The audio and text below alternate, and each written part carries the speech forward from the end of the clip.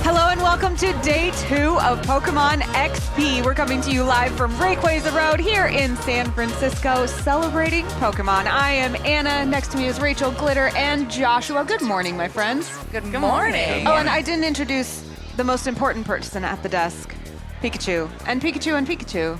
Wow, and Pikachu you guys and Pikachu. all have Pikachu. I would like one of those. You shouldn't do so much crime, Team Rocket. I don't know what you're That's talking what you about. get, Team Rocket. Yeah. They belong to me. I think that probably we will see you steal them before the end of the day. I don't know. But welcome. If you're just joining us, this is the live stream that we're bringing you from Pokemon XP so that we can show you all of the things that are around the show floor, all of the panels, everything that you might want to see from the comfort of your own streaming home. And that means sometimes we're running out and grabbing videos of different booths. Sometimes we're cutting to a panel so that you can watch a panel. And we have a lot of those today. Let's check out our schedule for today, what we're going to see. Do you guys have anything that you're particularly excited about? We have celebrating 10 years of Pokemon GO, Pokemon Battle Bracket Bonanza, Lego Pokemon, You're the Trainer Now, and Pokemon X Jimmy Paul by Diffused Fashion Show. Joshua, I know that you're really excited about Jimmy Paul. Absolutely. It was a fantastic interview. We're going to be having a fashion show and a showcase of really the history behind a lot of the designs. I was very impressed to see how all of that different creativity was manifest in the world of Pokemon and fashion. And I tell you what, folks, the Mewtwo jacket, okay, it is something exceptional, but I'm super excited for that. I know Glitter is super excited for Lego. Lego. I'm waiting 2 days for Lego. I cannot wait for everybody to see what is going on at the Lego booth and to test it out if they haven't gotten a chance to. If you are here, make sure you stop by and see exactly what's going on because there's an entire story at play. So when we finally get to that panel, it's going to be super fun to talk about. Yeah, I feel like every second we've had a break, Glitter has been like, Lego, you want to go to Lego? Can we go to Lego? And I am really excited to go. Rachel, we also have the 10 years of Pokemon Go panel. I feel like that might make you feel some things. I'm so ready to watch that panel and relive all those 10 years of playing. I know we all kind of logged on and have been playing this past 10 years, so it's a great look back. And then I think I'm going to head out and play some Pokemon Go. So I haven't played enough. yeah. I would really like to get some shinies in that game. Agree. Some special, specific shinies.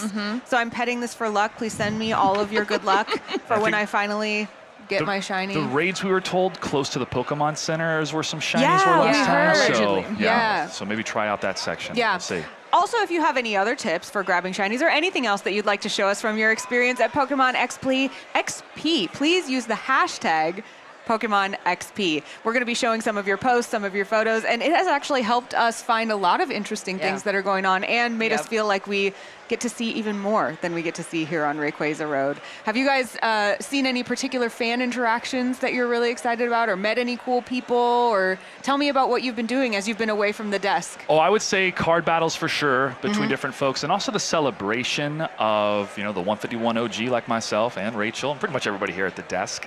But seeing the artistry and especially the card art being showcased in really big designs and really lit up. It really shows how these different Pokemon can be featured in different scenarios but still capture their essence and what makes them these individual Pokemon. So to see that expressed in beautifully lit hallways and displays, it's like you turn the corner and you hadn't seen this yet and you're like, okay, I got to get a picture here. And it's been really cool to see, especially the young kids really light up when they see these different characters. Yeah, last night you mentioned card battles, and you may notice my voice is a little bit huskier this morning than it was yesterday. I may have opened a few packs, and I may have screamed so loud that Rachel may have hearing damage, and I want to apologize publicly for that. It was the card I opened, too. Right in my ear. A lot of excitement out here. It was really cute, in my defense. There was an Eevee involved, and I really can't be held responsible, but I do apologize. No, I totally forgive you because it was just giving voice to the excitement that I could not squeak out because It's been day one of this event. I have been talking to so many wonderful people on the floor. Everyone you stop has an interesting thing to say. I feel like I am clicking through all the dialogue options. Like, no one is a one-note person. Everyone has something to share. So I hope you all make some friends out there in Pokemon XP today. Also, we, as we pointed out, do have some really incredible stuff here at the desk with us. This is the really coveted item, actually, up here right now. The hug is so sweet. And Glitter, I feel jealous of you holding that right now. I think that's the Comfy Friends line. Is that right? Yeah, it's honestly, this is how you should be starting your day, is getting a little bit of a cuddle in. I do feel a lot better since one I of got these, one right? hug of that. You're yeah. holding it so cute and gentle, too. Like, you're very much selling me on the alive Pikachu in your Yeah. hands.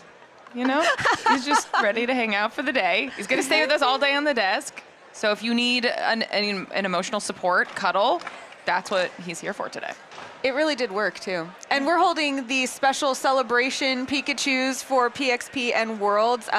This one we talked about being one of our favorites we've ever seen. We have the spacesuit and specifically the Lady Pikachu tail, which just delights me to no end. I've been really loving this. And show off our Worlds Pikachu over there. Oh, absolutely. I mean, you had me at the crown, and then you kept me at the cape. I mean, this is an absolutely fantastic design, and I think both of them really complement each other. And this experience here, we're showcasing the Pokemon XP.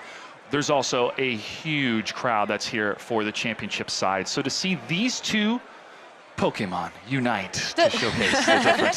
The crown is the energy from the Pokemon. Yeah, it's another fantastic design, and especially the intro video we got to see yesterday with the two of them going on their different adventures and how they come together here at this event was really a great highlight to showcase everything that is Pokemon XP and World Championships 2026. We had a lot of really great interviews and videos and panels yesterday. And so I'm wondering if just real quick before we hit our next panel, which will be at 10 a.m., which will be celebrating 10 years of Pokemon Go, if we can talk a little bit about some of your highlights from yesterday, whether it was an interview or something you saw on the floor or something from the panels that really stuck with you. Any highlights from you guys? Glitter, I know you got plenty to choose from, so I'll let you go first. I mean, I talked about it a little bit yesterday, but speaking to Charlie, when you and I got to interview him about all of the music, if you guys missed the opening ceremony, go back, check that out on the VODs because it is a must watch. It was incredible watching the music being translated from the game to live here for us on Rayquaza Road and just being able to kind of pick his brain on that, Anna, and figure out how the process goes from start to finish to even get to that level of a performance was really cool.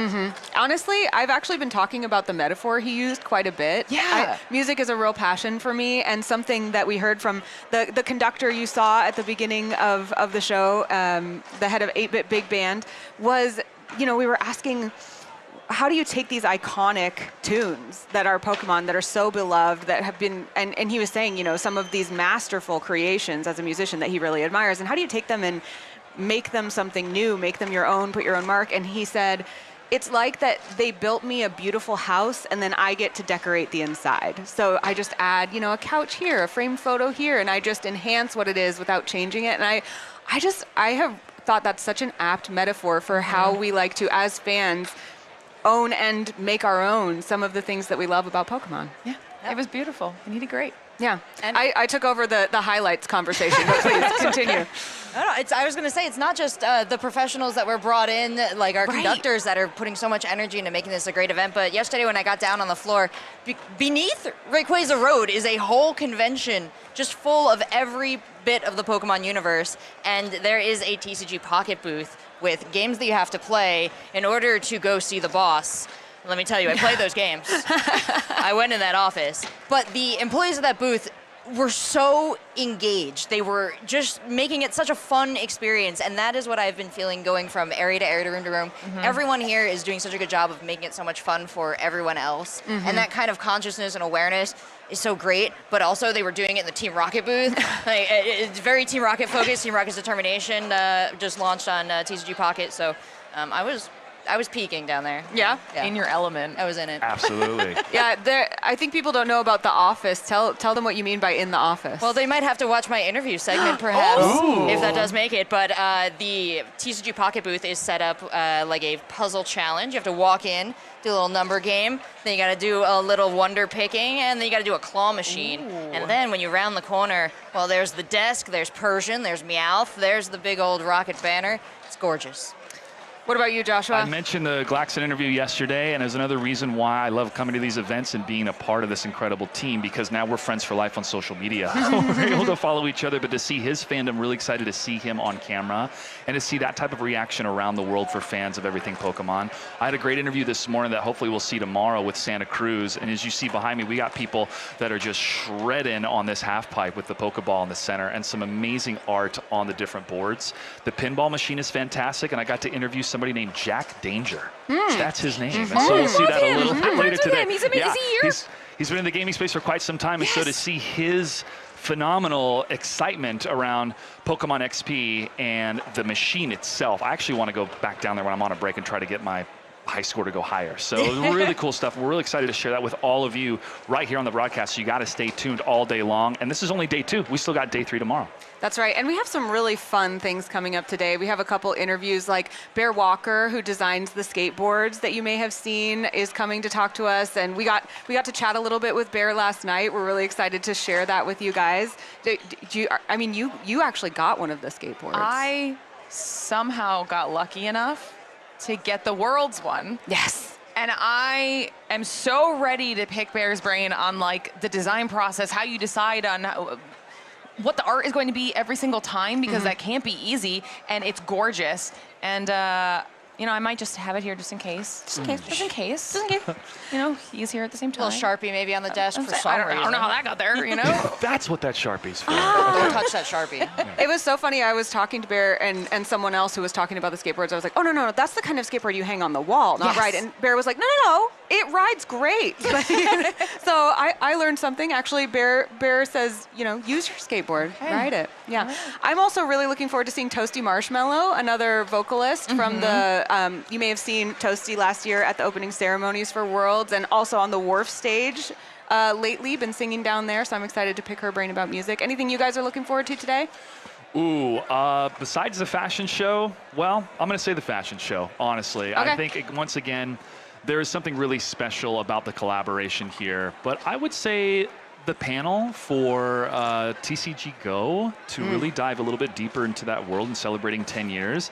And I've been learning a lot, especially with the expertise that Rachel brings when it comes to Pocket as well, and to really dive a little bit deeper personally into that world, and just to have a little bit more time for myself to maybe get a couple more Pokemon captured with Pokemon GO.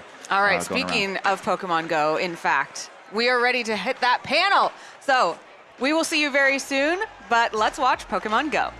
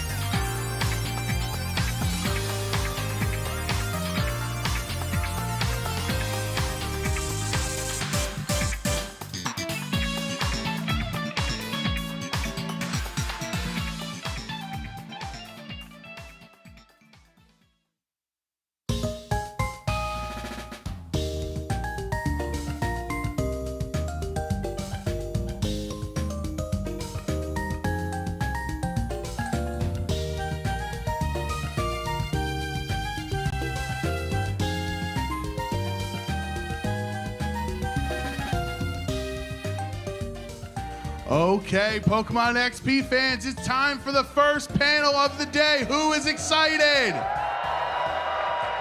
And let's just get, round of applause. Let's get a head count. Let's see who's here repping each team. Who's part of Team Valor? Okay. Team Mystic? What about Team Instinct? That's what I like to hear. Anyone Team Instinct? Add me as a friend, okay? We're all friends. I need help with some of these raids, okay? I've been struggling against Deoxys. Anyway, let's get it started. Let's celebrate 10 years of Pokemon Go. Please welcome our moderator, Angela Ferguson Martin, to the stage.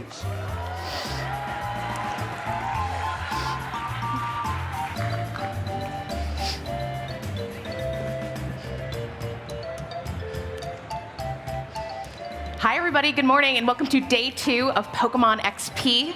My name is Angela Ferguson Martins and I'm a live events manager on Pokemon Go, bringing real world events like Pokemon Go Tour and Pokemon Go Wild Area to life for thousands of trainers around the world every year. I'm so thrilled to be with you all today to celebrate 10 years of Pokemon Go, an incredible milestone built by an incredible team. Now, it's not much of a party with just me up here, so I would like to welcome a few special guests to help me celebrate.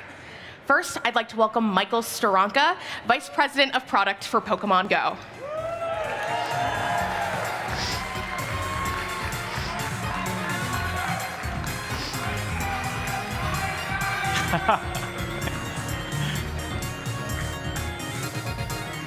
Hey. And of course, I'd like to welcome Ed Wu, President of Games for Scopely Explore.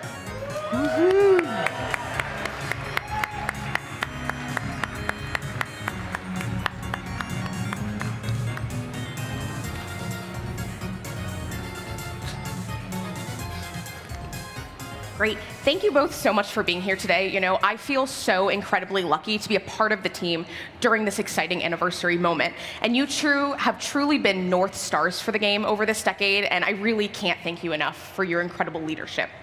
So, a show of hands out in the room, there's a ton of you out here and at home. How many of you were playing Pokemon Go right when it launched in 2016? Yeah, I think that is where we start today's conversation, all the way back to the beginning, 2015, 2016, maybe even a little earlier.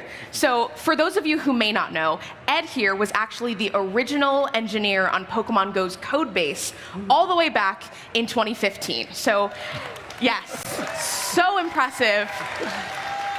I would love, Ed, for you to kick off this conversation and tell us a little bit about that story, the early days of Pokemon Go, how the vision came together, and about your role in getting Pokemon Go out and into the hands of millions and millions of trainers. Absolutely, Angela. Well, first, I just want to thank everybody for being here and being part of this incredible, special milestone of our 10-year anniversary. It's really, I could not have imagined 10 years ago that this is what we created back then would become, so thank you. So, the story starts even earlier than that, right? In 2012, when I was an engineer and a part of Google that was trying to figure out what to do with these newfangled smartphone devices. And it was kind of uninspiring at the time. People were taking these like supercomputers in their pockets, and they were going to the beach or to the park with their children and then staring at their work email. And it's like, well, can't we do something better? Can't we inspire people to connect with the people around them, to connect and look around in the real world? And so we built this game together that I was a founding engineer on called Ingress. Has anybody played Ingress? Awesome, awesome. And so Ingress was meant to be a game that was like no other. It inspired people to meet up and to explore the world together. And that, alongside a experiment that, April's Fool joke, that an engineer in Google Maps named Tatsuo Nomura put together that put Pokemon on Google Maps for April Fool's Day 2014, caught the attention of our partners, our supporters at the Pokemon Company. And they, the executives there, they played Ingress all the way up to max level. And so with their support, Tatsuo became the product lead of Pokemon Go, and I became the engineering lead. I brought the technology that we had built to build a single shared reality that could scale to hundreds of millions of people to create a game based on the real world that would inspire people to explore the world together. So we started up a company. We left Google with the support of the Pokemon company and Google and built Pokemon Go in all of 10 months. We started in October 2015 and launched publicly in July 2016. And since then, the story's been all of yours here. Yeah, I love that story, Ed. I love it every time I get to hear it. If you could go back and give yourself and the 2016 team one piece of advice, what would it be? Oh man, make sure you have way more computers. So, I did the original estimates for how many computers would we need, and it turned out at the end of the day I was off by more than 50 times.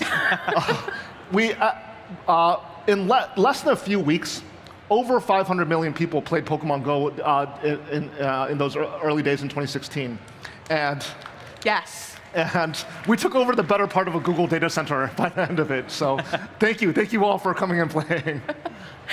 Thanks, Ed. So Michael, over to you. You actually joined the Pokemon Go team a little bit after launch in 2017. And at the time, you were overseeing some of our major live events. Yes. This is a new concept for us, and you had a hand in that inaugural Go Fest in Chicago. Yeah. You want to talk us through that experience a little bit? Sure. I guess another show of hands. Who here was at the inaugural Go Fest in 2017? Okay, a couple people. For those who may not have heard, that first Go Fest that we did, the event that I was hired to create, was a total disaster, actually. Nothing worked the way that we had planned. It turns out, getting 20,000 people into a single location to play Pokemon Go is very different from getting 20,000 people to a concert or any other type of festival. And so when we worked with all of our partners at the time, they had all the confidence in the world that oh yeah, no worries at all, 20,000 people, you'll be fine. But lo and behold, 20 people arrive in July in 2017, and nobody could actually connect to the game. So this was definitely one of those moments in my career where I probably should have been fired, actually, to be totally honest. Thank you. But yeah, it was actually probably the moment on my time on the Pokemon Go team where I really felt like this was the right place to be, weirdly enough, because even going through all of those challenges that day, I think a lot of other teams and other companies would be quick to point fingers. But instead, our team really banded together and said, okay, what are we going to learn from this? Because we really still believe in live events for this game, and we want to continue doing more and more of these as a core offering for our players. And so Ed and I actually got together a couple days after that Go Fest wrapped up and had an offsite where we sat down with the core team and really thought about what we can do to change things in order to facilitate these experiences. And then less than a month later, we actually hosted one of our biggest events ever in Yokohama, Japan at the Pikachu outbreak.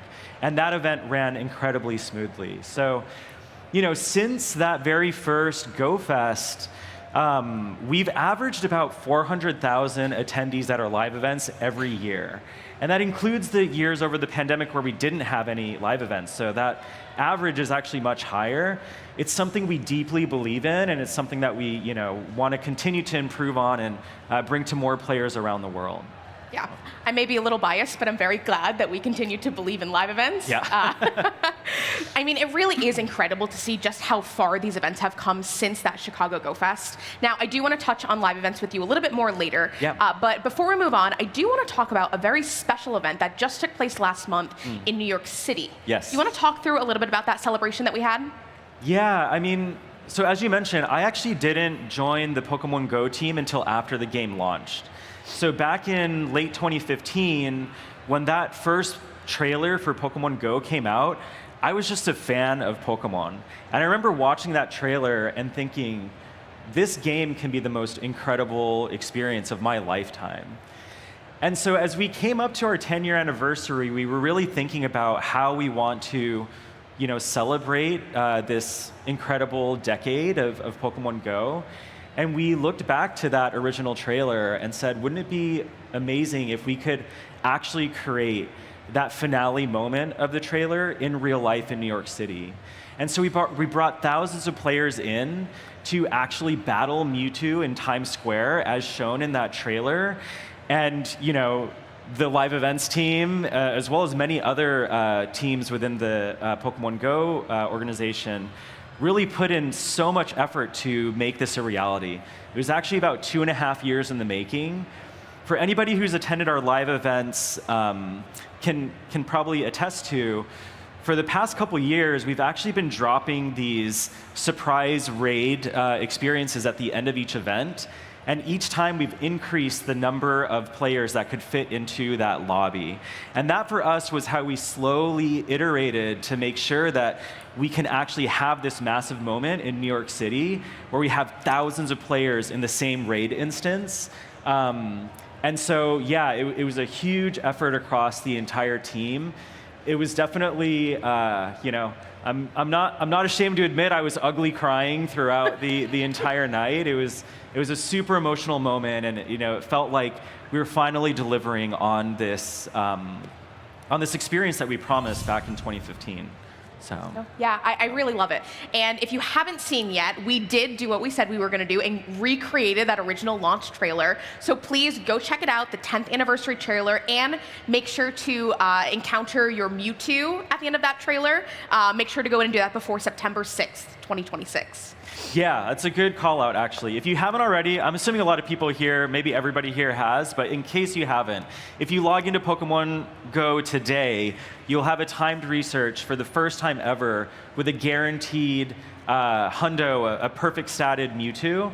And that's something that we wanted to offer to the entire player base as a celebration of 10 years of Pokemon Go together. Yeah.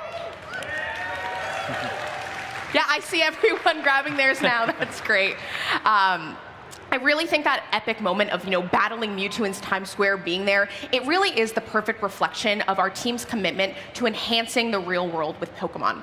I kind of want to dive deeper into how that commitment influences Pokemon Go's game design and touch on things like seasons, events, and some other features that the team works on. One of my favorite things about Pokemon is that every Pokemon is someone's favorite Pokemon. Shout out to Cyndaquil. So I would love to hear from both of you. Maybe let's hear from Michael first and then Ed. Can we hear what your favorite Pokemon may be? I mean, I actually think there's only one right answer to this question, and it's clearly Machamp, right? Everybody, if I don't see everybody's hands raised, then I don't know what's going on. But yes, Machamp is my favorite.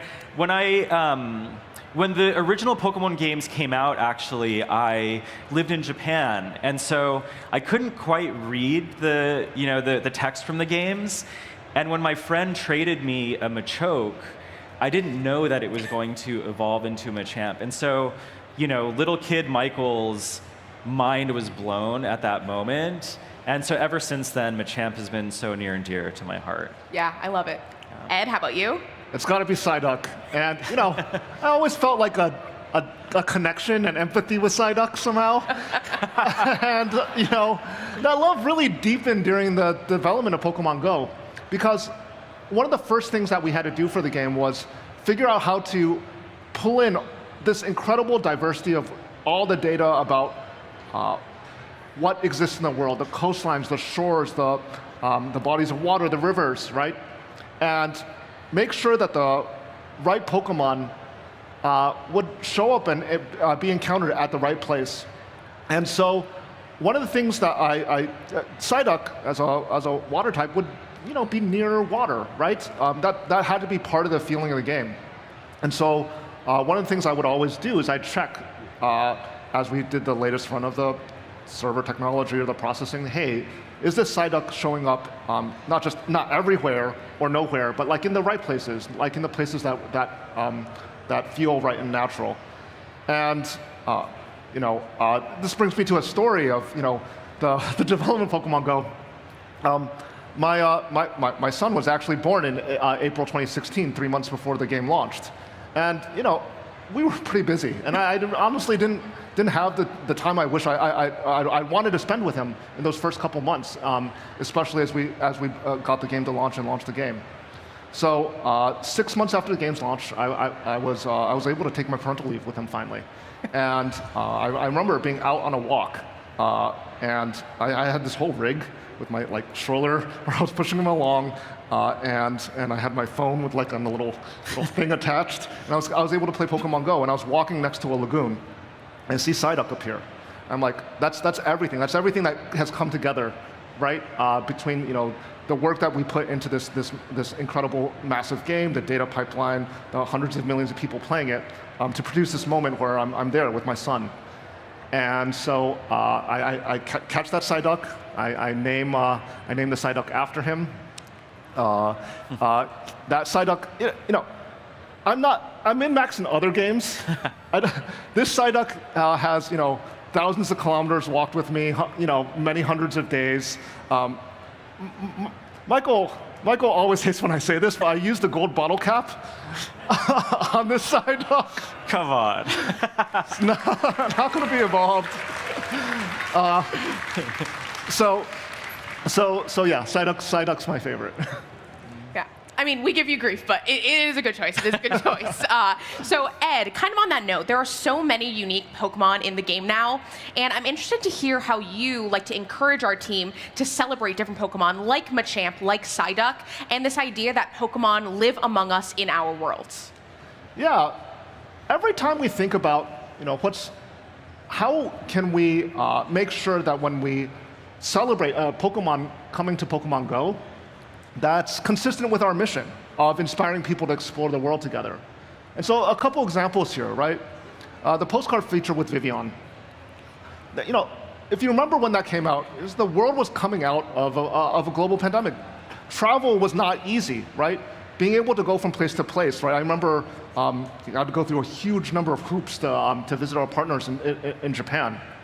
And we felt that having a feature where we celebrated all these places around the world, postcards that you could get from people all around the world through Vivian was the right way to make sure that we connected people and we celebrate that Pokemon along with celebrating our mission. The same thing for Dynamax and Gigantamax raids, right? Raids were part of the original vision of Pokemon Go. That moment in the at the end of the trailer, I remember when that trailer first dropped, we didn't even have a 3D game client. And so I was in a slight panic of how are we going to accomplish this, right? It's amazing to see 10 years later that the team literally made that dream come true. But that's been through a constant evolution of the raids mechanic in Pokemon Go, where we've always challenged ourselves to come back and think, how are we going to do this in a way that's consistent with our mission? And it was wonderful to see raids start in Pokemon Go, and then evolve into raid dens in Sword and Shield, and then evolve again into Dynamax and Gigantamax in Pokemon Go, where we built that feature as a love letter to our communities all around the world, where we knew that on any given weekend in thousands of cities around the world, hundreds of people would come together to play Pokemon Go. And we wanted to make sure that Gigantamax reflected that spirit and could pull people together to inspire them to explore the world together. Yeah, and Michael, earlier you mentioned that we're even, working on getting these lobbies bigger and bigger, and how many people can we get in a raid, right? One of my favorite live event memories is from this past Go tour in Los Angeles, where we debuted Mega Knight with Mega Dragonite. Mm-hmm. I don't know who was at Mega Knight this year. Oh my gosh, so many of you. And we, Sunday night we did this final raid, and they said, hey, do you mind if we bump up the lobbies a little bit? And I said, yep, go for it. And I loved that moment of awe on people's face when they just saw how high that lobby was counting. It's just great, and it was a great moment to be a fly on the wall for. It really is one of my favorite live event experiences. So, Michael, jumping back to you now for a second. One of my favorite aspects of Pokemon Go is this idea of seasons, where there's a really natural change in not only the Pokemon that I'm encountering, but also the stories that are being told in the game. Mm-hmm. Do you want to talk us through a little bit how your team kind of makes decisions around seasons and what the philosophy is there? Yeah, there's so much that goes into any given season in Pokemon Go. I will say, one of the amazing things that we get to play with this game is actually the real world, right? And so a lot of times the team will take inspiration from what might be happening globally at any given moment. If there are any major holidays that they want to play into, also the real world seasons that are occurring. But also, we're partnering very closely a lot of times with the teams that are building big features in the game. And so sometimes there are opportunities for us to say, hey, this season, we actually know that we're going to want to launch this big feature. And so we're going to theme the season around that. And I think, the other thing I'll say on the seasonal front, probably a lot of people in the audience here are very familiar with. We spend a lot of time thinking about the balance changes that we want to incorporate in order to keep PvP and GBL fresh.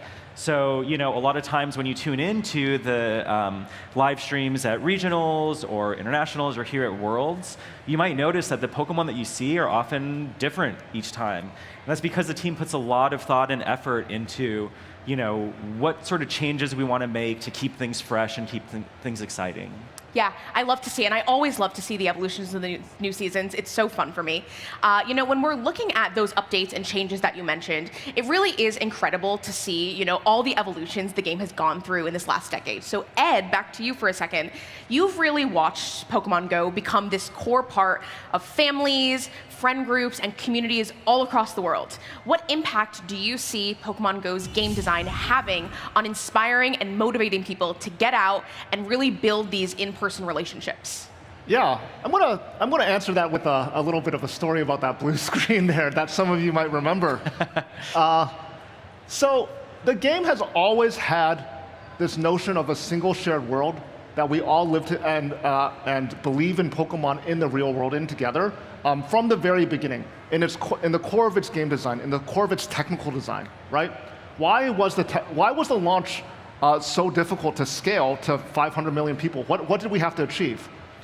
Well, if you think about a typical MMO, like a typical multiplayer game that people play online, a lot of these MMORPGs, they split their player base up, right? They split them into individual instances or into individual zones, usually with a few thousand people each. And that simplifies a number of problems, right? Simplifies the technical problems of having to scale past one server computer. It simplifies the problems of thinking about a game design that can scale to millions or hundreds of millions of people. But we've never had that option, right? Because this is a game played in the real world. When we look at each other, right, like in this room, we're not sharded into different instances, right? We're all part of one single shared reality. And so when somebody changes the team on one of the gyms around here, right, it's got to be seen instantaneously by tens of thousands of people in San Francisco within a couple of kilometers. So scaling up the computing infrastructure to basically be able to handle the entire world at once for hundreds of millions of people was what we had to achieve in those few couple weeks in July of 2016. And so I'm sorry for those of you who had to wait a little bit to get into the game. But I'm proud to say that the core algorithms were there and that we were able to hit that mark and be able to have that effect on the world. And going to all that effort creates these kind of magical moments for the community, right? So after like a week or two trapped inside, trying to keep the computers and the servers alive as we scaled them to the better part of a Google data center, I was finally able to get out to Bellevue Park, which is a park near our offices in the Seattle area. And what I saw there, and this was actually captured on YouTube, so you can look it up, it's real. I thought I was hallucinating because I was very low on sleep, like I'd been sleeping an hour or two a night. And I see thousands of people out there playing Pokemon Go. And then on one end of the park, a person yells Squirtle.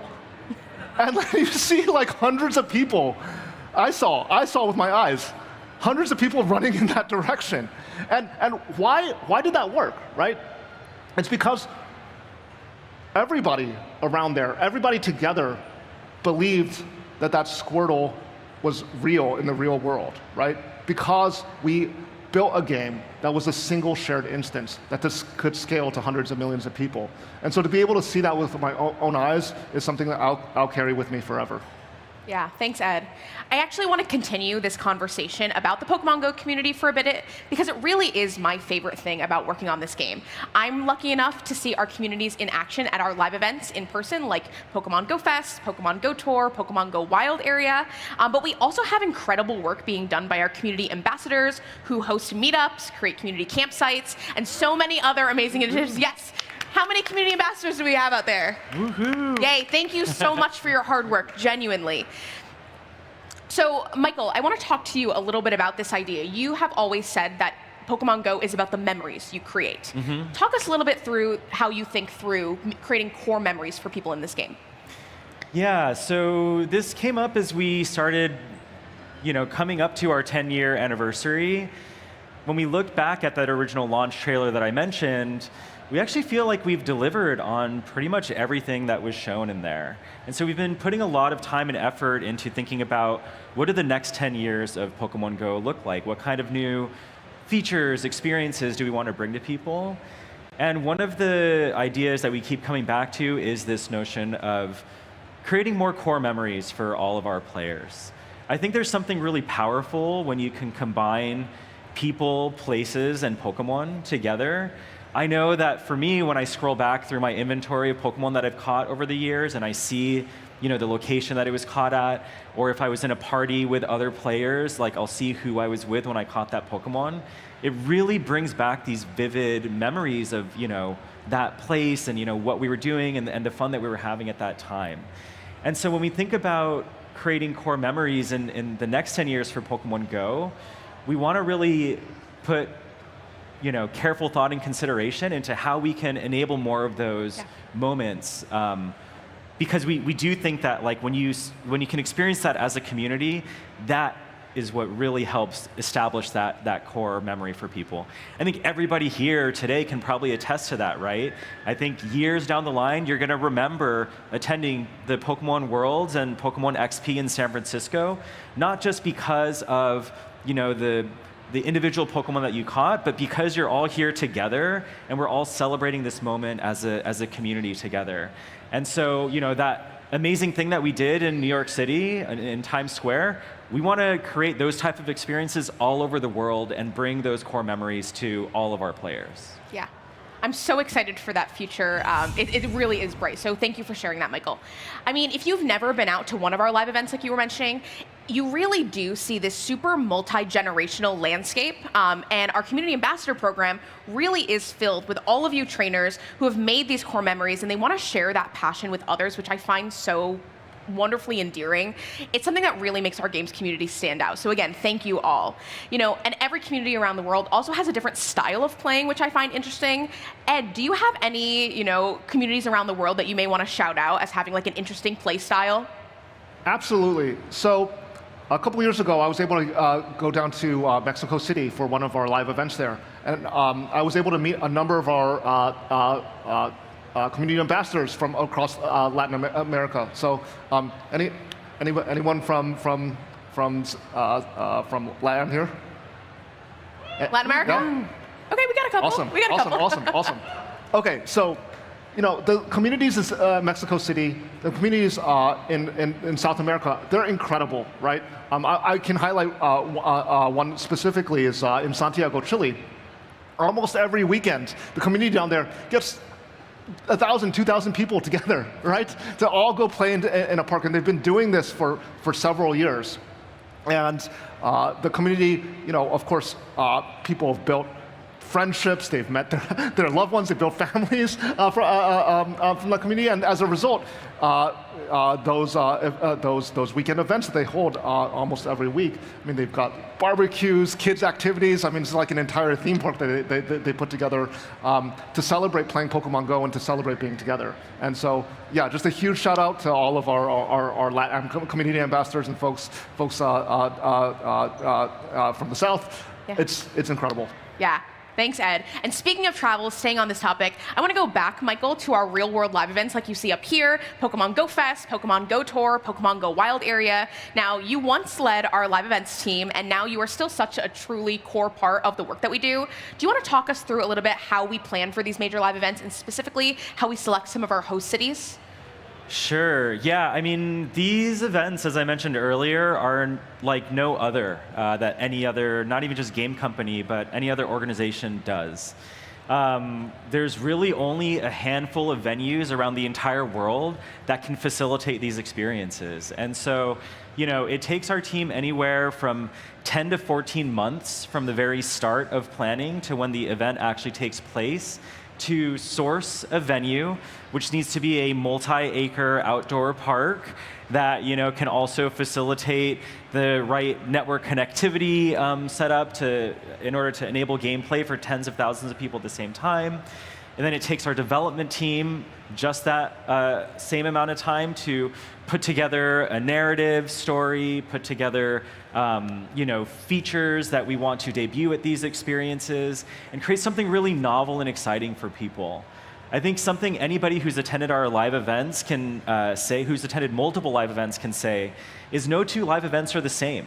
Even if you go to 2 different Go tours, yes, they might be themed to different regions, but a lot of the actual gameplay experience that we offer is differentiated year after year. So our team works incredibly hard to put this together. And I'm not exaggerating when I say that our live events are a cross-functional effort across every single group within the Pokemon Go team. It's not just one team does live events. Everybody on our team works on these events. And I think something that's also an amazing thing that we've been able to offer to our employees is we really emphasize the importance of our team actually flying out and experiencing these events themselves. And we always talk about how when you work on Pokemon Go, there's kind of like a before live event experience and then an after live event experience, because when you can actually see the impact that you're making and all the joy that you're bringing to thousands of players firsthand in person, that just changes your whole approach to, I guess, quote unquote work, right? It then starts to transition into, no, we really are passionate about this. I think if you talk to anybody on the Pokemon Go team, you'll find that everybody's incredibly passionate about what they do.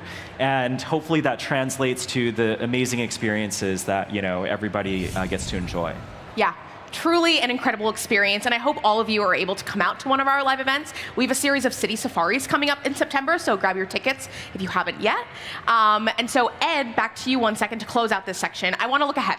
What is your vision for our real world and community events moving forward as we look into this next decade with our community? Absolutely. And so I and the team, we always go back to our mission, right? How are we inspiring people to explore the world together? And so, as maybe referenced in previous sections, we often design thinking about what's happening not just in the phone, but outside the phone. How are people moving through the world? How are they meeting other people, right? And so you've seen maybe some of these innovations at our live events over the past couple of years that we really want to lean into. We want to be able to highlight the incredible host cities that we get to go to, right?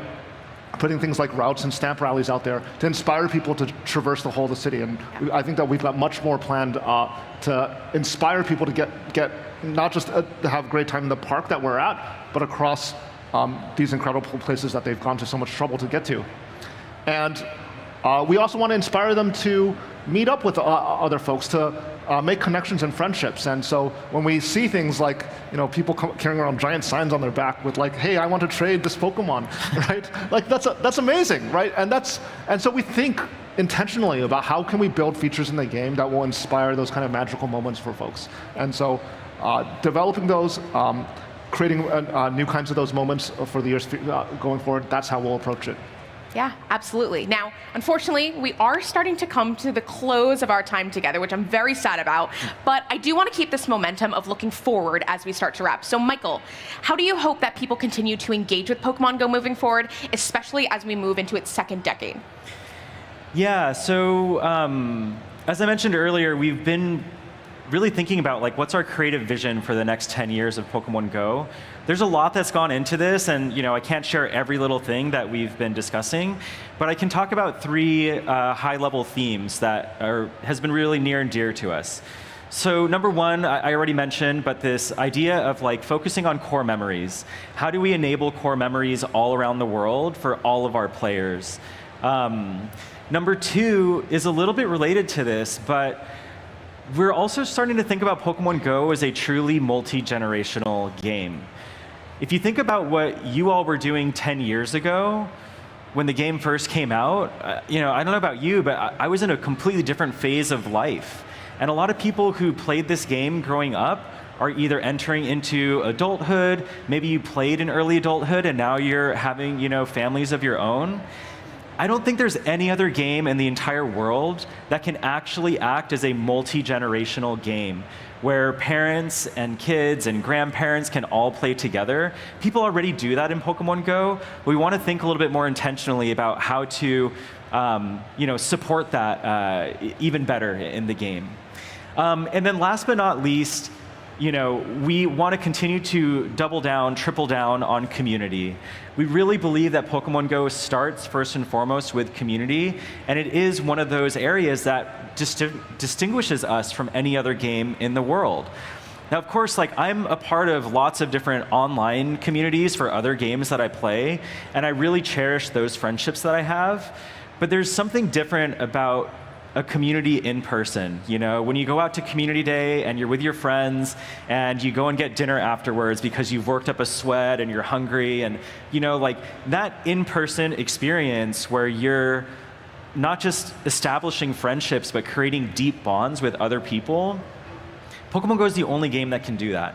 And so we want to continue to invest there. We heard some cheers earlier with the Community Ambassador Program. That's just the tip of the iceberg for us. We want to continue investing more deeply on the community front. Yeah, I love it. So Ed, if we're sitting here for our 20th anniversary, which I know we will be, what do you hope that people say about the game's second decade? Sometimes I hear from folks that that summer of 2016, 10 years ago, was like this high point for the whole world, right? And it was an amazing moment that, oh man, there's been a lot that's happened, right? But I really do hope that, in our second decade, folks will feel that way about our second decade, right? That it's made people happier, healthier, more connected to the people and the world around them. And, as the world evolves, I hope that the game continues to evolve as well. That we'll be able to, take advantage of whatever's next on our on our smartphones or on heads-up displays, right? To make sure that as folks go out and explore the world, they're looking at each other in the eye and they're playing this game together with their families, with their communities, and with the world around them. Yeah. It's great. I want to end on one final question for both of you. Let's hear maybe from Ed first and then Michael. Very easy. What makes you proud to work on Pokemon Go? Yeah, so I mentioned, making people feel healthier, happier, living more fulfilling lives, and this is actually, deeply personal to me, right?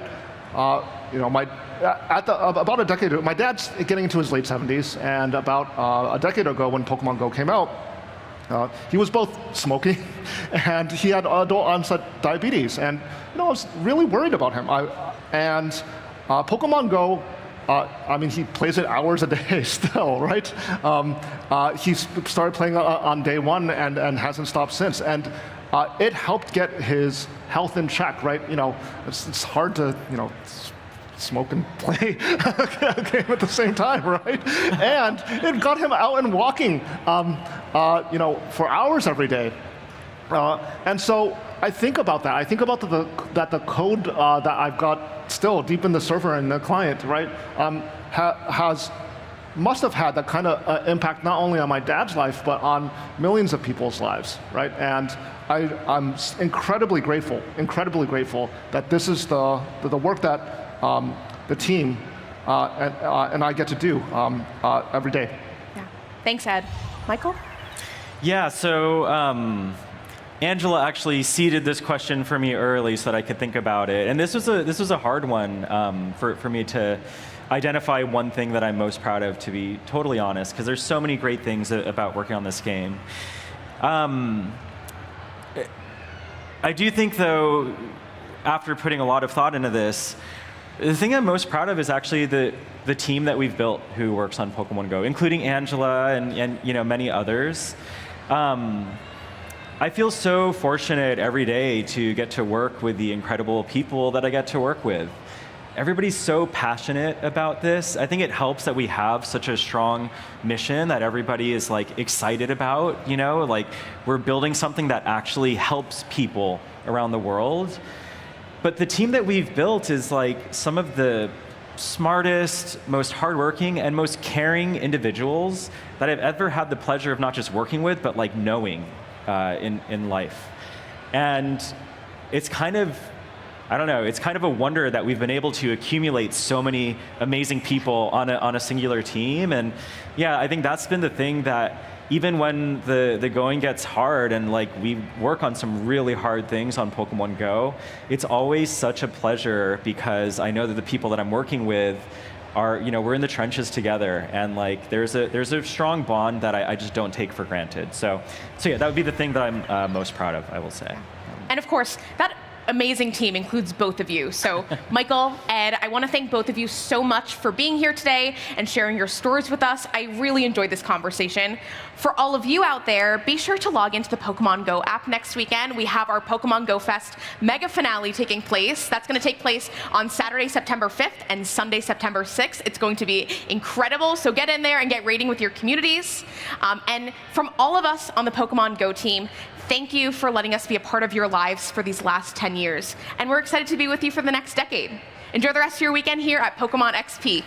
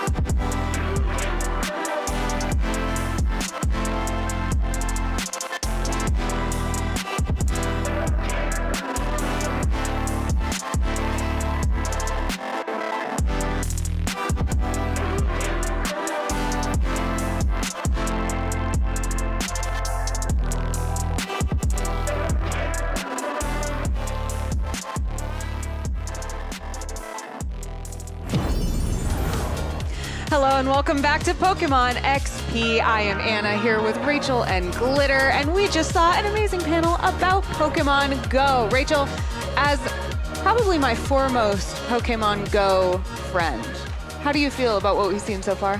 Well, I thought the panel was really cool. Like I said earlier on the stream, I was the host of the very first Pokemon Go Fest, and so it was really interesting to hear them talk about, admittedly, what were some of the difficulties of it, but as someone who was there and who got to see, I was on stage, they were shouting, we can't play, and then they could play, and they fixed everything, and then they opened it up, and we went into the city, and we had one of the most amazing times playing Pokemon Go. So the Pokemon community once again proved that when things go wrong, they make it right. When things go right, they make it really amazing, and it was such a wonderful memory, I think, to look back on, and then to think back in the last 10 years of what Pokemon Go has done, what has brought to the community. I've been an everyday player, and I know, we've hung out at lots of gaming events around the world. We've played a lot of Pokemon Go together. It's unlike any other game in the way that it brings us all out doing stuff. I also lived here in San Francisco when it came out, and so it's been really fun playing it here and having that nostalgia as well. And I can't believe it's been 10 years that we've been playing this. Yeah. Where did that time go? I don't know. I mean, not into not into my level as much as I would like. That's where it didn't go. But yeah, man, have you caught anything great so far? Well, Anna, I know you are looking to catch both shinies of the costumed Pikachus. So I almost don't want to mention that. Did you get I got one? them both. Wait, what? When did you get them? I don't know. You might have coming up on stream some views of when these things might have happened. But Okay, hold on. Then for science purposes, Yes. where did you catch them? Area-wise. Yeah, we need the intel. you have so many opportunities as Pokemon Go players to catch a costume Pikachus here at Pokemon XP. No, but here, everyone's saying the best luck Oh, the is best by the luck. Pokemon Center. By the Pokemon That's what Center? I've heard. Yeah, for shinies. That's interesting because, well, they're in raids. They're part of the timed research Right, rewards. Pikachu are everywhere, and I just feel lucky whenever I can get my hands on any of them. Especially, is that a loose Pikachu at the end of the disc? Do you need, Yeah, hook it up. There you go. Thank you. Oh, I was leaving this one in case you wanted I mean, but if it's back here if you don't. Stop stealing all the Pikachu, Team Rocket. It's fine. There's so many Pikachu to go around because, as we saw with the Pokemon Go players, they just keep spawning them. There are not too many jobs I get to do like this where I am handed a plushie and encouraged to hold it while I speak to you, and let me tell you, it is special. I do like every time we zoom into the panels as well. Right? More often than not, Yes. everyone on the panels has their plushies. I love that. You know, we've talked to so many people who are like, I loved Pokemon when I was a kid, and then, you know, as an adult, or maybe, you know, when I went through my teens, people told me it wasn't cool, and so it feels like coming back to it as an adult, and I'm like, I guess I was never cool, because that never happened to me. Never left. But I don't think any of us grew out of it. You know, we were all as kids, we were like, no, I'll never grow out of it. I'm gonna want my plushies and my cards and my games. And I feel like we're all being very true to our young selves, being like, when I'm a grown-up, what I'm gonna do with my time and money is this thing that I love. And here we are. Yeah, Here we are. Pokemon has grown with us so much. I'm a Literally. big fan of the Pokemon Center store and getting stuff for my house. They have all sorts of things to hang on the walls, to serve food, to have your drinks in. Your whole lifestyle can be Pokemon, and I'm living proof. That is true. That is true. You're Well, a great example. we saw this panel about Pokemon Go, and I know you got to have some Pokemon Go experiences. We're going to see some video of that, but tell us a little bit about where you went and what you did. Well, I did get to go down to the Pokemon Go booth that is underneath Rayquaza Road. They have a interactive Pokestop.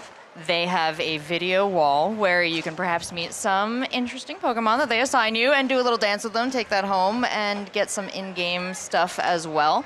And generally, the Pokemon Go team down there is interested in talking. They're taking feedback. They have events coming up that they want to let you know about, and it's just a cool crew. It's exactly the kind of cool people you would expect that makes such a cool game. So I would definitely recommend checking it out, but, you know, if you're not able to make it, I did it for you. Well, since she did, let's go check it out right now. Let's see where Rachel went for Pokemon Go. Thank you so much for taking the time to talk with me, Kestrel. For those of you watching at home, I've just arrived at the Pokemon Go booth, and I'm here to talk with the senior community developer because we've got a lot of stuff to get into. Pokemon Go is always bringing cool stuff to the fans. And we have a lot going on both this weekend if you're at home or if you're here at Worlds. Let me tell you a little bit about what's coming up lately. Please do. So next weekend, we have Mega Finale introducing the Kalos starters in their Mega form, plus some of your favorite Megas coming back, and you'll get a chance to get them again. Who's your favorite Mega? Oh man, Altaria. Nice, good choice. We love a bird. Yeah. Mega Starmie, maybe one day soon. Maybe. Love her. Maybe. Love her. Love her. Like we said, so much exciting stuff to look forward to in the game, but you've already brought us so much cool stuff. Here at the booth, I couldn't help but notice you have an interactive Pokemon Go map. Is that all right if I... So if you take that little spinner right there, I'm going to count you down. You might get a prize. All right? 3, 2, 1. Give it a spin. Oh, it really did work just like the game, although instead of some starters, I've got myself a Pokeball. a little Pokeball pin. Yeah. Well, that's really cool, and that's one of the things you can get if you're a Pokemon Go fan and you do come by the Pokemon Go booth here at PokémonXP, but if you're playing at home or if you're playing around the event, you've got so much going on too. What's going on in-game this week? In game, you can stop by here, you can stop by anywhere in your hometown, and you can get involved with the World's activation. You'll be able to spin Pokestops, get encounters with the special new Pikachu here for Worlds, and maybe encounter some cool raids that'll give you some nice PvP Pokemon too. I think one of the coolest things about Pokemon Go is it's really gotten me out of the house and meeting my local Pokemon community. And I think the events you guys put on are phenomenal. Like, going to the events, seeing so many smiling faces, it's like a little slice of Pokemon XP all throughout the year. We have some exciting news about that too. Do you? Yeah. Can you tell me about it? So our Community Ambassador program, which has now 3,000 players all over the world, engaging 6 million trainers in their hometowns, we're reopening the program. In October, you'll be able to apply too, and you might get the chance to run Pokemon events in your own town, bring a little bit of that Go Fest life right to your hometown. That has been such a hugely popular event. Back when I lived in Southern California, I remember my community was absolutely massive. So you're telling me now all around the world we can start applying as community ambassadors once again? You sure can. I'm really excited to meet trainers all over the world and meet your communities, learn more about how you play too. Well, are there any events coming up that we can look forward to for maybe after Pokemon XP when I want to get back in with everybody? Yeah, so in November, we've got Go Wild. Go Wild will take place in Sendai and in Mexico City, and right after that, we'll have Go Wild Global as well. But you have a chance to travel to a new place, check out some new stuff, or play in your hometown too. Pokemon Go is always getting me out of the chair and out into the world. So thank you all for that. I can't wait to go play some more here at Pokemon XP. And do you think we can exchange trainer codes? Absolutely. All right. Yeah. I'll let you go back to the desk, but for now, we've got some business to work on. Sure do.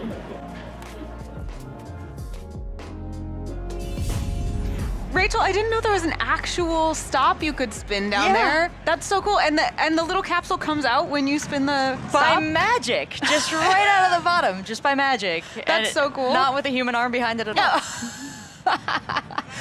What did you get in your little capsule? I got a little Pokeball pin. I should be wearing it now. I'm remiss. I immediately added it to my pin collection Yes, back fair. at the room. But yeah, stop by the booth. You could take home a little souvenir, and you might get to meet Kestrel and all the other staff there that are super amazing. I think you said you love Kestrel. You've known them. No, I met Kestrel. I love really? It's true that I love Kestrel. I just met Kestrel right there. We bonded over Pokemon, and we are now friends in game. We've exchanged several presents, and I look forward to growing that friendship to the maximum and maybe having a lucky trade with them one day. Yeah.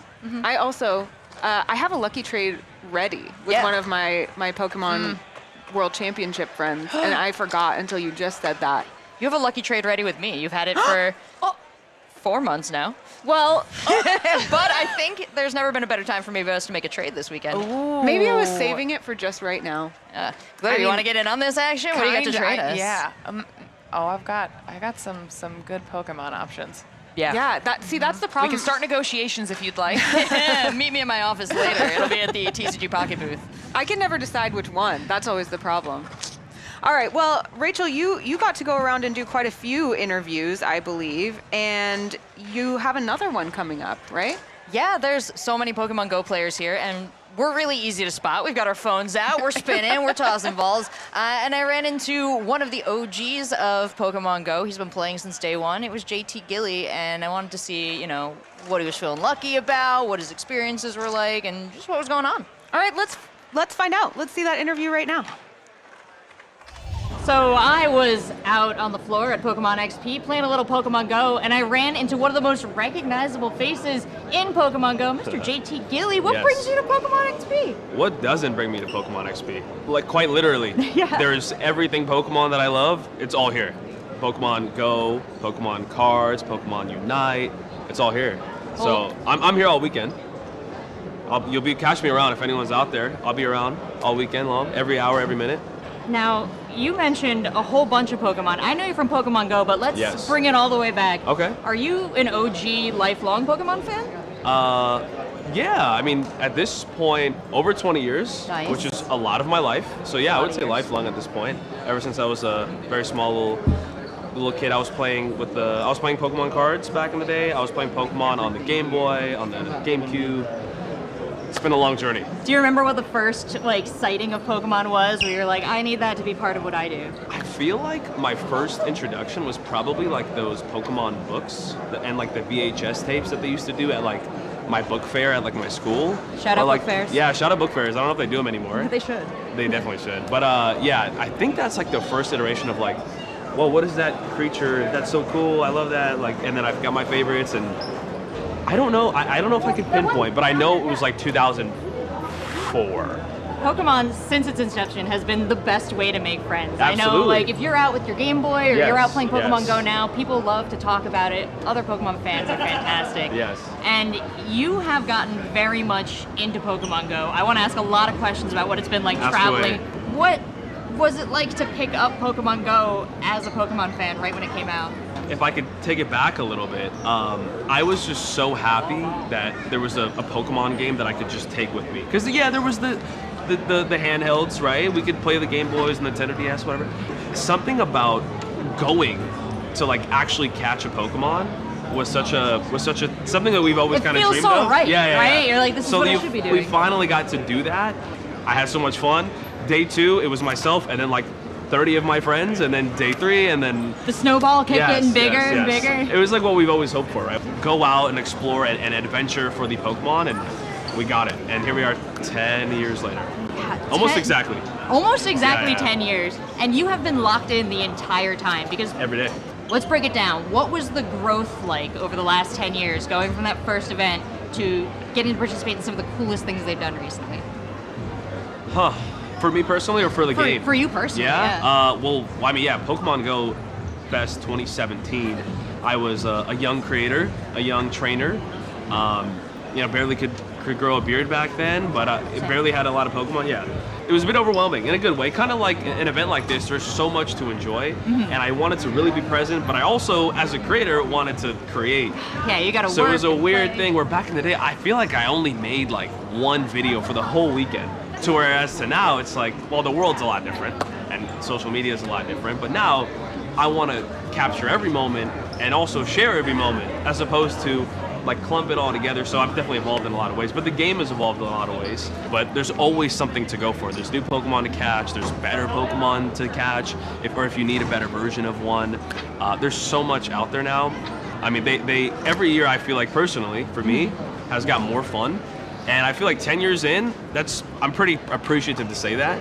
Because I don't know, 10 years ago, I don't know we would make it here, and we did.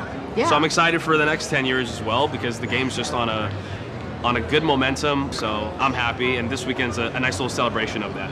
Well, you've been making content this whole time, these last 10 years. As the game has been evolving, giving you all these new ways to interact with the community, how has your community responded? Like, how have they wanted to interact with you? Yeah, that's a little different too. Like definitely at the first Go Fest, I don't know if there was anybody like saying like, hey, I think I know who you are, I watch your videos. Here we are now to where like, you know, very appreciative, thank you Pokemon. I have an official meet and greet like here at Pokemon Worlds, for example, which has been really cool. I haven't done it yet, but it's a very cool, it's an honor. It's an honor. Tell me a little bit about this community that you've built. Yeah. Do they have, as a whole, like a favorite Pokemon or a favorite Pokemon for you to catch? What do they love to see you do? What do I love to see me do? I'm known to get a little lucky. Yes. Congratulations. Thank you. Yeah, like at the first Go Fest, I got quite lucky with the Pokemon I caught. How did that manifest? You're telling me you're lucky. Are you getting shinies? Just keeping Are you getting hundos? You getting shinies, shundos? shundos. Unbelievable. I think it's just keeping that, you know, positive excitement. And I got really lucky. Yeah, like for me, I actually recently got a shundo. It was a, you might appreciate this, Shadow Shundo Ho-Oh. I do appreciate that. Yeah, that's Yeah. a very nice. Yep, that's very good. Cool. It's pretty cool. And Wow. my community is very, I would say, they've been very excited for me since that moment, and they like me bringing it up, because apparently I don't bring it up enough for how cool it is. So yeah, a little brought it shout up, out. Yeah, community. a little shout out everybody. There it is. It's been an incredible journey from the sounds of it. I know for a lot of Pokemon Go players, I'm happy just to catch, to walk around, to meet the people in my local communities. Yeah. I love the opportunities to go to events and meet other people who enjoy the game so much. But to take it global, to share it as content worldwide, it's so much fun, and you have a very positive, wonderful community around Thank you. If people out there watching want to be a part of this community, Yes. go ahead, pitch them. Sign up, kids. If you want shiny luck, it's not guaranteed, but there's a really, really, really good likelihood that like your luck will just increase. Pokemon Go wise, Pokemon wise, life wise, it's a really good free thing to do that, you know, could go a long way. I'm your guy. I can help you out. Just, you know, like, subscribe. It goes a long way. Where are the channels? Where are we going? What websites? At JT Gilly on social media. Couldn't be You'll more find me simple there. than that. Yeah. All right. Well, I'm gonna let you get back to catching and head Sure. off to your meet and greet soon. But can you imbue, like, is the luck via handshake? Yeah, oh, How do you- absolutely, yeah. Is this There you go. Yeah. easily gonna shundo? Watch. Follow up in a couple days. You'll see. All right. Yo, thank you, JT Gilly, for Thank the you. interview. Thank you for the luck. Absolutely. Thank you all for watching. One more thing. I did want to check exactly how good that luck you talked about Okay. was. Okay. Let's prove the luck here. Hopefully. You ready? Little pack battle action. All right. I'm a professional. All right. All do right. this. You're pretty good at this. I hope so. I'll pick I'm that from up. Team Rocket, I Don't litter. worry. Okay. I'm not picking I'll that pick it up. up for her. I'll pick it Thank up you. for her. Thank you. Do you know the All right, show me. nice little What are you trick? gonna So do? this card, you can get rid of that. Okay, we grab it. I'll pick it up later. This card, you can get rid of that. Oh. All right. And then now, still a little flip of the flip. Flipping the flip. All right. And now, we go bar for bar here to the end. Let's see. Who's gonna come out on top? I gotta prove my luck here. There's a lot of pressure. Ready? And action. Oh. Oh. You know what? Well, technically, Chiyu does beat Koraidon. Yeah, but technically you have more HP, so that one's... No, you win. You absolutely win. You did it. You successfully transferred your luck to me. See? Thank Yeah, you, JT. I'm giving it out. Get out of here. Gotta go get Pokemon. Come on.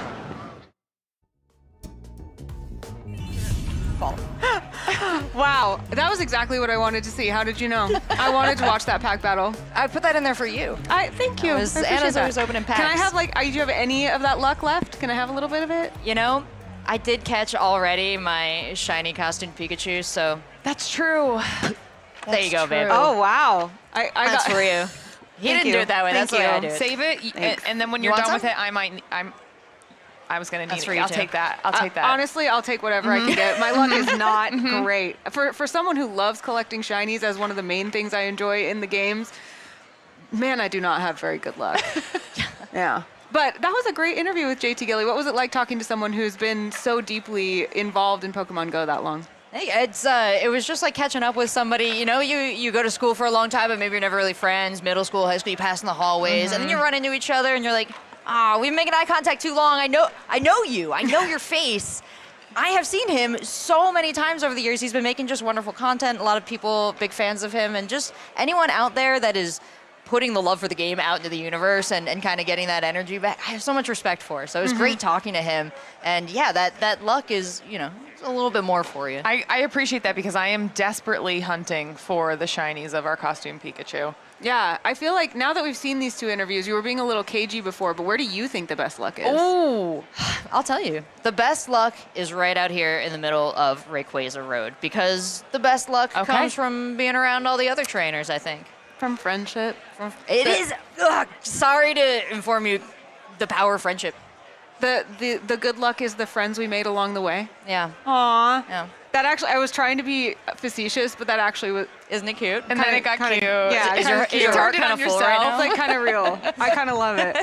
All right, now speaking of friends and making memories and having fun little mementos from events like this, I actually got to go check out the new Polaroid collab with Pokemon, and we have a video showing what I got to see. So let's check that out now. We are right outside the Pokemon Center at Pokemon XP, holding some very exciting new things from Polaroid. I'm here with Kat Kramer from Polaroid. Tell us about these lovely things. So this year we really wanted to celebrate Pokemon's 30th anniversary. So we have a whole collection going on with them that has been announced. It's a series of 9 products, so 3 cameras, 3 sets of film, and 3 accessories. Tell us about the cameras first, because we're holding 2 different sizes of cameras. What are the differences here? Yes, so the one in the middle is the Polaroid Now. It's our classic instinct camera. It's a completely analog camera. This is the Polaroid Go, the smallest instant camera in the world. And it works the exact same way, but it has a tiny format, so also the film is incredibly small. It's very cute once you also hold it. I'm already making little ee noises because they are so cute. You can see Sylveon on the back of this one. We've got Pikachu here, got the Pokeball here. So also just the form factors are so cute. Never mind, I mean, the pictures, of course, are going to be adorable. But tell us a little bit about the design of these. What are you hoping it makes people feel? Honestly, we just wanted to bring that playful energy of Pokemon into the world of Polaroid, but it's really about bringing people together and having them share a moment in real life. We're all about analog living and living an analog life, and that is really also something that we see with Pokemon, how the whole community just comes together and celebrates it every day. Yeah, I know. We're here at Pokemon XP, and I'm already thinking about the little souvenirs I can make of moments with my friends at events. Tell us a little bit about the accessories, because I think there are things to do with the film and the photos after you take them, right? Yeah, exactly. So we've got a strap. So for all 3 of the cameras, it's compatible with all of them. And then we have for the little camera, the album, and also the camera case as well. Both shaped like the Pokeball. So you can always keep your little Pikachu camera safe. Okay, what is your favorite of the cameras? I don't have a favorite child. I understand. Yeah. I understand. But it's Pikachu. I actually pre-ordered this one already, but now looking at them, I really want to keep them all. But where can people get their hands on these if they are also feeling like me and want all of them? Yeah, so the pre-order began this week, but if you were unlucky and couldn't get your hands on it, we're going to have more units going live on Polaroid.com in the Pokemon Center on September 29th. And then there's going to be a global retail launch on October 5th. I can't wait. Thank you so much, Kat. Thank you.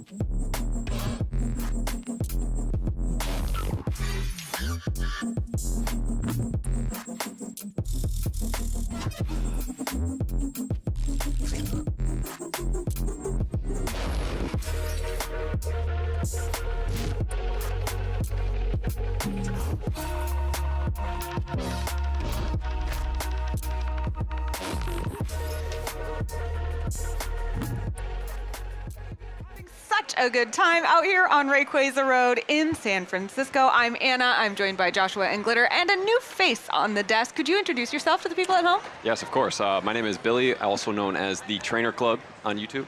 And what do you do on YouTube? So I make Pokemon Go content. Yeah, so pretty much I travel the world and I catch Pokemon and make videos about it. So it's been quite an experience, yeah. Traveling the world for Pokemon Go is so cool. Tell us about some of your favorite trips that you've taken. Okay, first favorite trip was Yokohama 2019. Whoa, jeez, so way to start it off. Yeah, so that was the first time that I ever went out of the States. You know, I always had dreams to travel international, and I was like, I don't know how I'm gonna make this happen. And eventually I kind of came into playing Pokemon Go and picked up on YouTube and things started working out, and I was like, I gotta make this happen. So that was like the first time I really felt like I was kind of like making it, I would say, where I got to be in Japan, go to all the things, experience everything in Japan, go to the Pokemon centers. That's so cool. Yeah, it was just probably my favorite trip. And then also Mumbai, India. Whoa. We went to Mumbai. Yeah, that was actually really incredible. The team over there was like top notch. They had, not only did they have like the Pokemon event, they also had the exclusive Pikachus over there. And it was just like super top notch from the moment we touched down to like everything we did. We had the entire India experience, and it was really amazing. What was that moment like when you knew, okay, this is something that I want to dedicate a lot of time towards? Was it a very specific moment? Was it a fan interaction? What was that moment like for you? Yeah, I would say it was probably two different things. The first thing was just kind of starting to get recognized, and it wasn't really about the recognition, but it was about me helping people. I really like giving people tips and helping them experience the game. And when the legendaries first dropped in raid battles, it was kind of challenging to catch these Pokemon. And so I thought, since I got good at helping people in person, why not help people in videos when I learned that people did YouTube?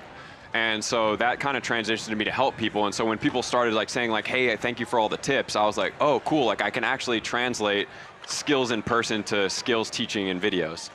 And then the other thing that was really impactful for me, it was in Montreal 2019, I also believe, for a Safari Zone.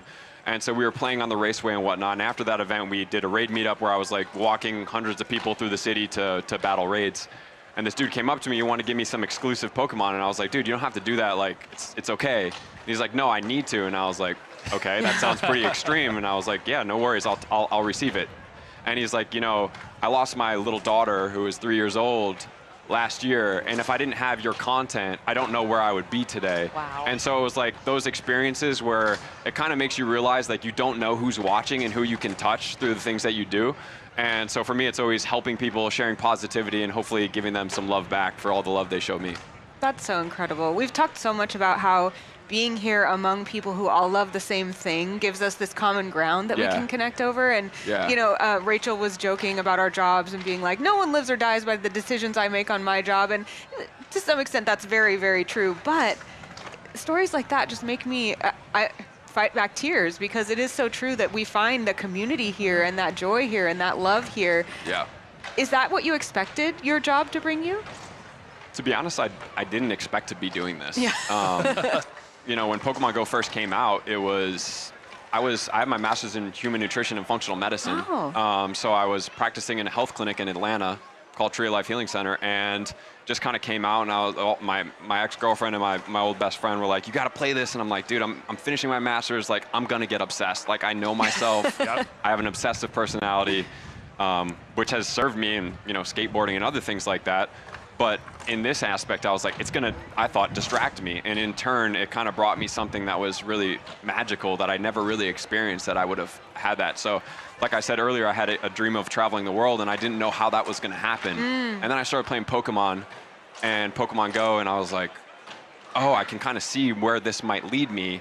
But I didn't expect it to kind of go to that level of like, oh, we're going to go to Hong Kong and Mumbai and Berlin and Madrid and all these other places that I've had a really cool opportunity to be able to go to and experience. Yeah, and that's an insane list of locations that you've gotten to go, by the way. Yeah. But I think it's actually really cool that you kind of gave us a little bit of insight on your background too, because have you been able to kind of tie that into your activity with Pokemon Go? Obviously, the whole point to get people out there walking around, kind of moving around. Have you been able to kind of use that with your community as well and kind of impart that knowledge? Yeah, absolutely. So anytime I make tip videos, I always try to recommend, like, because I also have my personal training certificate as well. So I have multiple, tools that I can pull from. And so I always try to give health tips, best food to eat to keep you with your energy. I even give people like wide toe box shoes, 0 drop to kind of keep their feet working well while they're out there. Rehydration, mineral replenishment. So yeah, I do incorporate that as well as much as I can, because it's like, if I have that gift and I have that knowledge, I might as well share that with people and give them 2 for the price of 1 or 3 or whatever they want to experience. Yeah. What's a 0 drop shoe? So a 0 drop shoe, if you think of like kind of like a standard shoe, you'll have a little bit more padding in the back. And the problem with that is, like, when you're walking a lot, it allows you to heel strike a lot more. And so when you heel strike more, it puts more strain on your knee, because your foot is kind of like this, and it puts a lot of pressure on your knee. And so 0 drop shoes don't have that heel strike, so it allows you to kind of hit with the ball of your foot, which is really ideally where we should be walking, in shorter strides, as opposed to these long strides where we boom and then we put pressure on our knee, which then creates knee problems long term. So that is, like, normally on a Pokemon interview I wouldn't ask about shoes, but that is actually such valuable information for walking. We do so much walking with Pokemon Go, and I have had that problem, and all of my shoes have that. Yeah. Because I think they're running shoes. So yeah. You just really gave me a tip that is going to make such a huge difference for me.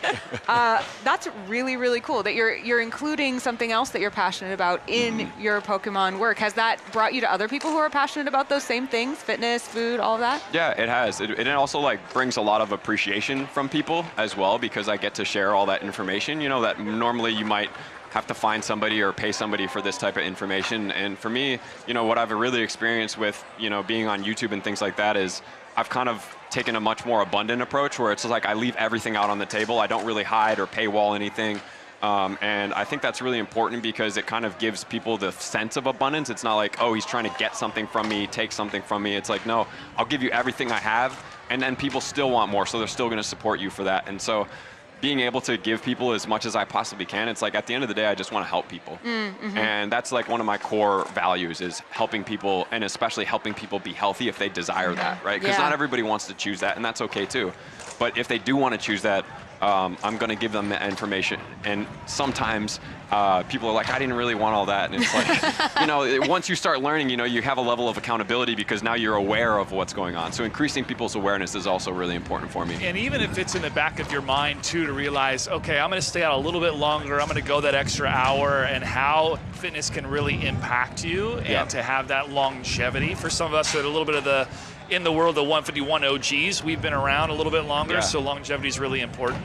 That's one thing that I love, especially at this event, is that we're not siloed just being fans of Pokemon. We come from a lot of different backgrounds and expertise, and that can contribute to our experience with Pokemon. Now, you've been in many places around the world. I'd love to know, have you identified, and I'm sure you have, a number of different favorite moments when you've caught specific Pokemon in Pokemon Go? I have, yeah. And so one of my favorite moments, probably my most favorite, was on Santa Monica Pier. Ooh. And I know that's not really Santa like Monica. super exotic, right? But from when the game first dropped, everybody was playing on Santa Monica Pier because there was tons of rare Pokemon over there. And so when I first started, I had no idea that I would ever do YouTube. So it was just me and my buddy that were playing, and we would watch the videos from Santa Monica, like, oh my gosh, look at this, like we could catch a Blastoise over here or a Charizard, like these Pokemon are spawning right there, we gotta go and get those. And it kind of came full circle years later when I was doing YouTube. They had Shadow Mewtwo that came out. And so I was on Santa Monica Pier because I was living in California at the time, so I drove up and I was doing raids around there. And on the pier, the day number one, I got, I'm not sure if you guys play Pokemon GO, but there's IV ratios, and so 100% IV is the best you could catch from a raid from a stat standpoint. And so the first day I caught the 100% IV Shadow. Wow. And day two, I was one, on the pier, and I saw the numbers count down, and it was another 100% IV, and it was shiny. What? So I got a shiny Shadow 100% IV Mewtwo on Santa Monica Pier. What? And so that was like probably like top notch. Like I was like, not only did I get all that nostalgia from previous, it just like kind of peaked for me where I was just like, wow, I don't know if I'll ever have another moment like this because it's so rare to be able to encounter something like that. But then also recently I was in Hong Kong, and at the same time during that event for the Safari Zone, they dropped Gigantamax Lapras, and that's one of my favorite Pokemon. So I got to catch a shiny Gigantamax Lapras in Hong Kong. Wow. Which I never thought, like Hong Kong, like I never expected to go to Hong Kong. I mean, that's like 20 plus hour flight, you know? So it's like just those little moments where it's like, wow, this is so cool. And then the third one was being in Berlin. We actually, they made a Pokestop in the event for our meet and greet, and it was our picture. And so that was really cool as well. Yeah. So people were spinning your picture for the Right, stop. yeah. Wow, that's so cool. Legendary. I think a lot of people are going to be following you now here at Pokemon XP. To be like, all right, where's he going for the raid? Because you are a good luck charm with that many shinies. Yeah, and then also the other cool experience is that during Go Fest, we kind of curated a different experience. Usually have meet and greets, and so I'm pretty big in the raiding, and so we host what you call a raid train, so people follow me around to play. Cool. And so in New York, in Central Park, and then in Chicago, we were able to have a design where we were able to take people around to play that outside of the park experience. So yeah, if anybody went to those events this last year and this year, they really got that full like, hey, this dude kind of like walks fast a little bit. And a lot of people, like, you know, the raid trains start pretty big, and towards the end they're not so big, but you know, everybody that does come with me, you know, shout out to you guys for sticking it out. I mean, Anna, he brought it up. We have to ask. Yeah. We've been asking everyone who's come up for an interview who your favorite Pokemon is. You started saying the Lapras is one of your favorite. Yeah. Do you have a top three? Top three? I do, yeah. Lapras is my number one. Different. Number two is Raikou. And then number three kind of changes depending on, you know, what's going on. But I do really like Tyranitar as well. Great picks. No duplicates on that either. I'm so excited by this. It's why, I mean, we've had so many people up here on this desk, and certainly at some point there will be duplicate favorites, but so far, all different. Really? Every single person. Amazing. Every time. What are your guys' favorites? Eevee. Eevee? Okay. Mew. Mew? Gengar. Nice. And see, this is the duplicate favorites zone right here. Yeah, like, we're in dangerous territory. Yeah, exactly. All right, but we were talking about travel. Yeah. I love to travel. It's been a life goal of mine as well. And I think that going to a place and playing Pokemon Go in a place is a really unique way to experience that place. Can you tell us what it's like to experience a city or someplace you've never been through the eyes of Pokemon Go? Yeah, I really like it because when you're looking through Pokemon Go, right, not only are the maps really simplistic to be able to follow, obviously most of the time it works, short times it doesn't work, but it really kind of gives you this less confusing kind of way to look at a map. And then also using the Pokestops, if you can see, oh look, there's like a park over there, you might be in places that you normally would not have visited. And so that's kind of been one of the magical things for Pokemon Go for me personally, is that you get to go and see things that you normally may have not have ever experienced before. Like when I first started in Georgia, I was in places that I would have never ever visited. And that's kind of what makes Pokemon Go magical for me, because you get to have those experiences, and especially when you're traveling internationally, you don't know very much, but you'll be able to see very clearly where the parks are, you know, where people play, where the gyms are, and then you'll see things and you can see the Pokestops and you're like, oh, that looks pretty cool. I might go and check that whatever the, you know, real life POI actually is. As a fellow certified personal trainer, one of the most important things is creating a routine and being consistent with that routine. Yeah. How do you build Pokemon Go into your routine? Yeah, that's a great question. So I kind of keep it in check because I can get a little carried away with it sometimes. As we all do, yeah. So for me, whenever I'm going out, if I don't feel like going out or whatever that situation is, I really think I try to break things down between movement and exercise because movement is very important, moving our bodies and keeping our bodies nimble and being flexible. So movement, I would consider most Pokemon Go things. When you're doing the raid trains with me and it's a little bit more extreme and we're going faster, that might be breaking the range of exercise. So for me, whenever I'm doing movement and I want to do a little bit more, I always try to integrate that in because I like to game. And the one thing about Pokemon Go is like it adds to your experience. It doesn't detract from your experience.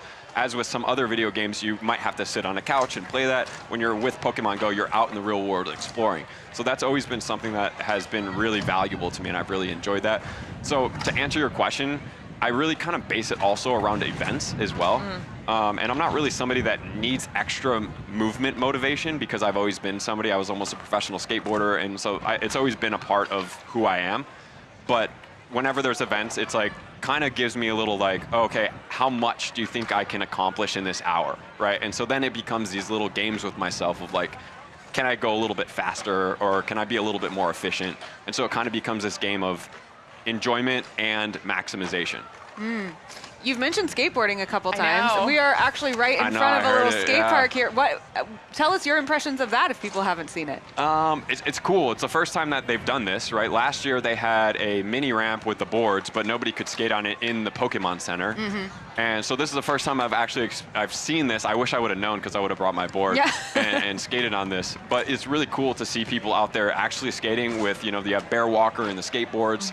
It's been such a cool experience to do that because my goal also is to collect all the skateboards. Oh, yeah? Ooh, And nice. so sometimes I get fortunate and win. I haven't gotten fortunate to win a skateboard, so I am buying them off people. But it's something that, like, that's what Worlds is so cool about because it's like you get the raffles, you get the experience, you get the pin rallies, you have all of the everything, and now they have the skateboarding, and then it's like not only are you're kind of trading almost Pokemon in real life, which is through merch and other things like that, cards and whatnot. Is there one you're searching for right now? The World Skateboard? Is that what you're looking for? I have them.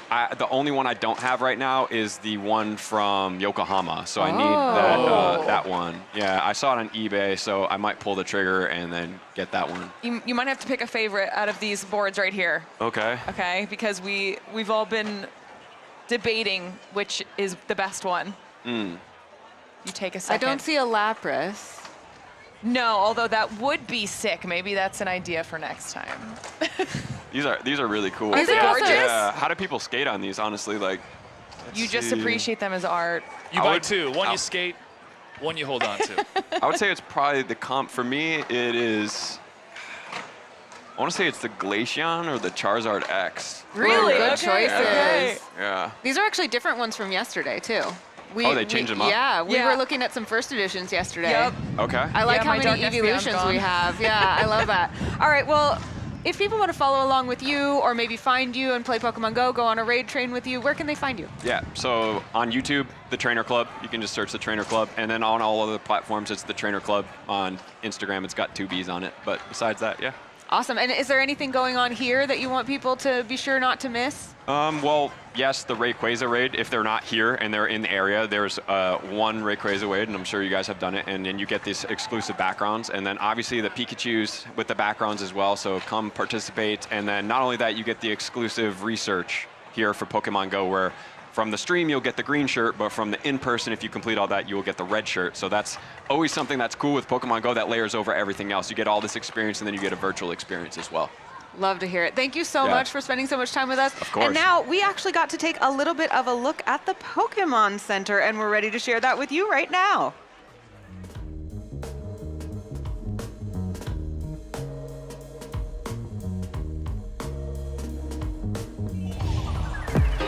Hello, everybody, and welcome to the Pokemon Center here at Worlds 2026 in San Francisco. As you can see, we've got the World Championship side. We've got the Pokemon XP side. I hear it's absolutely insane in there. Let's go take a look. We got to get me popping out behind everything that we can. Let's take a shot of it.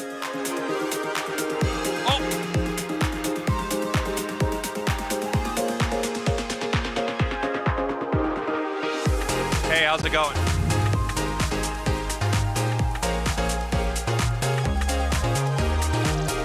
Beautiful pieces. Bring it in close here. I want you to take a look at this for everyone at home.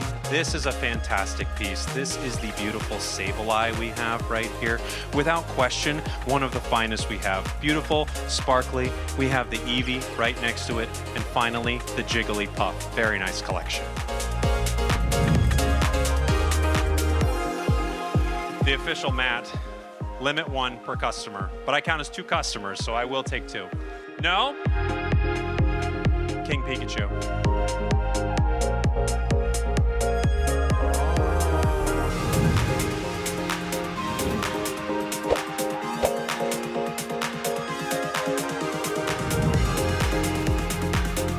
We have now transitioned from the World Championships to the XP area. Space themed, extremely cool. In my opinion, cooler than the World Championship area. I'm probably not supposed to say that. Let's do some pop outs. Boom, pop out. Okay, get a picture of me with the Umbreon. Here you get it. The World Championship playmat and bag, also limit 1. These are different though, so I can take them. Yes? Yes, I got a yes. Place is poppin'. Beautiful, special, elegant. One of them's going on a trip, one of them's blasting off, another one would be in a spaceship. I think I like Kirlia the best. I have been excited to see this the entire time. This is the item I've had my eye on more than anything else. This jacket right here. It's beautiful, it's special. I'm not exactly sure where I can wear it except everywhere, and I want it very badly. I will be back for it, because technically I'm not allowed to shop for this right now.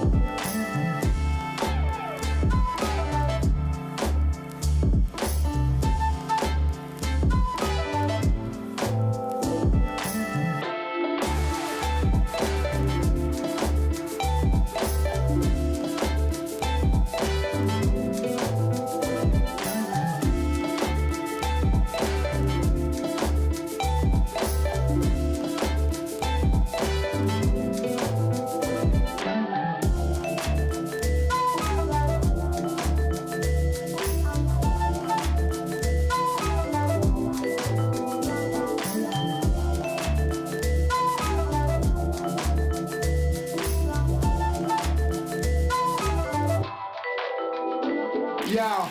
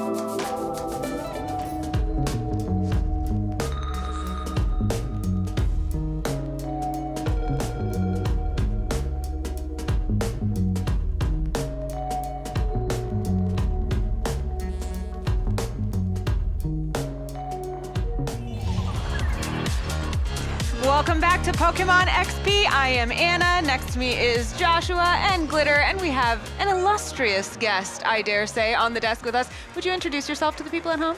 Sure, yeah, I'm Bear Walker. I make skateboards. It's like the undersell of the century. Bear Walker, I make skateboards. Yeah, tell them a little bit about specifically what kind of skateboards you make and what you're doing here. Yeah, so specifically Pokemon skateboards for here. But higher end, carved out, pop culture themed. I like to think the best in the world, you know what I mean? But yeah, we made some special for this event, the Worlds ones and the XP ones. And yeah, it's been cool just seeing everybody enjoying them. You want to pick that up and actually show it? I'll show the XP one. Yeah. Beautiful. Show it off. Show it off. Look at those. And if you've never seen one of these in person, you can kind of see on the camera the texture here. Bear, can you talk a little bit about what you mean by carved out? What does this feel like? So obviously this is made out of wood. And then I carve into it to create like the friction that you would use for normally grip tape. Mine's carved in. I got a patent on it. But yeah, lasts longer, I think looks better, it's more durable, but also creates kind of my signature vibe, signature look. And actually last night we were talking about these, we were hanging out, and I was like, no, these are the kind of skateboards you put on a wall. And you were like, no, these ride good. Tell us about that. I've come to accept a lot of people are going to hang these on the wall. You know, I originally made them for me to ride around and made them to fit my style, so I love riding them. I'd say 5 or 10% of people ride them now, but as long as they're enjoying them, hang them on the wall, keep them in the box, shred them, whatever. But yeah, as long as they're getting some love, you know, it's all good. This is the side effect of your own doing because you made them so pretty that they became wall art. For sure. They just how do you not display something like this? Can you talk to us a little bit about how do you even go through that design process from start to finish to even come up with something like this? Sure, yeah. Well, I mean, one of my favorite things about Worlds, too, is like, you know, after Worlds, I'll get the artwork from Pokemon. I get to geek out over that for a bit, so that's great. And then, yeah, I'll kind of just start throwing together like 20 or 30 different concepts and then stare at those for a couple of days and see which one sticks. But yeah, it's usually like a 3 or 4 month long process trying to use the artwork they supplied and then put my own spin on it and make it to where it matches, you know, the aesthetic of the event, but also is like speaking to my signature style as well. And how did this collaboration come to be? Did you contact Pokemon? Did they contact you? Did you kind of meet in the middle? Well, so like Pokemon's been like, I don't know, my oldest love. Okay, you know, like my allowance every week was like a pack of Pokemon cards when I was a kid. Nice. So when I started doing great like motivation to do chores. Yeah, right. Yeah. When I started doing pop culture themed boards, like Pokemon was always the highest on the list. And I heard they were going to be at this event called Licensing Expo, and I was pretty broke at the time and used like all my money to buy a plane ticket out there. I made a custom Pikachu board and then met them at the event and gave them the board as a gift. Wow. And about 6 weeks later, we got the Series 1 order, and that did pretty good. And yeah, the fans reacted well to it, and so I get to keep making them. It's great. That's so cool that you were like, here's my fan art. and they were like, okay, keep making it. Please hire me and don't We'll sue do that. me. Yeah. Yeah. That's so awesome. I want to go back even further. You said, I wanted to make these for myself. To me, it's almost incomprehensible to think of making a skateboard for myself. Where did you start with being like, you know what, I want to board a certain way, and I'm just going to make it? Yeah, well, my dad is a carpenter, and so I grew up woodworking and framing houses and building furniture and all that kind of stuff. And out of college, I couldn't find a job I liked, so I started making like high-end wooden signage. And doing that every day, and then skating, and then breaking my board. I was like, maybe I should just use some scraps and make the next one. And it sparked this idea, and people that saw me riding it around started asking where I got it, and I started taking small orders. And I then had the dream of feeding myself by making skateboards, and now I'm feeding myself, so it's good. That's Dreams do amazing. come true. Yeah, thanks. What type of wood do you like to source when it comes to building these boards? So like back in the day, it was just like going to the lumber store and getting like hardwood maple. And I'd plane it down and carve them out of that. But if there's like any kind of fracture in a solid piece of wood, even if you can't see it, you put all that work into it and step on it and you could split it. So now we use like 9-ply, custom pressed maple. We use like what a typical skateboard would just use for the top and bottom. We use all the way through. So it's very high quality, very durable. And when we carve into it, if there is like one layer that has like a split in the wood, it doesn't matter. So the thing's still super structural. But that took a lot of experimenting, trying to figure out the best wood for riding and having a little bit of flexibility, but also carving into it, because that's not typical in the skate industry, And it takes some integrity away, I guess. Right, yeah. So a typical skateboard is 7-ply, and this one's 9-ply, so that when I carve into it, I'm taking away 2 layers, kind of back to that original 7-ply. Smart. Yeah. I'm thinking about your carving, and then there's like so many people with these skateboards. How do you take your carving to a mass production? I have a great team, It started out with me for like 5 years, then I had 1 employee for a couple years, and I got to build out this like small team of 8. And a lot of them are still with me, but they've helped train new people, and we've got a team of about 20 people now. Wow. I'll make the first board, spend, like I said, a few months making that. When I have like the final perfect version for me, I show my team how to replicate it. Cool. And then we make the boards for everybody else. That's so cool. As a creative, because I think this is what everybody ultimately dreams to do. You're creative, you find something you're passionate about, you put your work out into the universe, and people actually love it. Yeah, that's the scary What is part, that feeling like, to have found that community of people that look at what you're pouring your heart and soul into and are like, I absolutely need that as well. Yeah, it's nuts, I'm very critical of my own work. So it's like usually I don't release anything until like I'm in love with it, and then by the time it comes to market, I've looked at it too long and I'm out of love with it, and then sometimes it comes back. But yeah, people liking the work and collecting it and spending the money they work hard to earn on something I make, I'm like always super grateful for. And then coming to an event like this where you see people walking around and opening them, and like I love just walking around and seeing someone like oohing and awing over it and just quietly walking on by, But it's cool to see people just enjoying what I pour my heart into, Sure, there's a lot of energy that goes into the design process, but do you have a favorite part of that process, be it either choosing the Pokemon or the final layout of the board that you kind of get the most satisfaction participating in? Really when that first carving happens, because I spend so much time doing blueprints, sketches, and obviously that's going to be small. So sometimes when you translate it to a 3-foot-long thing, it just completely changes. So when I'm doing that first carving, sometimes like, I'm terrible at my job. What have I done? Sometimes, every once in a while, it carves out, and it's like, oh my God, this is even better than I thought. And that's like, I don't know, such a good feeling to see it. Like, that's when it comes to life, Yeah. And like, I usually have an idea for the color scheme and all that when I'm designing it, but when it turns into like a tangible thing after it's carved out, then it's like, oh, actually, this color would actually look really good here. This would be cool as a more like monochromatic piece, So yeah, when it first comes to life is the most exciting part of it. There have been so many now that you've done with Pokemon, and we can say, obviously, the 2 that are the newest that you can get here at Pokemon Worlds and XP, we'll say those are your favorite. But aside from those... They're all my children. Yeah. Do you have any other highlight favorites of the ones you've designed? I mean, honestly, I'm a huge space nerd. Like, NASA is high up on a collaboration wish list. So doing, like, the astronaut Pikachu was super sick. Worlds boards are up there for me, I think because of the experience and... almost the nostalgia that these events create. like the Yokohama board, the Honolulu board. They're all pretty killer. But there was I think 2021 or 2022 Pokemon Day Gyarados board that was just super detailed, had like Japanese style waves in the background carved into the grip. Beautiful. That one's like one of the ones that sits in my personal collection. Ooh, what else is in your personal collection?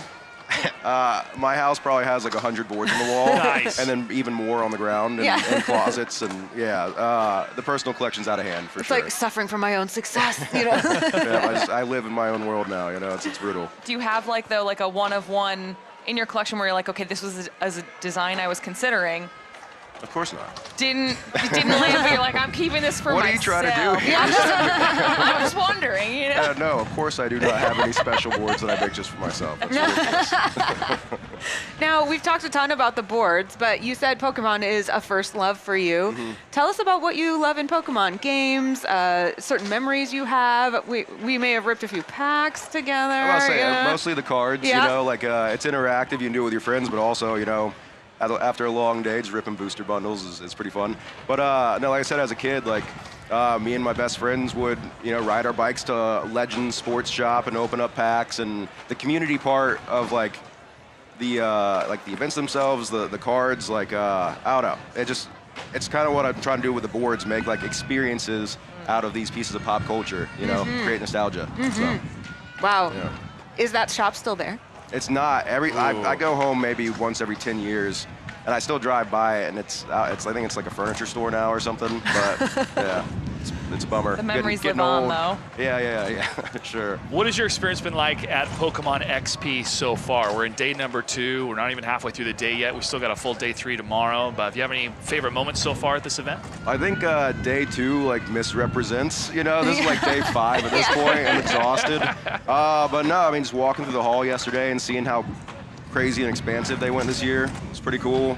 But no, again, like my favorite part of these events is usually after the show in the hotels, everyone's ripping packs, you know, socializing, friends that I only see once a year at these events, I'm seeing them, meeting new friends, you know, so yeah, I'd say, the after parts of the show are the best part, but the Lego activation was cool. I really want to try to do the Funko Pop thing, but it sells out like at 7 a.m. every morning, you know, but yeah, so if y'all have a hookup, you know, let me know. We'll see what we can do. Cool, The cool, Funko cool. people actually came to us yesterday, so maybe we can introduce you. Yeah. There we go. If you hear Cool. us, That's what this was Funko. all about. Funko, Yeah. please. Yeah, Funko, please.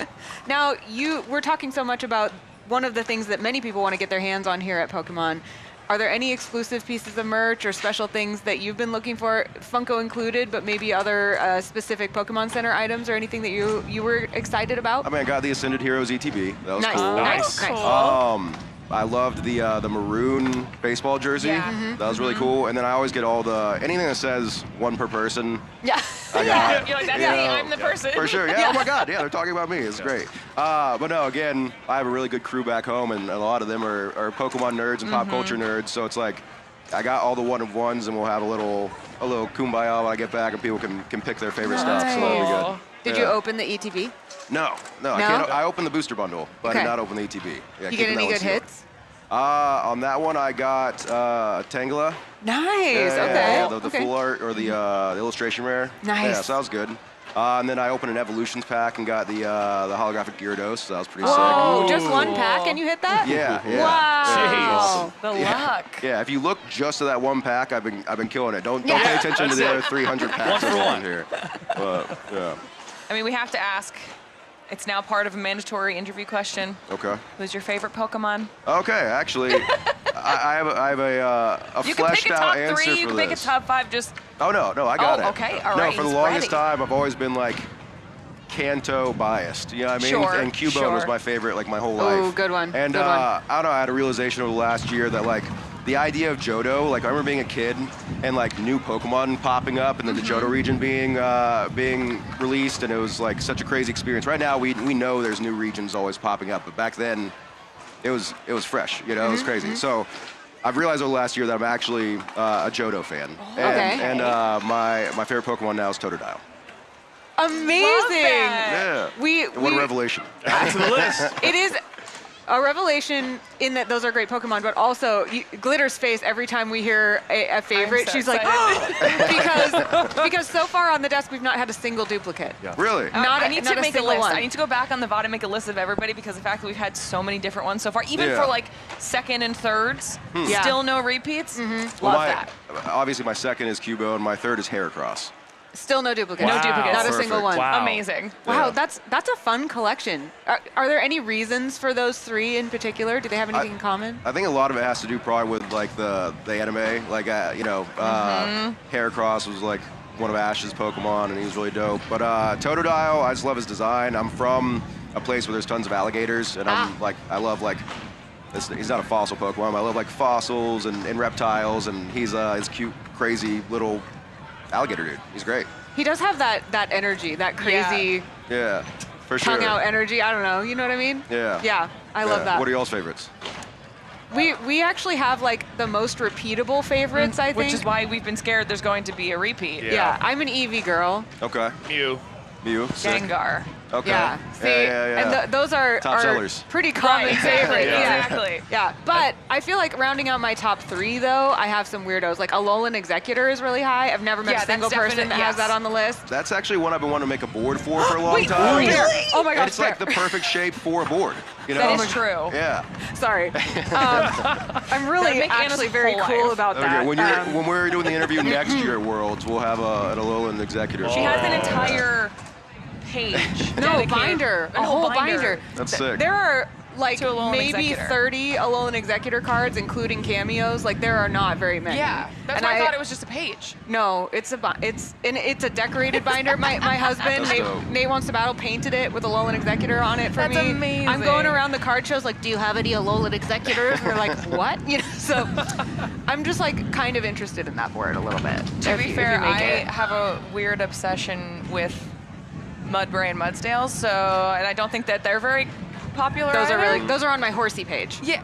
Yeah. See, Nice. okay. Yeah. Oh yeah, I pulled one last night and gave it to you. Yes. Yeah. Yes. It actually made my whole weekend. I'm not Good. gonna lie. Hell yeah. And I think we share a Dragapult love as Yeah. well, right? Yeah. Nice. Rayquaza's gone higher in my list, especially being here, how well featured we've had Rayquaza, but also Jirachi, probably because I'm going to sleep for 1,000 years after this event, man. Being on my feet, seeing so many people, so much energy across I hear ya. these 3 days. But San Francisco's been fantastic, and it's been really cool to really feel all the energy across 30 years. But I wanted to dive in just a little bit deeper with you, Pokemon being one of your first loves. Can you think about maybe the first time that you knew you were going to be a fan of Pokemon for the rest of your life? I mean, I was a child, you know. So, but no, I mean, you know, I think at that sweet spot. I was in middle school when Pokemon came out, and so, you know, it was huge. But like I said, you know, just opening packs, with my friends and all that, it was just a part of like everyday life. And yeah, getting to like circle back to it as an old man and make stuff for Pokemon is great. Everyone on this desk has been like, yeah, you know, 30 years, I feel old, I'm old. We're not old. Yeah, I need to stop saying that. I say it jokingly. We're seasoned. I say it jokingly, and the more gray hair comes in, it sounds like I'm saying it seriously. So I just need to drop the joke, drop the bit. I mean, But, I know we're all young. joking, but we're I feel doing like great. Yeah, You know? we're historians, is Yeah, what we are. yeah. We're keepers of the lore. Arbiters. You know? Yes, Yeah. ooh, good word. Oh, thanks, Arbiters. Arbiters. All right, Yeah. we Any only Halo nerds? All right, cool. Sick. All right, we only have a few more minutes. You got a board, a Worlds board. Nice. Are we maybe gonna ask for a signature? Yeah, on that board? we're gonna. Do we have a Sharpie? We've got Sharpies. Are you gonna do that? If you're feeling like They discussed my fee, right? yes, Yeah, Approved. okay, cool. I have a pack I need that. ready I need to that card go. back. Yeah, I'm just hearing from Pikachu. Pikachu will pay. Yeah. I'm gonna speak for that. Just Yeah. for Pikachu. Yeah. Which All right. color do you think is best? So here? I always do gold. Okay. This is actually, I haven't signed any so far at this event. So like usually I stare at it and figure out where the best place to sign it is, but you're gonna kind of get, Okay. I guess, wherever it lies. Do you have a spot where you want it? Kind of the belly, right? The belly? Right, because then it gives you enough space to actually make it legible, or do you think artistically that's not a good choice? I try, if I do sign something for my signature, not to make the main artwork art. worse. Okay, you know? okay. I think maybe like right here could be cool. Okay. Yeah, right there. Or the back. Or you want it in the front? Oh, but it already has your name on the back. Yeah. I guess that makes sense. You know, like a contract, you sign your name in, you get it printed. I don't know. Yeah. Like signature. And yeah, it really depends on how much you want to. But here, I'll do it right there. Okay. Cool. Yeah. We'll make it front and center. And honestly, I think that's appropriate.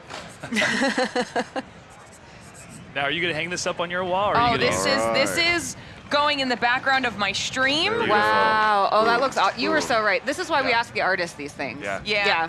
That looks Well, amazing. I have OCD, so so I think about these It's things. serving me well right now. Okay, Good, so. Well, Bear, if people want to stay in touch with you, follow along with your adventures, see what you're up to next, where can they find you? Bear Walker Official on most socials, or if you see me on the street here, stop and say hey. Awesome. Thank you so much for spending your time with Thank us. you. We've had such a fun time talking about one Likewise. thing you can ride, but now we've got another thing you could ride. Let's check that out right now.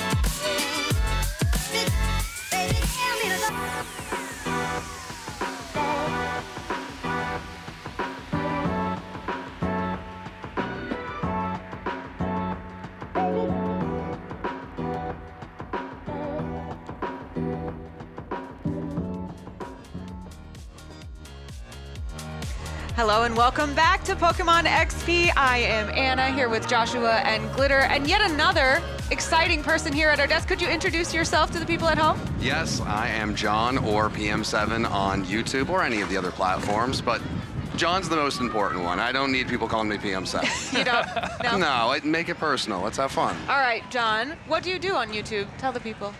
A little bit of everything with Pokemon. I think a blessing and a curse is how much I really have loved the franchise. It's why I've been able to do it for so long, but it's like, okay, shinies are cool. Oh, competitive. Oh, I could come up with this challenge, a friend. I could beat a game in this way, this way, this way. So just trying to come up with unique ideas. What I kind of love with Pokemon is sometimes it feels like it's harder to come up with an idea of badge.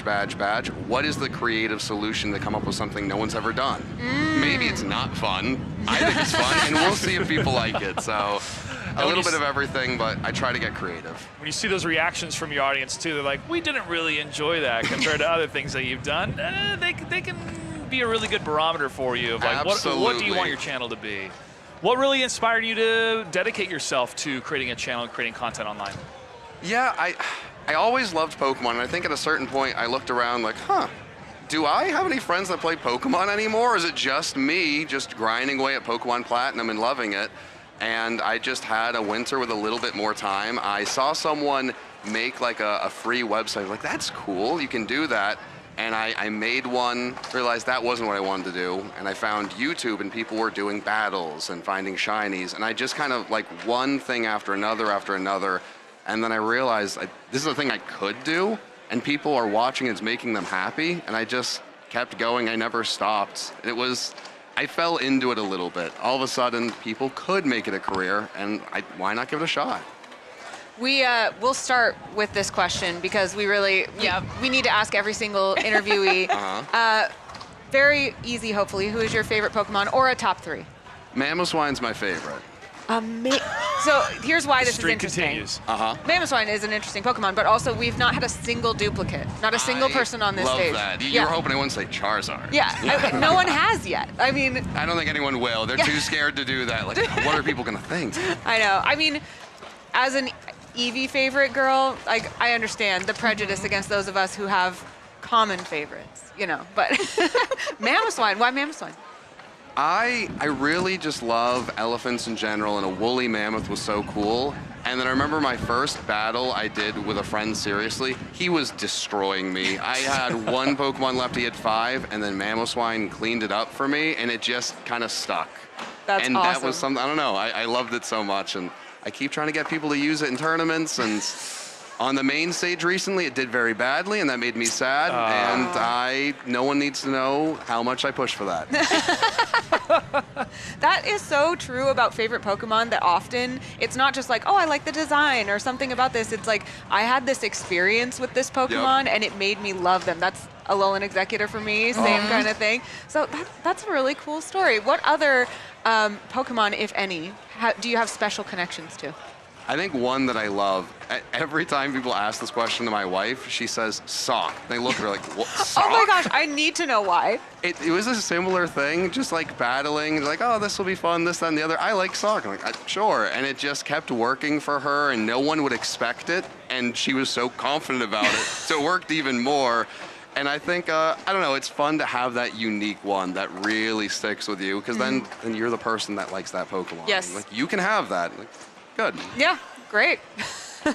So Anna kind of alluded to it. She has one of her less popular favorites is Alolan Executor. Yeah. Has an entire binder of cards dedicated to Alolan Executor. Are you kind of the same? Do you collect the cards? Do you have like an elephant page? So I'd love to do that at some point. What I'm starting to work on is my original favorite as a kid was always Machamp. Oh, so cool. I like that it's something from Gen 1 on that I can start doing that. So I've begun that. We just moved, so all the binders still need to get taken out of boxes, but that's what I'm going to get back into. That's cool. Ooh, do you have a favorite Machamp card? There's a few that I really, really like. It's not even my favorite, but the original, the base set one that was in all of the starter decks, I've just seen it so much, and I don't know, it has a special place in my heart, but there's so many I don't have, and I think every time I get a new one, that answer could change, so I'll go with the safe one, but once I get back to the binder, it might change each week.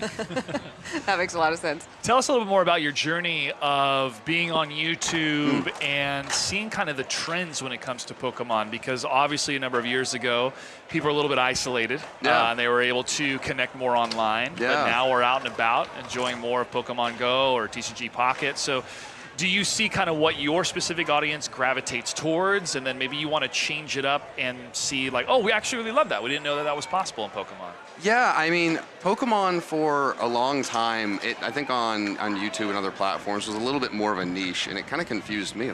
Pokemon's huge. I mean, this event's been insane. There's so many people that love Pokemon. Why aren't there more people here? And as I learned more and more as a creator, one thing that I really fell in love with doing and trying to share with people is like, what's a fun competition I can do with a friend? What's like a catching competition? Gotta catch them all. The bug contest. Can I come up with stuff like that we can do, and then someone at home could do themselves, because it's not some crazy thing. It's just, hey, here's the goal, here's the simple rules. and just have fun doing it.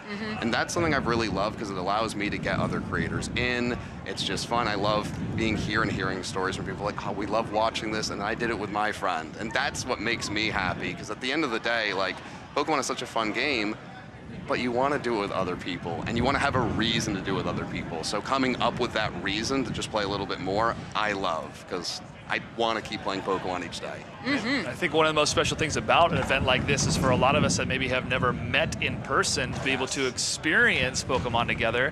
Have you been able to meet fans or other creators that maybe you haven't met before? Yeah, I've met a good amount of fans here, and I really, really love that. I know coming in here that there's going to be people that know me, but I don't know if anyone's going to actually come up to me. So each time that happens, it's so nice to hear what they watch that they enjoy, what they're enjoying at the event, what's their favorite thing. I feel like I've done enough things where there's people that, oh, the cards, competitive, this series, that series, you know, frog, shiny. It's like all these different things, and each interaction is so different, which is beautiful. So I really love that. I feel like sometimes in life, not only in Pokemon, there's this expectation that you become specialized or focused in one area, one game, one type of collection, that kind of thing. As someone who really kind of adores being a universalist and dabbling in so many things, I'm really interested in how you have either experienced or not experienced that pressure, and how you feel about being someone that's like, I just engage in all types of Pokemon.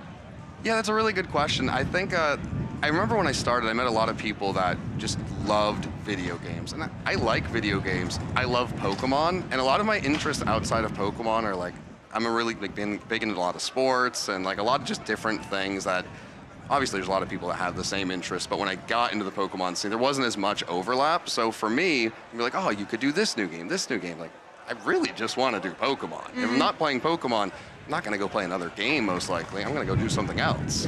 So for me, I've really just fallen in love with how much there is, and if you go to something like Worlds, it's not one thing. There is everything Pokemon here. Any little thing you like is here. Any different fan of Pokemon is here, and I love that you can dabble in all these ways. So for me, I haven't gotten bored of it, but the reason I even started the channel is I never got burnt out on Pokemon, and that was the one thing that just always stuck. And just all of the areas of Pokemon have kept your interest, and you've never been like, I need to focus on this one little area? No, I mean, I remember when I first started, like, the competitive scene was very much like shiny hunting. We don't do that. That's, no. So it's been nice that's like, I'm going to do both. Just let me have this a little bit and move around.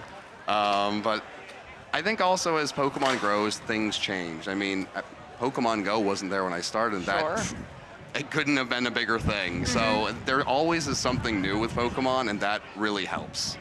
I mean, if we're talking about things that are new with Pokemon, we're sitting at Pokemon XP for the very first time, right? So talk to us a little bit about what your experience here has been over the weekend, whether that's the things that you've gotten to see on the floor or just kind of hanging out with the community. Like, how have you been feeling here this weekend? It's impossible not to be happy here. The last time I was at an event like this was 2015 in Boston, and it was so much fun, but I was 21 going with a few friends I met online. Like, everyone's like, probably too many people in a hotel, you know, like just like really, exactly. So to come here 10 years later and to see all of this, like, that was a great world. It was a lot smaller. You're there to watch the competition. There might be one or two things.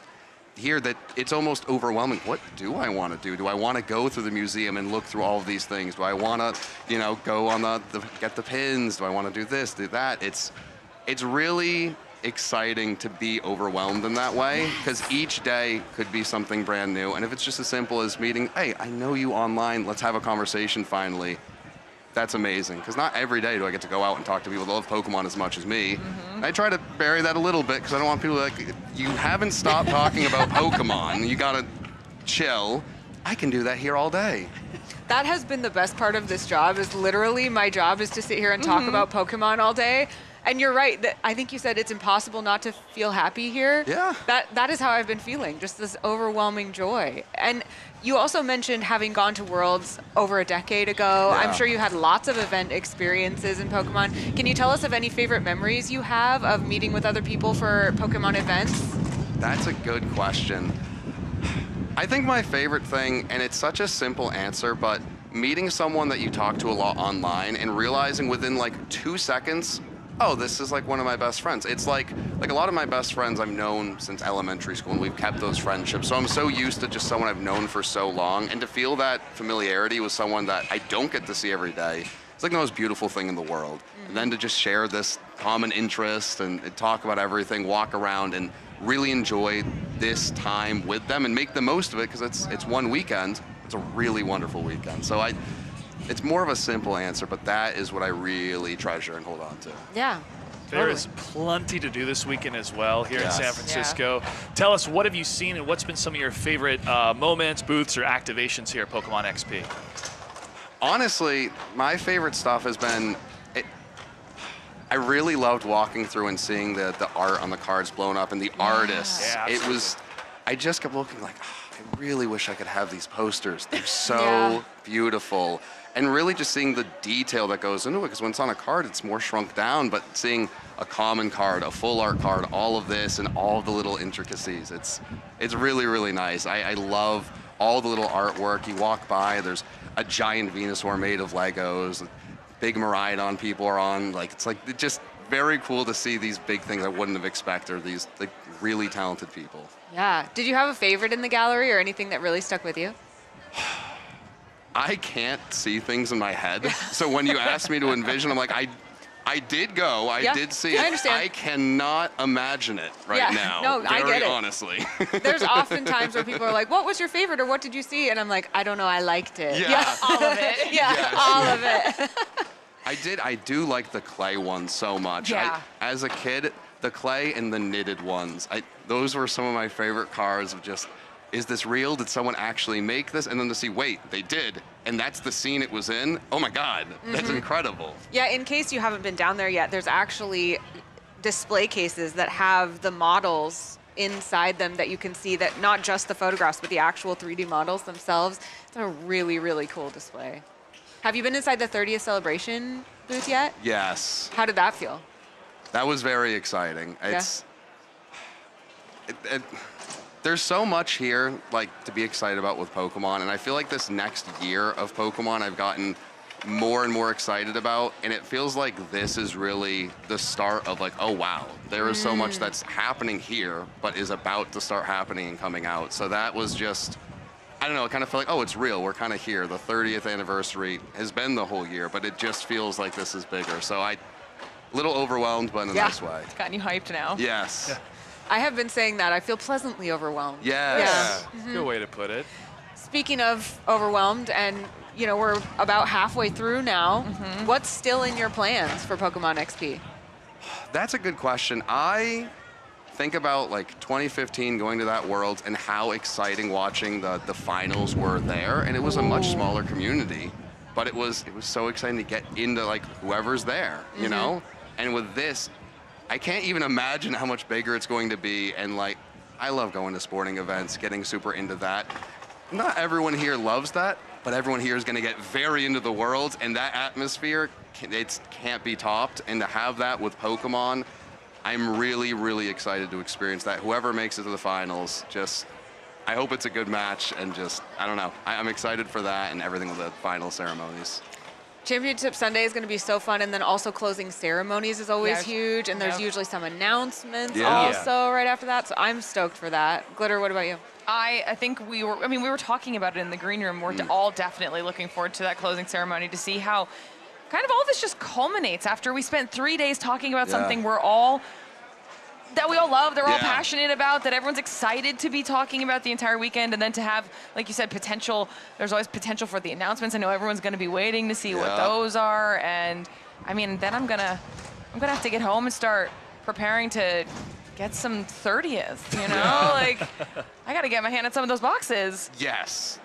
I'm going to do my best. Right? And it needs to happen. Yes, they're gorgeous. The fact, too, that we got to see a little bit on yesterday on some of our panel stuff, that the ceiling height of the 30th booth was determined by the size of the cards. Yeah. The reverse. The card. Sorry. Yeah. Yeah. The cards were already a certain size, and they had to determine the ceiling height based off the size of the cards. Based on the cards, because that's how big they are. Yeah. Maybe all cards should be that big. I'm just saying. It was life size. I could have fit on the card. It was a really cool feeling. Yeah. So we've been talking about all sorts of things up here. I mean, we've covered TCG, we've covered competitive video games. We've also been talking a lot about Pokopia, about Pokemon Go.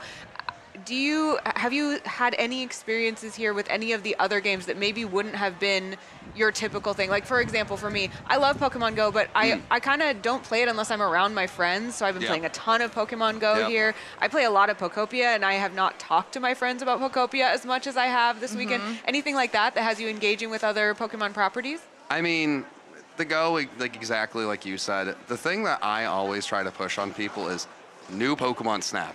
It is so beautiful. If I say, oh, you go out and take pictures, people don't get excited. No, you're immersed in the world of Pokemon, and every time you go through, there's a new secret. There's a new thing to uncover, a Pokemon that's evolving, you know, doing this, interacting with other Pokemon. It's so replayable. It's so fun. And I will die on that hill. Like I was dying on the old Pokemon Snap hill. We need another one. I just think it is one of the best games we've had if you just love Pokemon and getting out into the world of Pokemon. There's so much to absorb. There's so much to experience. In your mind right now, are you kind of planning what you want to talk about first, what type of videos you want to create first, or do you just let it settle and then something will come to the forefront and you decide, okay, that's what we're going to be making first. That's what you're talking about first on your channel. Yeah, no, I think it is that second one. You know, when you try to force creativity, it can be so frustrating. Like, why can't I come up with this idea? Why isn't it coming to me? But if you just take a step back and maybe go on a nice walk or do something else, it just clicks. And I think right now it's really exciting knowing there's so much on the horizon. I don't know what's in a future game. So I'll figure it out when I get there. For now, is there anything I haven't done? Is there something I haven't done in a little bit that I want to bring back? Can I expand upon an idea, make it a little bit more creative? And I really love that little challenge of, can I take this thing I did and just bump it up a little bit without overshooting it, and now it's very confusing. So yeah, I don't know. The creative part is really fun. You're giving some great advice, and there are probably, like you said, there's so much beginning right now with Pokemon, and there are probably people here, this is maybe their first convention, maybe their first time engaging with the larger Pokemon community. What advice would you give them for like making the most of this, or making sure that they get the best experience they possibly can? It's simple, but this is such a special place to be. Everyone is so excited to be here. Just look around and smile and just go to whatever feels right. And there's going to be things that might be busy, like, oh, can I wait for this or that? Just go, see what catches your eye, and talk to someone. Start a conversation. If you're watching, a VGC, TCG, whatever it is, talk to the person next to you, because they're as excited as you. And this is a wonderful opportunity to make friends in the space that maybe you take with you as you leave. That's such great advice and such a great place to leave it. Thank you so much for spending so much time with us. Of course. Again, where can people find you on the internet?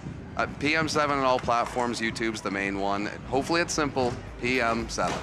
Awesome. Thank you so much for all your time. Guys. And we got a chance to look at the Pokemon Go booth, as well as do another great interview in this video. Let's check it out.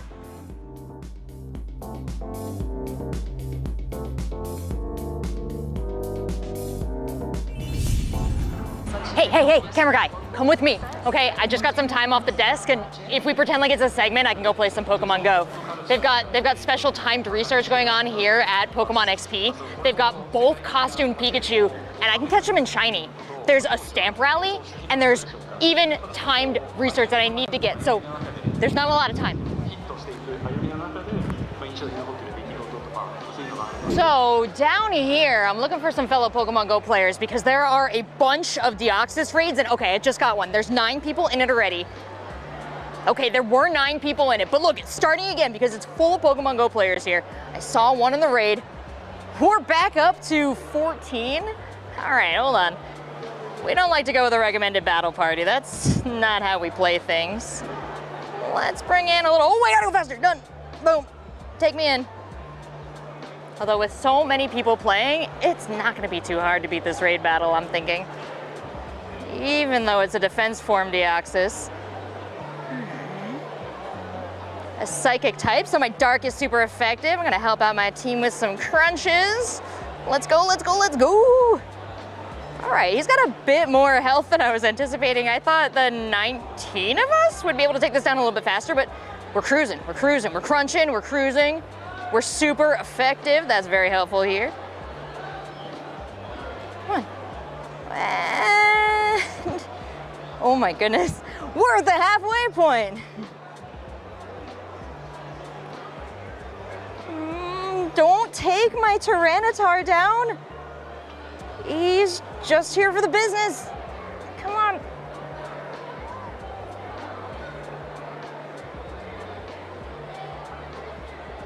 You know, and I'm just slamming away here, but we got some time. We're doing well. What if I took a little dodge tour and showed you some of the other Pokemon in the battle with me? Got lots of Tyranitar. We got a Lunala in there. I'm being so useless. Okay, I'll hit him more. Tap, tap, tap, tap, tap, crunch. This must be what it would feel like for everyone here to take on a giant Pokemon all at once. We got him. Well, we defeated him. Let's find out if we got him.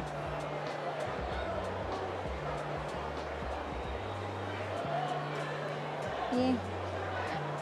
My quests.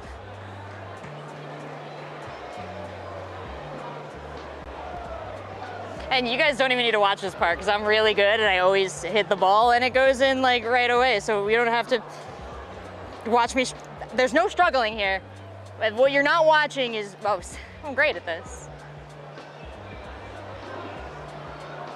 Oh, was that the first try? Oh my gosh, like I didn't think I would do that, but oh, he's beautiful. Look at my Deoxys. Should we appraise? What do you think, Blake? Oh, looking strong. We're gonna put a little star on that guy. All right, off we go. We got a lot more to catch. Come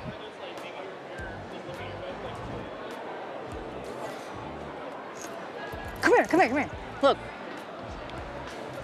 So this is the Pokecology booth, and thanks Pokemon Go, I'm always wandering into fun stuff when I'm playing. I can't get over these dioramas that they've built. If Pokemon were real, this is what the scene would look like.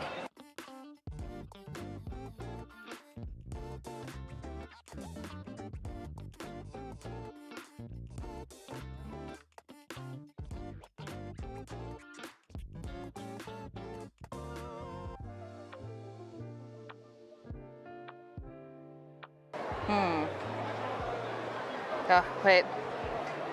Let me see if I can find something that belongs in there.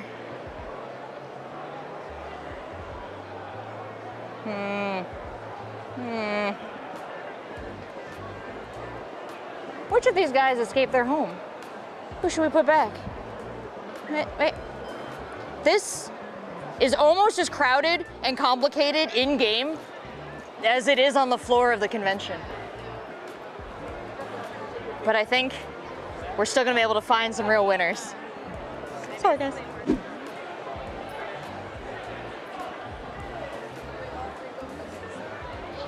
Are you guys actively playing some Pokemon Go? Oh, nice. I'm playing some Pokemon Go too. We're filming for Pokemon XP. Would you guys be okay if I chatted with you on camera like this about Pokemon Go? Yeah. So, I can't help but notice you're all in line at the Pokemon Go booth. We are. Are you all Pokemon Go players yourselves? We've been, yeah. She doesn't have her app right now, but we are playing right now, yeah. We got lots of game going on. You're playing right now? So I couldn't help but notice there's this Deoxys raid that we're all in range of, and I could really use some help. So would you guys want to hop in one? If my GPS loads. Oh, that's... We don't know about that. Yeah. It's not the game, it's the building. Ah, yeah, no, we're in the basement. I'm just popping around doing little bits of coverage and content thing, but I'll get out of your hair now. Enjoy the game. Thank you, guys. Hi, what's going on at the Pokemon Go booth? Well, we've got this map where you can mark down where you're from. Really? See, we've got a great little mountain of California growing here. Very nice California representation.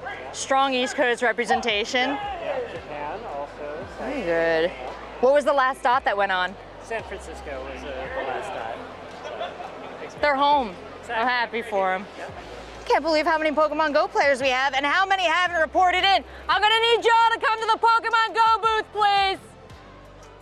Thank you. You're doing my job. Anytime. Sorry for yelling at you. No, Thank you. Yeah. Hold on. That's a Pokestop. I want that. I need to have that. I'm so sorry.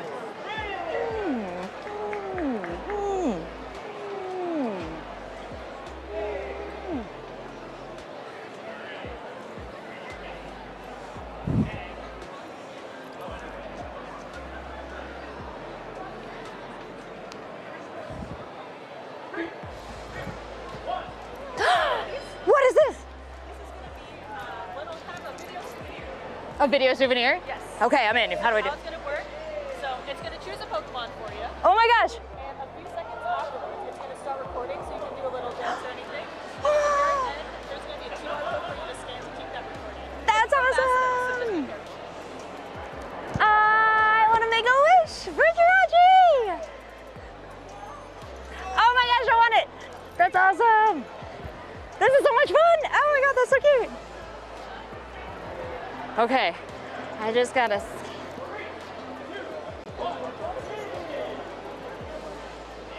Sorry, it went super fast. That's totally fine. Is it? Will it send it to me? I think because like it goes so fast, you may have missed that one, but you can try again with a different Pokemon if you want to. Do I scan it in the game app or in a? Just in the camera. Oh, okay, cool. Okay. So you're gonna have to step off to reset it. Awesome.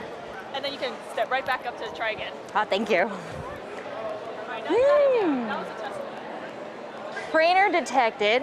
What's my Pokemon going to be? Jirachi! Ah, Drifloon! Ah, so close. Okay.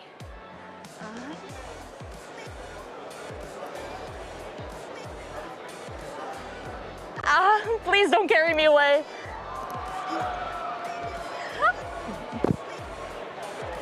Cute! Am I fast enough? I took a photo of it at least. Awesome, I'll scan that later. Thank you so much, that was so much fun. Did you like this one as well? Yes, thank you. Oh, you're gonna be Oh, hello. I was just coming over to ask Kestrel what is going on over here. What do you got? Yeah, so this is a reminder for Mega Finale that's going on next week. Do I get all these Pokemon? Oh, yes, you can. Oh, yeah. I gotta go tell the boss.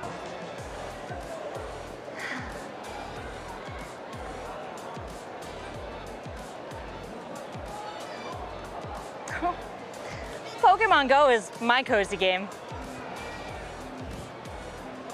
I can get cozy anywhere.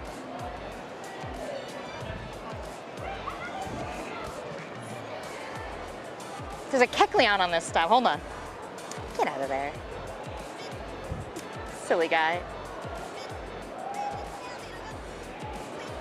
I have to leave. I'm under arrest. 1 minute.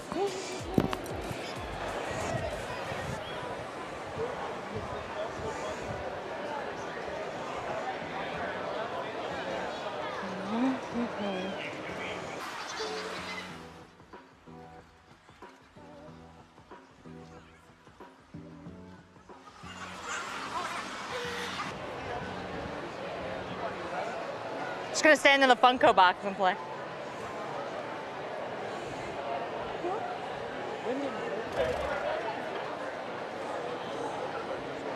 Look at these cracks. Those would be great for playing Pokemon Go in.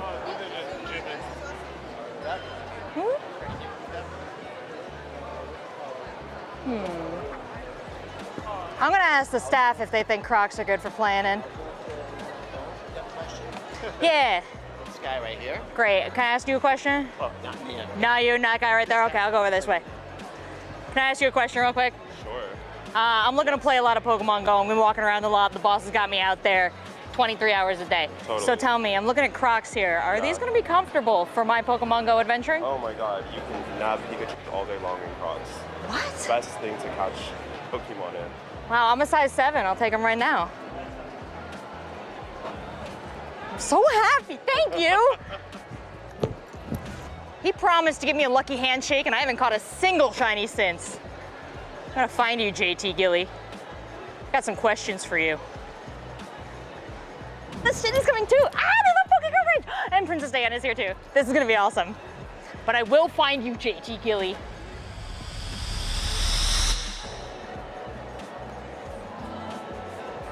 I could catch a lot of Pokemon on those.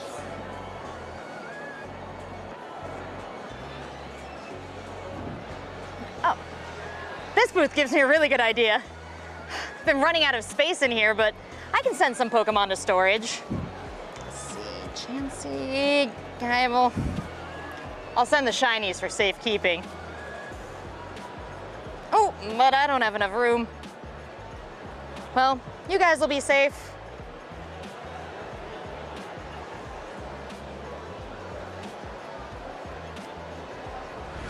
Well, here at the XP stage, but We've got some time in between, so I think I'll go through my research and turn it in.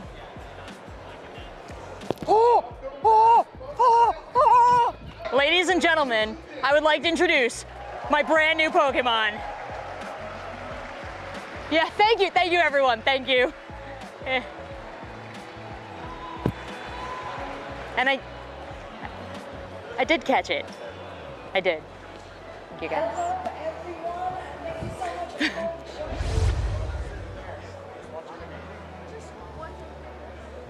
Silver, that's amazing! Yeah.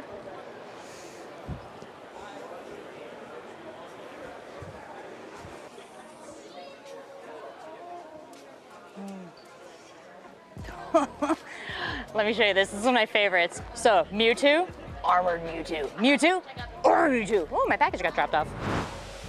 I need to find one of those costume Pikachu. I really, really want to get one before I have to go back to the event, and it's really gonna stink if I don't get one today. So I'm looking for Pikachu. Pikachu!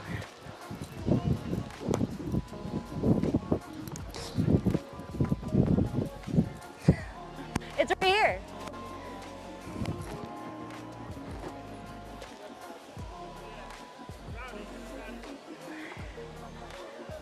Oh, come on. Just, if you stay in the ball, I can go back to the desk.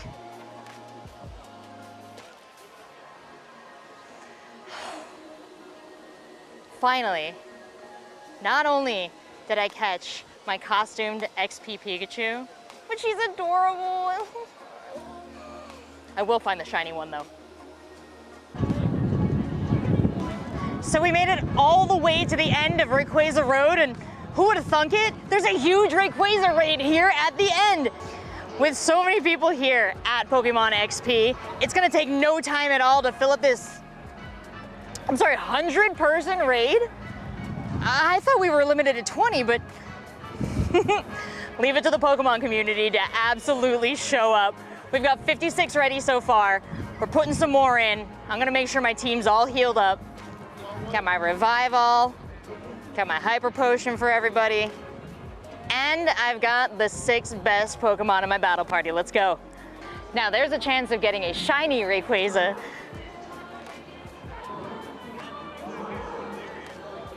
So let's keep our fingers crossed as the raid goes on. Want to use my Behemoth Blade too. Come on, buddy. That went so fast. Shiny Rayquaza, shiny Rayquaza, shiny Rayquaza, shiny Rayquaza, shiny Rayquaza. Come on, everybody. Congratulations, by the way, to all the trainer achievements in this lobby. I just want to show you because we have the opportunity. Look at all these beautiful players. Well done. So you can only do 1 Rayquaza raid a day in our Rayquaza Road final raid. And I didn't get the shiny today, but there's still 2 more days of Pokemon XP, so I will be out here every day, and I'm gonna need you, Pokemon GO community, to help me out. But for now, an excellent throw is gonna bring this one home for me.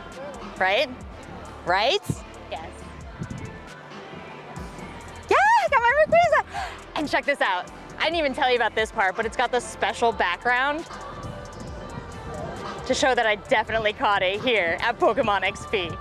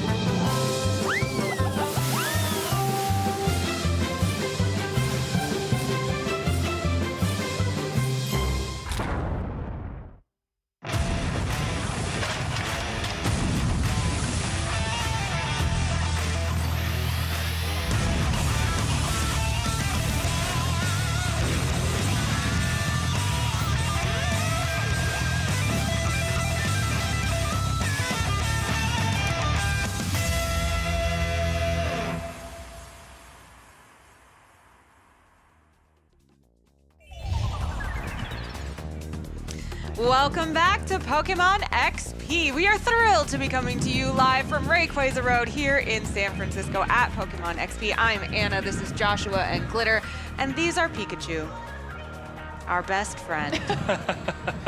And I could watch Rachel play Pokemon Go all day. Absolutely. I literally could.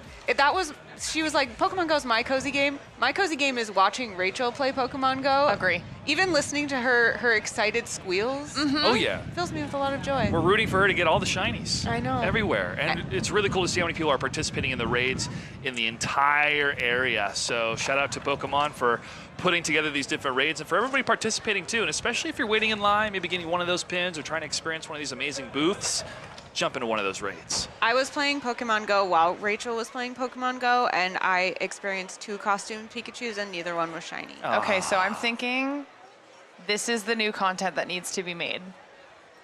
You and Rachel playing Pokemon Go.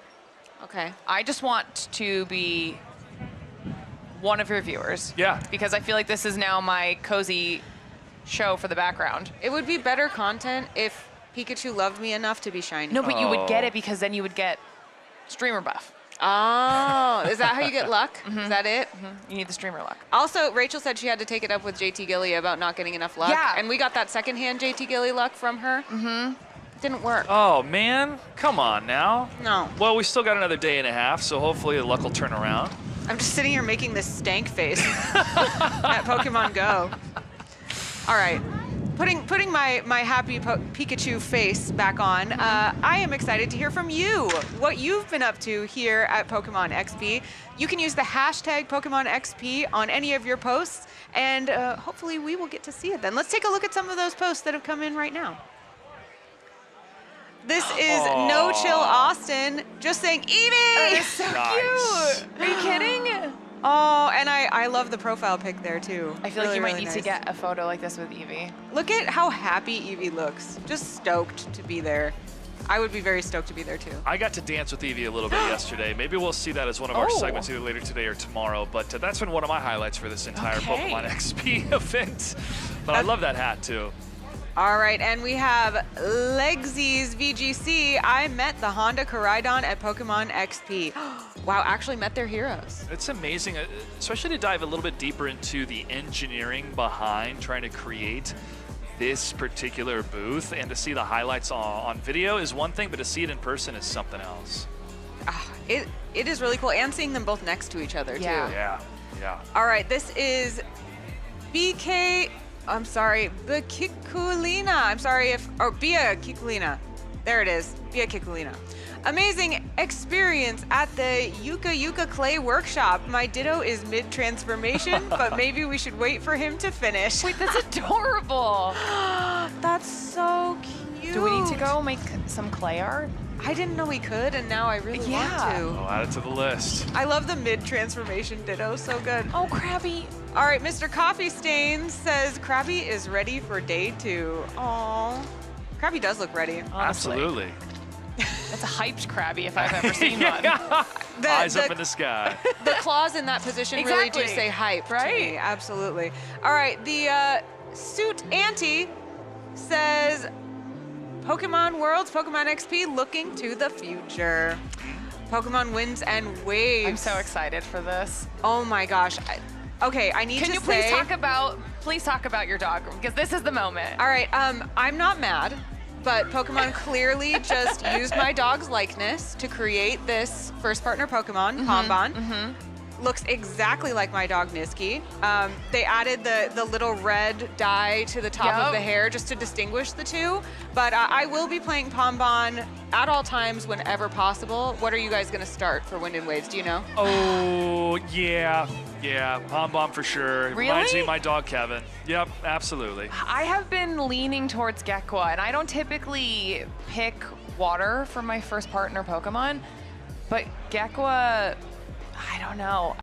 I might be sold. What is it that you like about Gekwa? This is a mysterious quality?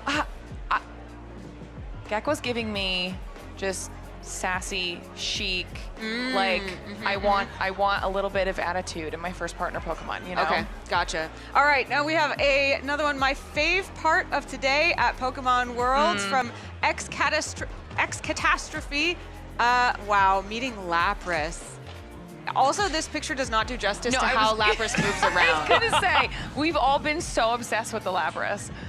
Have you seen Lapras yet, Joshua? Oh, I have, and I've waited patiently as toddling Lapras by. is trying to make it to their next destination. And as Pokemon said on their official social accounts, take all the time you need. Take all the time you need. That's how all of us have been talking to Lapras. If Lapras is in the doorway, we're like, oh, please, after you, Lapras. Please, after you. Oh, here's Agent V. I can't believe this happened. I got to hold the actual that's puppet cool. of Sirfetch'd from Pokémon Tales, The Misadventures of Sirfetch'd and Pichu. When I tell you I cannot wait to watch the series. The actual puppet?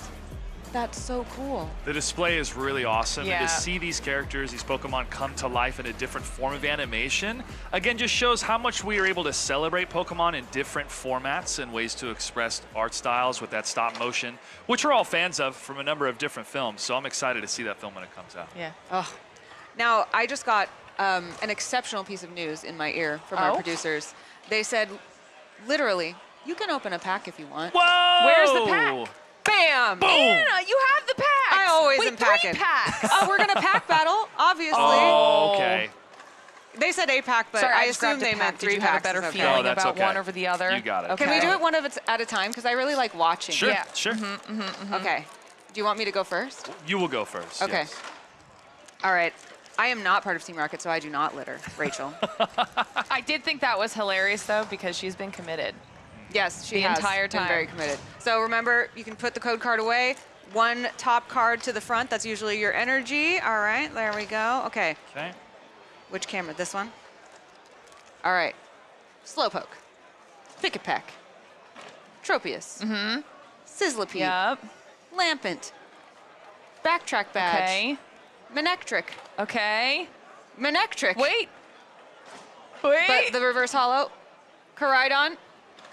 Event appropriate. Dark Bell. Event All right. appropriate. Okay. This is Pretty. actually like in the pack battle. pretty. This full art may be a big advantage for me. I may be looking pretty good in this pack battle. All right. Yeah, I'm a little bit worried. I'm not gonna lie. I'll have you go, Glenn. You want? Oh, you Yeah. want? Okay, you want to go last? All right. I'll So go we'll get the energy out of the way. Mash if. Oh, shop it. Grubbin. I love that Grubbin. Pop Leo. Sea King throwback. Delmise. I love that Delmise. Gwyn. Annihilate. Okay, okay. Okay. Okay. Chiyu. I don't think I'm winning. Okay. Not in terms of rarity. I'm not winning. Not in terms of rarity. You're winning in lots of other ways, though. Are All we right. doing like first, second, third? Sure. Okay, so show me how to do this once Okay, again. so hold from behind. Holding from behind. This is I've been learning the Okay. best pack opening technique Okay. from all of our. So our the energy card card goes away, goes right? to the yeah, it can go away Or or goes to the front, goes either to the one. front, okay. Yeah, hold us like that. Yeah, All right. and then you're just gonna go card by card to hold the suspense. Okay. All right, so we've got Nickit. Nickit. I love Nickit. Finizen. Finn is in. Oh, how cute. Mankey. Type Null. Okay. Annihilate. All right. Okay, we're twinning. Jet. Jet. Hi, Jet. Marshadow. Marshadow. Love Marshadow. Tropius. Tropius. I think Anna might be winning. That's Jet a Jet. again. All right. Ooh, I okay. like the shadowy energy. Okay. However, I think Anna if definitely we're won. abiding by the traditional Yeah. rules of highest Yeah. rarity wins, I have won this pack battle. I also really like the Dark Bell. The art is it's really, just really pretty. cool. Yeah. You can kind of see it glinting there in the camera. Yeah. However, I handed my sleeves to someone. I usually have a sleeve in my pocket, so someone Hold on. Someone bring your. Wait. Hold on. Hold on. Oh, hold you on. got Hold me? on, In the hold green on. room. You got me? You guys got me. I got you. We got a sleeve here. Here we go. Oh, I got wow. an abundance This of is sleeves. exactly what we needed. Thank you, thank you, Nice, thank you. Oh, nice. perfect. Okay. Well, I'm going to take that back to the green room real quick. You know, I Keep feel it very like safe. Anna knew this was going to go this way. She had the packs ready. She had the plan ready. Gets the didn't. win. It's part of the cards. But I think I was telling you I don't have great luck, but I think there's No, something about when I'm opening did for say that. someone else, like in front of Yeah, someone you with said with someone. other people your luck is Yeah, better. By myself, never hit. Never. That's All what we right. got have friends. But we've got lots more stuff coming to you from Pokemon XP, not just pack battles, which I win, but also lots of panels. And the next panel is coming up right now. We've got Pokemon Battle Bracket Bonanza right now.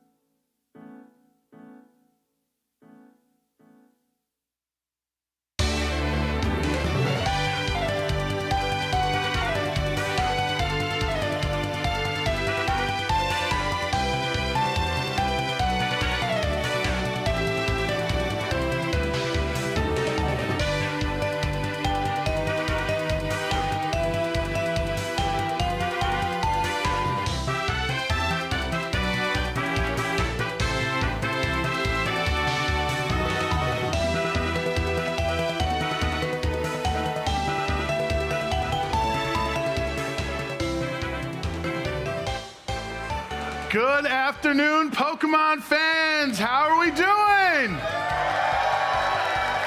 That's great. We've had a great day so far for day 2 of the Pokemon XP, all of our panels, and this can get even better right now because as you can see, first of all, I should introduce myself. I'm Joe Brown. I will be the moderator for this debate here, for this battle, the Battle Bracket Bonanza. That's the triple B to you and me, but I'm not going to be voting. You are all voting. You see our Pokemon EV evolutions on the screen. We're going to need you all to take your phones out and go for that QR code either up there or right there to be able to vote each round. But who is going to determine, who is going to compel your vote? Let's bring out our 2 guests, Real Breaking Nate and Super Duper Danny. Hey! Hey! Long time no see. How are you guys doing today? Doing fantastic. I'm ready to battle it out. I'm ready to win this battle. Okay, okay. We all have dreams. I hope your friendship endures this battle bonanza here. I think it will. We've been through our ups and downs, but I think we got this. You two shall overcome this battle. So, if you haven't had the time yet, or if you're just joining us, like I said, click on the QR codes on the screen. They'll also be on the bracket page as well. We're going to be having 1v1 battles of discussion in theory. Remember, all Pokemon are created equal. We love all of them. So they're all tied for first place, all the EV evolutions. But only one of these will be able to move on each round as we look at the bracket now, starting with our top 8. It'll be Jolteon versus Flareon. Whoever compels you more, whichever argument that you feel more in tune with is the Pokemon that you should be voting for. Sound simple enough? Sounds great. All right, so remember, QR code is on the screen, and we'll have it after the conversations. There we go, perfect. QR code right there to have it set up on your phone to vote after you hear the argument. So I think we start with some Kanto conversations, team. Yes. I think we start at the top of the bracket with Jolteon versus Flareon. Jolteon is first. What is the argument in favor of Jolteon for this bonanza? All right, that's me. I have done my research. I have some pretty compelling points here. All right, I got the Pokedex entry for Jolteon here. It says, it accumulates negative ions in the atmosphere to blast out 10,000 volt lightning bolts. First off, it removes the negativity, removes those negative ions from the air, you know, like burning sage or something. Yeah. Removes that negativity. Yeah. Secondly, 10,000 volts in a lightning bolt? I don't even think Flareon could count that high if it tried. Already off the bat? I mean, I don't know. Flareon. Yeah, I mean, I don't know. Can you see Flareon count that high? I don't think so. All right. I also didn't really know like how much a volt was. So just for context, I looked it up, and a microwave is like 120 volts of electricity. So essentially, Jolteon could microwave like 80 Hot Pockets simultaneously if it really wanted to, you know, just for fun. Very efficient. Yeah. So that's my argument for Jolteon. Okay, that's pretty awesome. Volt and bolt, they rhyme as well. You got that going for you. Right? Absolutely. All right, but I'm very interested to hear the case for Flareon. Well, my fellow Pokemon trainers, brother. I would like to say we are not here to do math. Okay, we are here to battle it out. It's because you can't. For the #1 EV evolution for today, all right? So we don't want to do math. We're here to have fun at Pokemon Worlds and Pokemon XP, okay? Now, there is a thing to know. And obviously, as you can see, Flareon has to be one of the most cuddly Pokemon of all time. Look at the floofs. Look at the tail, all right? When you need a cuddle, Flareon is there for you. You're having a bad day, Flareon is there for you. It's also important to note, Flareon gets a nice internal temperature of around 1,600 degrees. 1,600 degrees, okay? Now, we all know, I'm sure you all know, as well as you and you and you, that utilities are very high right now, okay? And when it comes time to heat your house, Flareon can help out, all right? Save a little cost on your utilities, all right? That's crazy. That's what I would like to say. If you would like to save a little bit on your utilities and have a nice cuddle Pokemon at the same time, I think Flareon is the best choice for you. That's a very compelling argument. Now, Nate, what was that internal temperature again? 1,600 degrees Fahrenheit. Danny, I do believe he did bring mathematics to the no math. That's a number. No, That's a number. No, it's a number, but I didn't like convert it to anything. There's no conversions to voltage. And no conversions. Yeah. We didn't bust out any calculators. Well, now that we hear our arguments here, we'll give each other like 30 seconds if you have any rebuttals for Jolteon. No, Danny's fine. What? I got a rebuttal here. Okay. You said Flareon's like cuddly, right? You don't want to cuddle it? It's 1,600 degrees. It can control Fahrenheit. it. It can control it. What do you mean? It would be too hot.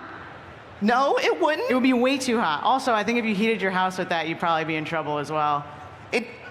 Flareon is not putting 1,600 degrees Fahrenheit into the house. It can control it. Likely story. All right. Nate, you have any other?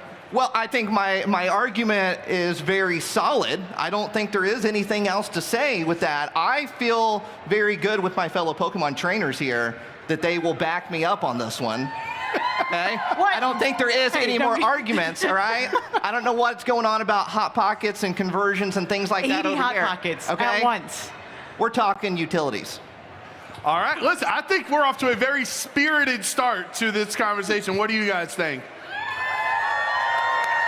And I think it's time to get the voting going now. So you have 30 seconds to vote. If you have not taken your phone out yet to take a photo with the QR code, the time is running out. 2 of these legendary, awesome Kanto Pokemon, Jolteon versus Flareon, the Thunderstone versus the Firestone, the extra microwave utility versus lowering utility costs in your house with Flareon's temperature. 3, 2, 1. Which Pokemon's gonna come out top? It's Flareon! That's what I thought. Yeah. Wow, how do you feel getting the first W on the board? I feel pretty good, and I knew I could count on you all out there, so I appreciate you, and I love you all. Thank you. That's crazy. Danny, better luck next time. Yeah. Listen, if you're talking about better luck next time, this could have been the finals, and this is an opening round conversation here. Our next topic of the EV Evolutions, going back to Johto with Espeon versus Umbreon. I don't know how either of these two are going to win this. We'll start off with Espeon. All right, now I will admit, this one is a little bit of an uphill battle for me, okay? We all know Umbreon is definitely a fan favorite, and why not, right? Look at Umbreon. It's an amazing Pokemon. But, you know, with Espeon can read air currents and predict the weather and opponent's next move, and I think that's something that we shouldn't forget about. But also something that we should not forget about. You remember in gym class back in the day? Yeah. When it was time to play a sport, you know, dodgeball or something, and you wanted to be picked first. Yeah. But you weren't. Oh. And you were picked last. I feel like that's what we're in a situation right now. I feel like Umbreon is really popular, and I think we should do Espeon a favor and let Espeon get picked first in gym class. Oh my gosh. Danny, I mean, you just heard the argument there. Umbreon's apparently really sick at dodgeball. Yeah, that's what I heard. I heard Umbreon's really good at dodgeball. I mean, Umbreon is, but I think what we need to remember is that every EV Evolution, every Pokemon deserves a chance to shine. And so it deserves a chance to be picked first. Espeon does shine pretty brightly. Why are you making this inspirational, man? Well, Espeon deserves to shine. Daylight, daytime. I see. It's a good pun. It's a good pun. Danny, how are you gonna counter such a powerful pun? Well, I mean, I feel like Umbreon is just like overall a great option, maybe the better option perhaps. But I feel like I don't even need to say that much about Umbreon. But I did pull some fun facts. I did my research, pulled the fun facts. It actually is pretty fun. Okay. Buckle up, you'll like this. All right, when agitated, this Pokemon protects itself by spraying poisonous sweat from its pores, and it sprays its opponents in the eyes. So I don't know what's more hardcore than like spraying your enemies in the eyes with poisonous sweat. Well, I know. Pretty hardcore. Yeah, that is pretty hardcore. I know during dodgeball that's not allowed. I think Umbreon would absolutely be doing that during dodgeball. So that would be like the one way to go. You know, Umbreon sets its boundaries. It knows what it's doing. If you agitate Umbreon, it will hit you with that stinky sweat poison. Okay. 100%. Okay, understandable. Understandable. I think you guys are making strong cases. Obviously, there does appear from the jump to be a potential winning contender, but anyone can win in this battle with your rebuttals here. I do want to throw a wrench into the conversation. Okay. And let's talk shinies, because these are two iconic shiny EV evolutions. We'll start. What do we think of shiny Umbreon? I absolutely love shiny Umbreon. Honestly, I think it's my favorite shiny EV evolution. And I think yours kind of looks like a glowing booger a little bit. A little green booger. Okay, we all have boogers. Okay. Yeah. All right, we're all human here. Yeah. We're all human here. Is that your rebuttal? Well, I thought we were talking shinies. I have another rebuttal I wrote down here, and that, get a load of this. Psychic, this is Espeon's Pokedex entry, by the way. I did an encyclopedia read, you know, through the entire Pokedex. Hold on. Based on my research, it says Espeon's psychic power builds up in the orb on its forehead as it bathes in the sunshine. Espeon is not good at battling at night. That's interesting, because night kind of takes up like half of the time, like literally ever. That's like half the time that it exists. Okay. So, your Pokemon's just not good at battling like 50% of the time, probably. So when it comes to Espeon, right, the shiny is fantastic. Green, I mean, you get a huge change right there. It's not...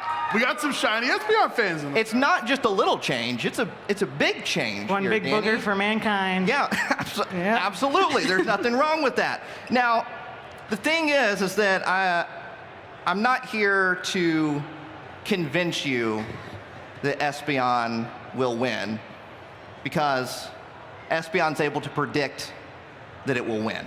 Espeon already knew it was going to win. It can see its opponent's next move. I think it's lying to you. got future sight. Yeah, so I don't think I need to convince anybody out here. Espeon knows it's going to win. We're just simply looking into the future right now. Well, let's head to the future right now. Get ready to vote. Take your phones out for the QR if you have not set that up yet. So you have 25 seconds to vote between Umbreon and Espeon. I think very compelling cases from the both of you, and could be very, very close. Umbreon came in as the favorite, but does the appeal of Espeon that Nate brought up, does that change anybody's position, or will Umbreon come out on top in 3, 2, 1?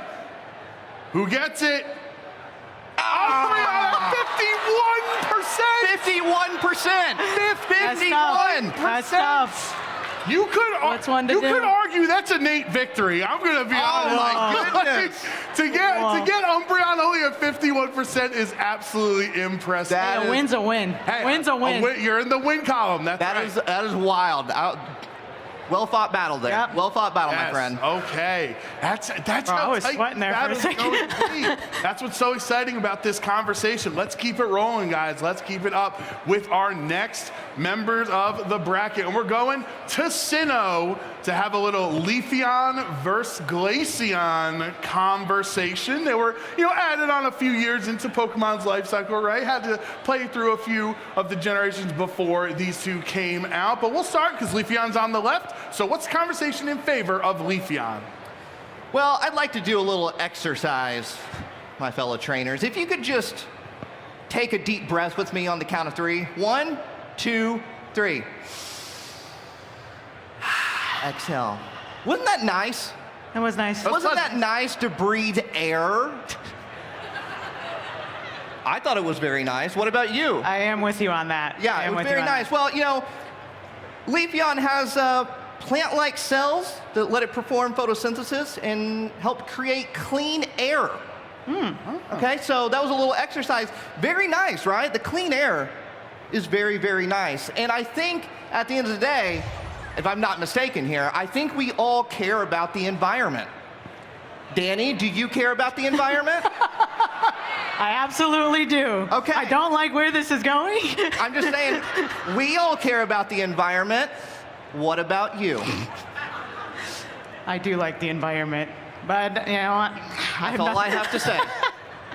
You're putting words in my mouth. All right, disastrous to hear that Danny does in fact care about the environment. Very much, actually. How can you recover when you discuss Glaceon? Okay, I will say, I think Glaceon does have undeniably the best bangs out of any Eevee evolution.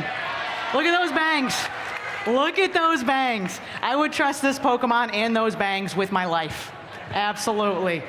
Okay, obviously being an ice type, it can, quote, lower its body temperature to negative 75 degrees Fahrenheit and freeze its fur into needle-sharp icicles that it can fire. Pew, pew. Okay. So, Don't like the sound of that. Pew, pew. Yeah, especially if you've got a Leafeon who's weak to ice. I feel like it would absolutely destroy Leafeon in a battle 100%. If we're talking battles here, Leafeon's getting absolutely destroyed by icicles coming from fur. Okay. Negative 75 degrees.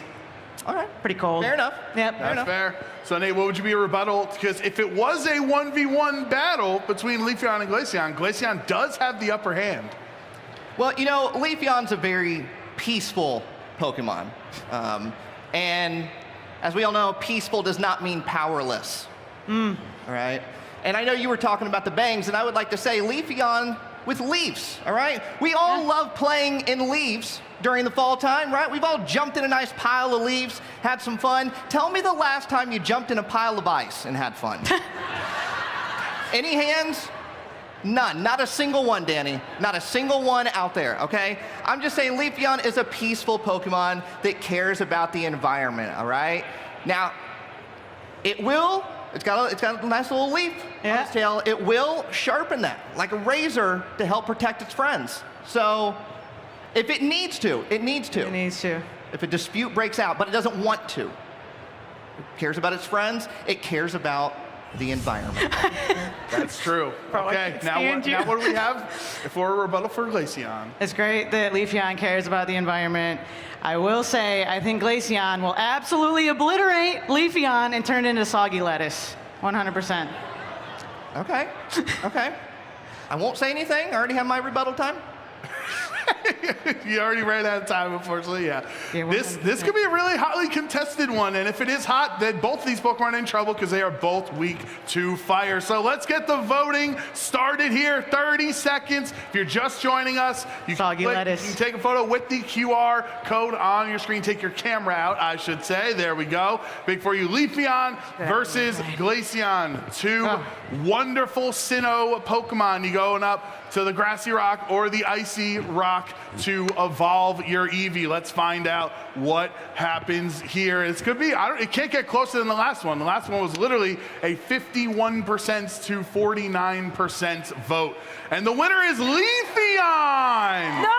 Oh, whoa! Wow.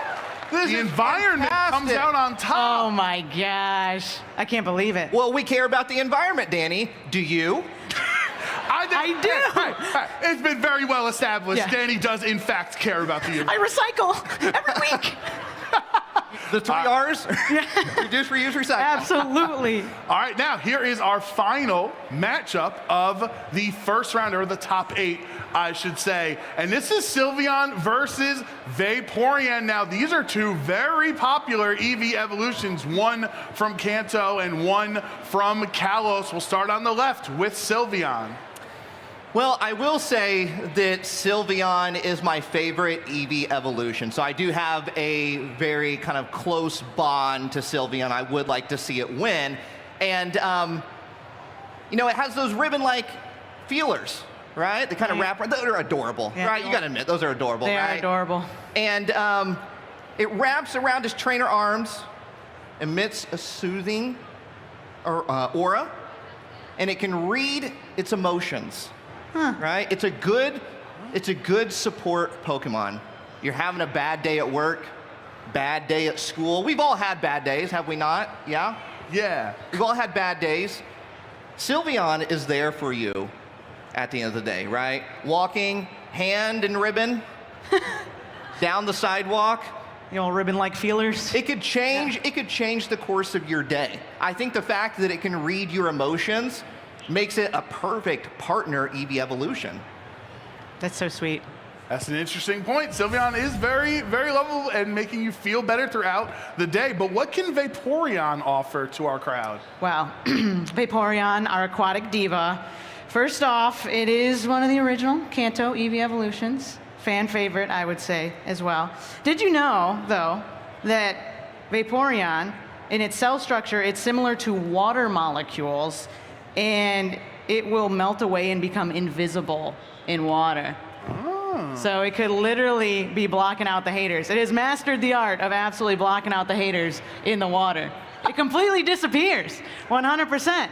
So if you're having a bad day, bad time, disappear into the water right there. And it has really cool looking fins. That doesn't sound safe. What? Why? It doesn't sound safe. It can turn into water. It's like water molecule. It turns into the water. I know. I heard you. I'm saying it doesn't sound safe. If you're trying to stay hydrated. I'm just saying I'm all about safety over here. Oh, brother. Safety in the That's environment. your number one priority is Number one priority in this conversation. Okay, so we get back to the rebuttals, and there is on Nate for Vaporeon's end. There is the conversation of the OG, right? The importance, the classicness, the classic nature of Vaporeon compared to the newer Pokemon in Sylveon. What do you have to say for that? Well, I won't lie. Vaporeon is an original, right? A lot of people grew up with the Flareon, the Jolteon, the Vaporeon, right? But there's nothing wrong with change.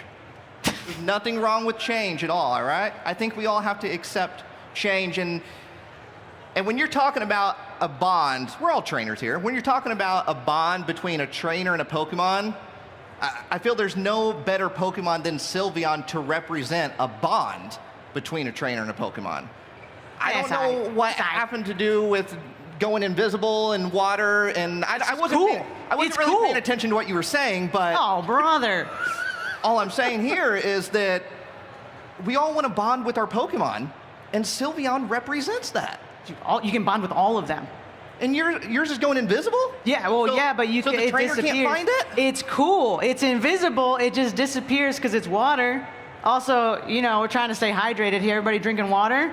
Drink some water out there. Vaporeon can help you with that, absolutely. Vaporeon will be around after the show to fill up all your water bottles on us. All right. That's what I thought you were going to go into, because if the crowd was compelled with the Flareon, utility bills conversation, can't Vaporeon also help there? 100%. The water bills will knock them all out right now. I promise you if you vote for Vaporeon. We all run on well water, so there's no water bill there. So. Understandable. Okay, so let's get the voting going. Our final matchup of the top 8, and this is going to be a heavy hitter. A lot of heartbreak in the crowd for whichever EV Evolution does not make it to the next round. Use that QR code to vote. So either Sylveon or Vaporeon can come out victorious in this battle bracket bonanza. 10 seconds left. The classic versus the new Sylveon versus Vaporeon. 3, 2, 1. Who's moving on to the Sylveon. Wow. Oh no. Wow, that's rough. 59% as well. That's our largest disparity so far. So, Danny, I'm gonna need you to pick it up in the second. All right. I'm trying. All right. I got it in the next round. We got it in the next round. Let's see how this one. We are in our final 4 facing off, and these are actually really well distributed throughout the history of Pokemon with these 4 EV evolutions remaining. This matchup is Flareon versus Umbreon. Okay. Now, I know I had a little bit of an uphill battle when it came to Espeon and Umbreon. I have a little bit more of an uphill battle with Flareon and Umbreon. But let's not forget, as I did mention, change is good, but also the original is always good as well, too. So... Nobody listened to what just happened 4 minutes ago. Yeah. Now, the switch up is crazy, brother. I just want to say Flareon walked so Umbreon can run. No, it didn't. Thank you. No, the one clap. No. So, I will say that Flareon is the only EV evolution with a type advantage over more than one other EV evolution. So, that's important to remember. Okay? Now, here's also something else important to remember.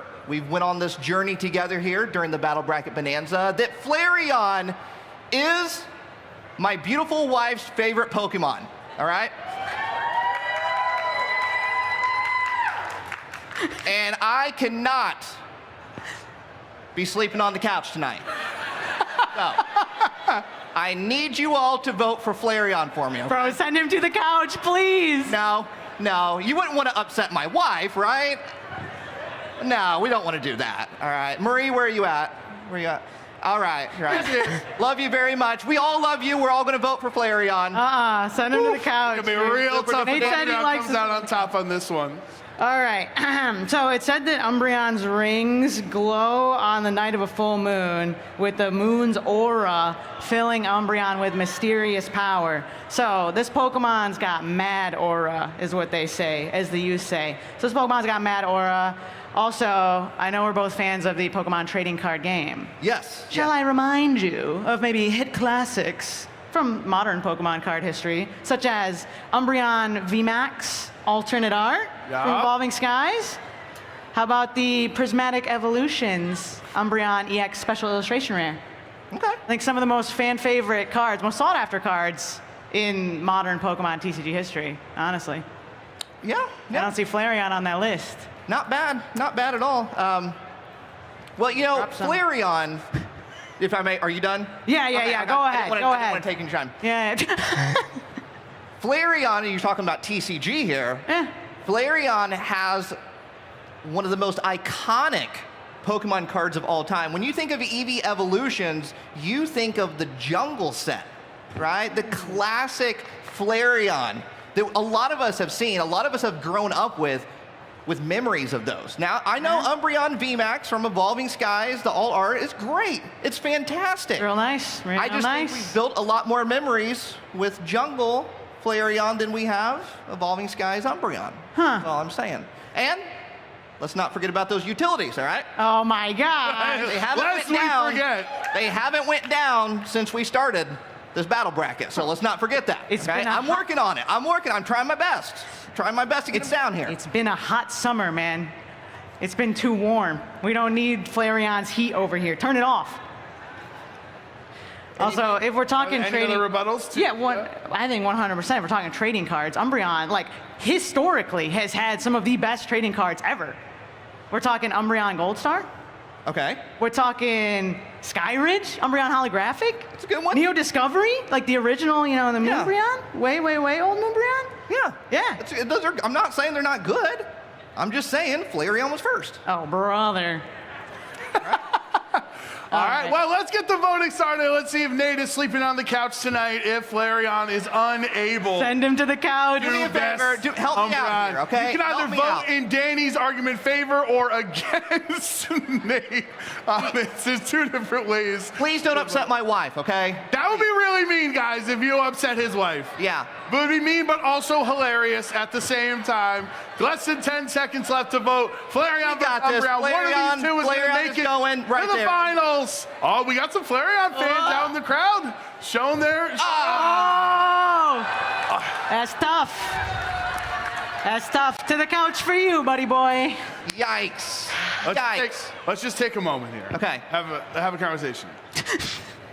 Not only did you disappoint your wife. Yes, I know. But this is the biggest landslide victory so far. That's tough. That's hard to watch. Yeah. I see it. I see it there. But it was only 61%. It's not that much. What are you talking? You were doing math earlier. What are you talking? 61 is huge. That's not a big margin. Hey, listen, let's see if you can bounce back in the next round, right? So our final four matchup, squaring off Leafeon versus Sylveon. One of these two, remember, it's whoever wins in this round will face Umbreon in the finals. So let's start off with that Leafeon conversation. All right. Well, I got to go back to Leafeon. Oh yeah, That's Yeah, right, I 'cause- forgot we were winning. Yeah. I lost so bad, I have to take one of yours. So I'm taking over Leafeon because both of mine got knocked out. I'm not salty. It's fine. It's fine. It's fine. So anyway, in the argument of the environment, I can now say my proper stance. I absolutely do love the environment, 100%. Yes. So we're all clear. Oh, I how do convenient. recycle. How convenient. Love plants. I got so many plants. So many. Like a whole little garden of them. So many. Okay, I do have something that I noticed you didn't mention.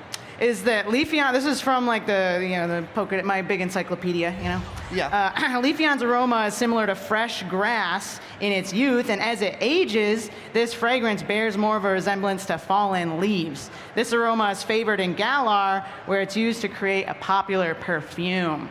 Leafeon literally smells so good, they made a perfume that smells like Leafeon. It's the best smelling Pokemon out there.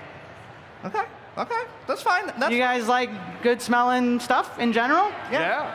Do you like the environment? Seems kind of rude you're saying that the crowd smells, but that's fine. I was saying you smelled. Kind of rude, but I thought they all smelled perfectly fine. Smell you from here, basically. All right, that's my argument. Okay.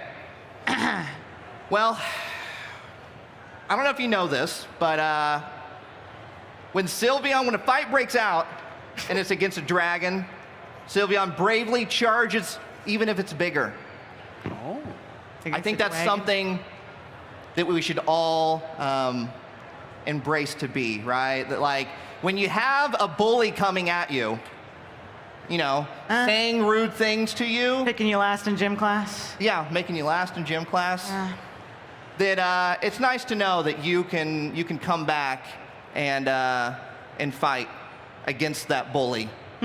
Yeah, whoever that bully might be. It is a conundrum who you're talking about. I'm not pointing any fingers. I'm not pointing any ribbon-like feelers anywhere. The old ribbon-like feelers. But let's just remember, okay, there is a very strong bond between Sylveon and the trainer, okay? And I think that is that's good enough to go off of, right? Because at the end of the day, we all just want a nice bond. We got a nice bond between each other, right? It's nice. Sorry. Right? You like our friendship? Yeah, I think it's great. Sorry. That's what Sylveon represents, okay? We all have friends out here. We all have bonds between one another, right? You got out here with some friends right now? Having a good time? That's exactly what Sylveon does. Exactly what Sylveon Just makes the people cheer. Now, Nate, you did bring up battling, and we are at the Pokemon World Championships, right, where battles are taking place in the other hall. And these are two Pokemon that have very interesting abilities, right? Sylveon being able to hit like an absolute powerhouse, sorry about those Dragon types, with those Hyper Beams. We've all seen the animation of Sylveon absolutely destroying a Pokemon on the other end. But then Leafeon has double speed when the sun is up, and the sun is up most of the time in the day, pretty much. Half the day the sun is up. So we'll start with our rebuttals here. Danny, is it more important to be powerful or to move super fast? I would say powerful. And also sun's out, guns out, absolutely. So, yeah, all day long we're taking in those sun's rays. But yeah, I think absolutely, yeah, I mean, I don't know, I feel like we already cased our point over here. I'm gonna reiterate that Leafeon smells fantastic, and also that it can like basically purify the air, photosynthesis, you know, talking purifying that air, and it's powerful enough to absolutely knock your Pokemon out. Yeah, no, I understand that. I understand. Yeah, 100%. You know, it's good. You're talking speed, right? Like, you don't need speed to be powerful, right? You just have to be smart, okay? You have to know what to do and when to do it. And Sylveon knows that because it has the bond with the trainer, okay? Big on so these bonds. when you come together as one, as we've seen in the anime, as we've seen in, you know, in these video games you play, when you have that bond with Sylveon, I don't think you need speed. I think it's all up here, all right? And at the end of the day, Sylveon just wants to hold your hand. How can we vote against that? Oh my gosh. How can you vote? What else could you ask for out of life besides holding Sylveon's ribbon to feel better, right? Yeah. Yeah. All right, well, let's see who's facing off against Umbreon in the finals. The voting is now open. Either Leafeon or Sylveon will make it to the finals of the Battle Bracket Bonanza. And this should be really exciting, not just for who wins this round, but of course our ultimate battle following up against Umbreon here. You have the Sinnoh Pokemon in Leafeon versus the Kalos Pokemon in Sylveon. As Nate mentioned, a fan favorite with Sylveon. 3, 2, 1. Sylveon! There we go. You redeemed yourself because now I can't believe it. Sylveon had the biggest differential vote. So yeah, 63%. That's a big number. So now you can count. 61? Not so much. 63? Massive. Massive. It's all right. All right, well, there is only one battle remaining for the Battle Bracket Bonanza. And show of hands, who was honest? When you looked at the bracket, were you expecting maybe to see this finals? Because I feel like when I was doing my bracketology, right, my fantasy Battle Bracket Bonanza matchups, I was thinking it'd be Umbreon versus Sylveon in the finals, and the crowd has led us down that road. So, for the final time, for the craziest conversation of all, who shall win this discussion? Umbreon or Sylveon? Let's start with Umbreon. All right. By the way, this is a face-off between both of our two favorite EV evolutions. Umbreon is my favorite EV evolution, and Sylveon is yours. So, once again, I will reiterate, this is a fan favorite Pokemon. The people love Umbreon. I will say it has Mad Aura, once again. The Moon's Aura, Mad Aura. We're talking fabulous shiny. We're talking some of the best Pokemon trading cards to exist in the history of Pokemon trading cards. Literally ever. 100%. The only other thing I have written on my note card besides all that awesome stuff is that it can also learn TM 221 Throat Chop, which I think is just kind of a nice visual that it could quite literally karate chop your Sylveon in the throat. It is. No, we were bringing TMs to this. Oh yeah, I did my research, man. Well, once the TMs hit the battlefield, then it changed the whole conversation. It's over. It's over. What's in favor of Sylveon? Well, I do want to start off by saying that it is an honor to be up here and battling with my best friend, Super Duper Danny. We both started creating content years ago, and it is a very full circle moment for us. So I just want to take a moment and no matter who wins, that I'm glad that we get to do this together. It's so sweet. I wanted to acknowledge that. I wanted to acknowledge that because life is all about friendship. Come on, bro. You need friends to help you through life. Yeah, that's true. And friendship first. Friendship first, okay? Now, I know Umbreon is a fan favorite, but I think maybe for one day, it can be Sylveon, right? For one day. Umbreon has had its time to shine. Let's talk about change. Let's talk about Sylveon. Are we switching back again? So, hang on. Let's just not forget how it felt to be picked last in gym class, okay? Let's not forget that. It's very, very important. I want us all to feel very, very welcome and happy here. Friendship first. Friendship first. Oof, very compelling argument. So Danny, nice. You're fighting an uphill battle here because you are, in many eyes, the favorite, right, in this conversation. Yeah. So it's really more on you because Nate's not even battling you. He's battling the audience. He's trying to convert them onto the Sylveon side. How are you going to keep the Umbreon loyalist on your end? I say if you're once an Umbreon fan, always an Umbreon fan. Umbreon has always been a fan favorite. It was also voted fan favorite in a Pokemon contest where they voted for the fan favorite Pokemon. So it's already got a championship, and we need to keep that championship going. If you want to be on the right side of this battle, of the winning team, you're going to want to vote Umbreon, the #1 champ. Always has been, always will be. Didn't hear a lot of claps out there, Danny. What? That was for me. That was for me. That wasn't because you said anything. That was They're really just thinking about it more, you know. All right, quick rebuttal on my part. Yeah. Okay. Who here is a big Sylveon fan? Just round of applause here. And then who is a big Umbreon fan here? Oh. Sounded pretty Who loud. likes trying new things? Oh my gosh. New food, right? Maybe Sylveon has been your favorite the entire time and you just didn't know it. You give Sylveon a chance, Sylveon might be your favorite Eevee evolution. I'm just saying, friendship is important unless Danny doesn't think friendship is important. Whoa. Danny, do you not care about friendship? Do you not? I care about friendship. You promise? I do. I do. Okay, so and then- I recycle. And so, And Danny recycles. Yeah. so for our friendship, if you were able to vote, you would vote Sylveon in support of your friend? I would be there for you as you lose. I would be right by your side through it all as you lose this. I think Sylveon should be #1 for the day at the very first Pokemon XP ever. I think Sylveon should be crowned the champion for the day. Well,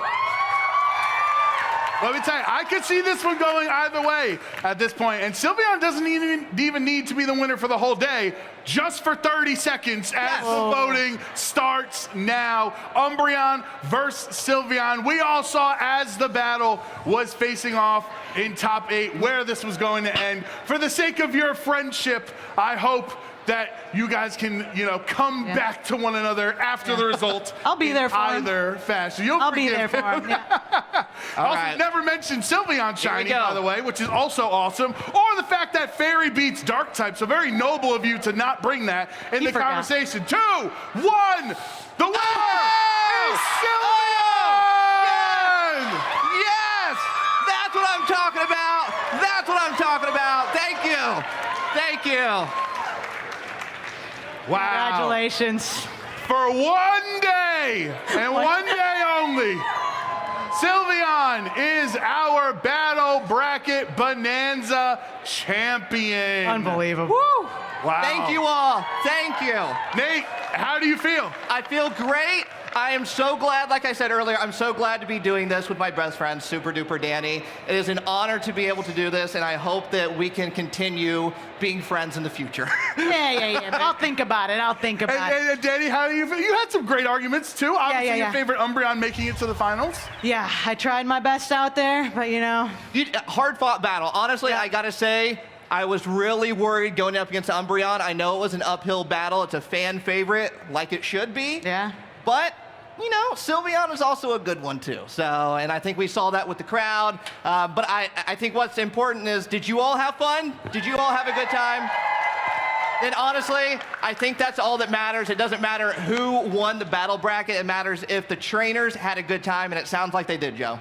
I think they did have a great time. So one more round of applause for our Battle Bracket Bonanza contestants.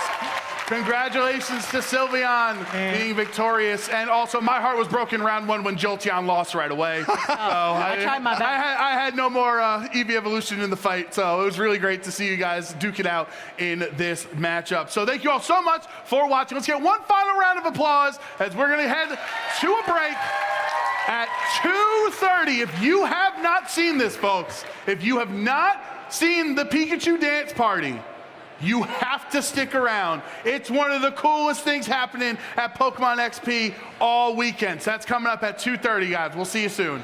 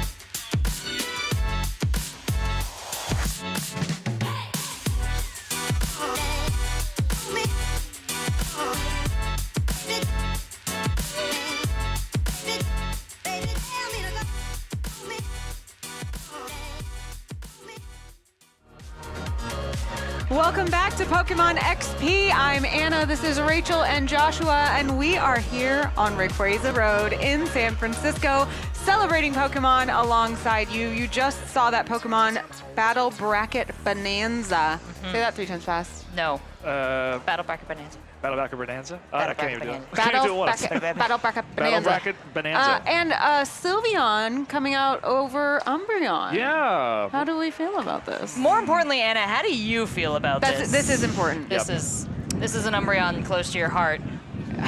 See, people are always like, what's your favorite evolution? And I kind of I refuse to choose one because that's the whole point of Eevee being my favorite Pokemon is that I get all of those options. So I don't feel like, even though Umbreon has been at the top of the list lately for me, it's not necessarily always the number one.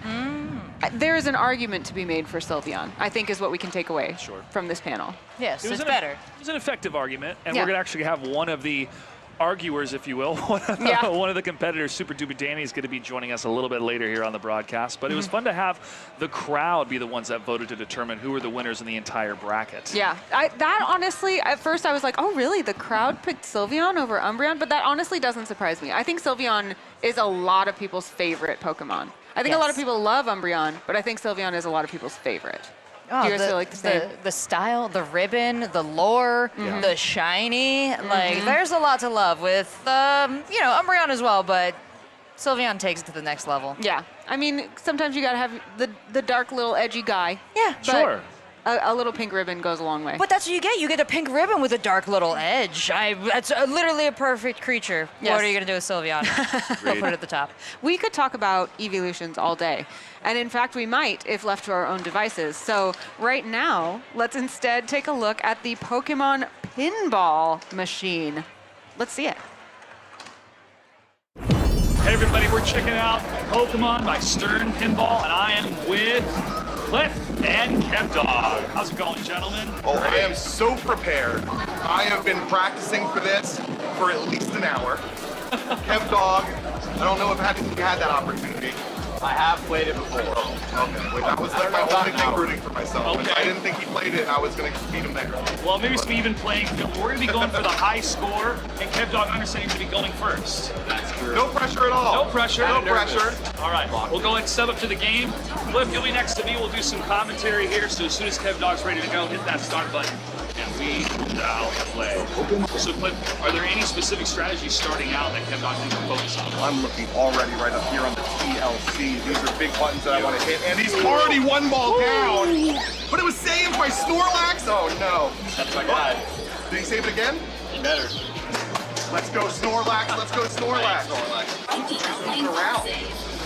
But at this point, I'm getting a little scared. Oh. And it's out. Oh. Nice hit, Kevdog. Shoot the Pokeball to catch the Pokemon. All right, into the Pokemon. Teleporting. He's all right, a lot of points. 12 million points from that? Okay, you can start throwing now, though. Is that like a really high score? Should I be scared here? I'd be scared too. Oh no! Oh, The Meowth's down too. Kevdog seems to have this slow, methodical play. But it shoots out of that fast. He's a lot. There's a Pokédex? What? All right, 5 of 201? Okay, you got 196 more to catch. I love that the Pikachu moves. It's so cool. The ball stuck up there. Is he just farming points? I'm just farming them. Yep. Wait, no. Oh, I wanted to stay there all day. Just on the very edge. This score is looking scarily high. Okay, just about. Giovanni's here. That might not be good. Oh, okay. Game over. 39 million? If I get like 3 million, you edit it out, right? No. They're shaking their head no. No, this is hardline competition. All right, when you're ready, we'll switch out. Game, all right. Kevdog, you're joining me. Any tips and tricks really to get started for the first ball? We'll say it softly so Cliff doesn't hear it. Yeah, just don't press any buttons. No, that's bad advice. All right. I'm not going to pull it all the way back. I think that's the misplay. Okay. Right in that corner, come on. Better not farm. He's farming. Come on, Snorlax. Thank you. Okay. Power of Snorlax. Oh, it's going to come out fast. goes out crazy quick. Oh my goodness, I'm so stressed. Ooh, okay. You gotta be calm, cool, and collected, man. That's what Tempo's doing. Oh, what have I done? Fine. That was the practice ball. That was the practice warming up. Meowth, you're going down. Rival battle started. Force battle. Switch now, Pikachu. Squirtle's up. Come on, Squirtle. Don't you bother. I feel like I'm not 40 yet. No! No! Dude, did you see your score? No, what is it? Wait for it. Here's the bonus coming in. 560,000? Wait. Why is it asking for a high score? Congratulations, man. You got the high score. I did it? I want to be A. Nice. 68 million. What? Well done. That's like double mine. All right, gentlemen. Good job. That was stressful, man. That went. Dog, thanks for playing this. I don't know how you hit it so many times shooting out of that thing. That was fast. That's for you. Thank you so now, much. Gentlemen, we're going to switch sides. You give me some pointers, and I'm going to jump in here. Whoa, okay, listen. There's no way that he's going to beat either of our scores. Here we go. Did you see that? It like moved around there. Got a little bit of that spin game going. A little bit of that spin. Whoa. Someone's using Psychic. We got Mewtwo up in here. What's going on? Can he get the Komala? That was way better than our first ball. It's that in zone, man. I think he's had some practice. This is my first time. Oh. Yeah, right. The Meowth is down. I couldn't even get that out. Good save. Yeah. Why are we rooting for him? Wait, no. You can let it through. Oh, wait a minute.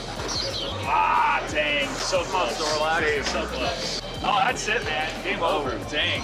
All right, well, gentlemen, you taught me a little bit about the game of pinball, but this is a fantastic machine. So much fun. Where can people see you online? Go to Purple Clip on YouTube. And Kev Dog on YouTube, Instagram, all the platforms. And make sure to check out Pokemon by Stern Pinball.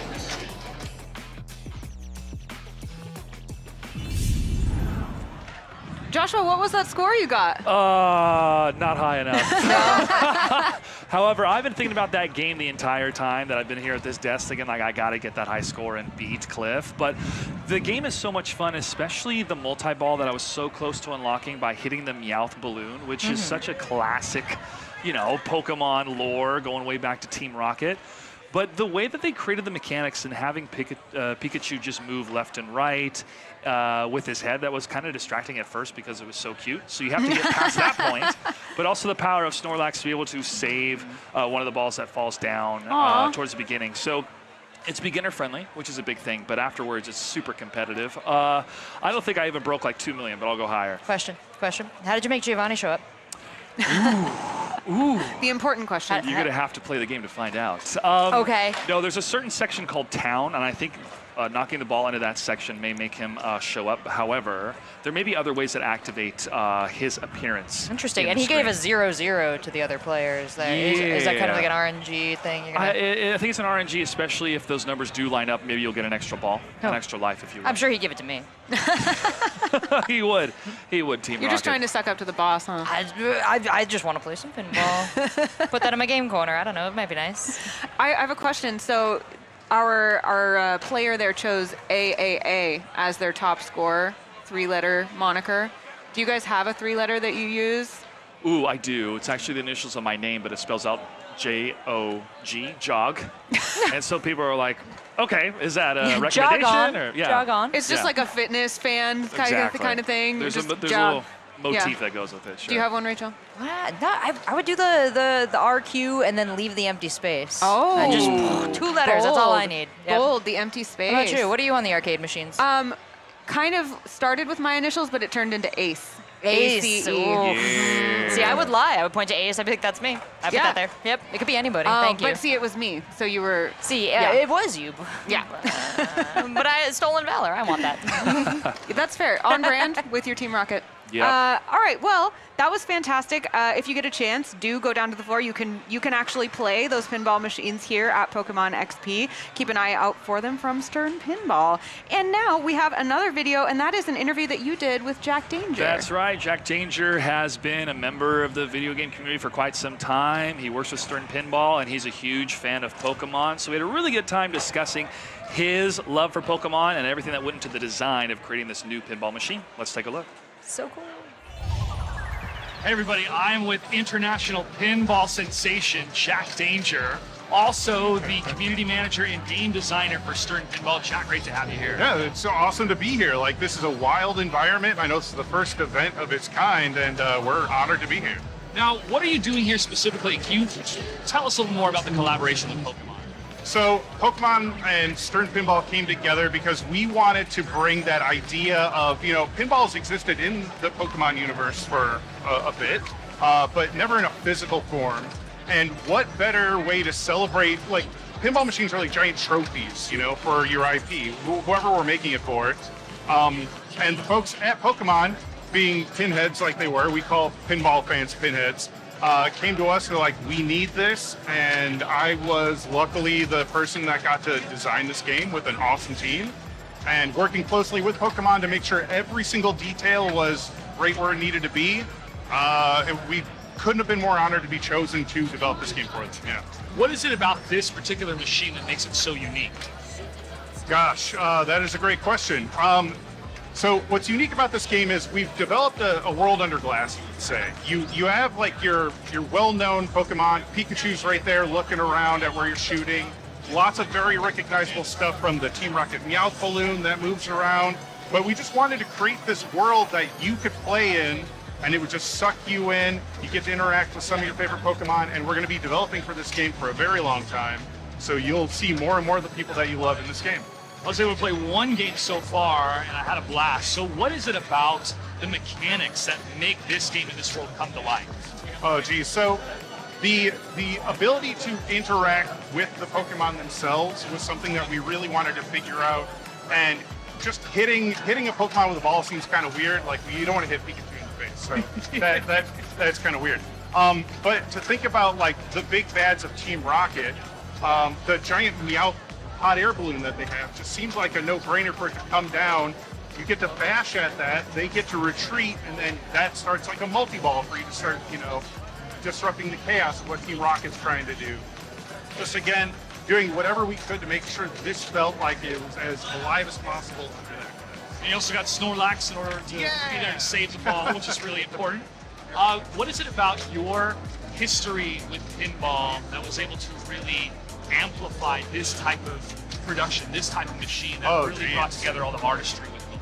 So I come from the live streaming world where I helped pioneer streaming pinball back in the day, and I think I've played 99.9% of every pinball machine that's existed.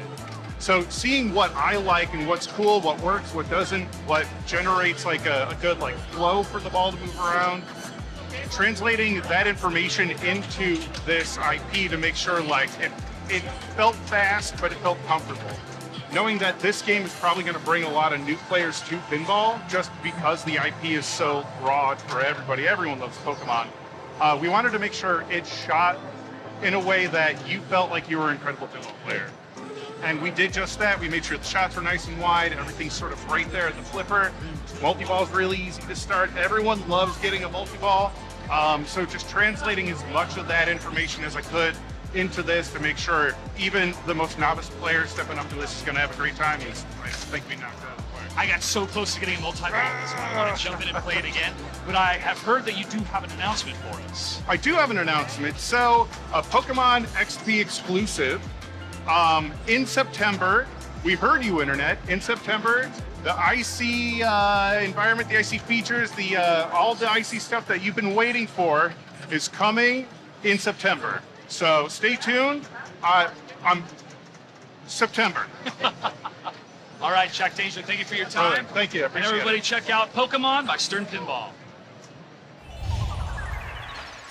Welcome back to Pokemon XP. That was so fun seeing Jack Danger showing off some pinball, and we have some new special guests here with us at the desk. Would you two please introduce yourselves to the people at home? Tell them who you are and what you do. I'm Real Breaking Day. I've been a Pokemon content creator for 12 years. Oh my God. So this is my, I think, like 5th or 4th Pokemon Worlds and first Pokemon XP. Whoa, obviously. no way, mine too. Oh, me Yeah, too. we have that in common.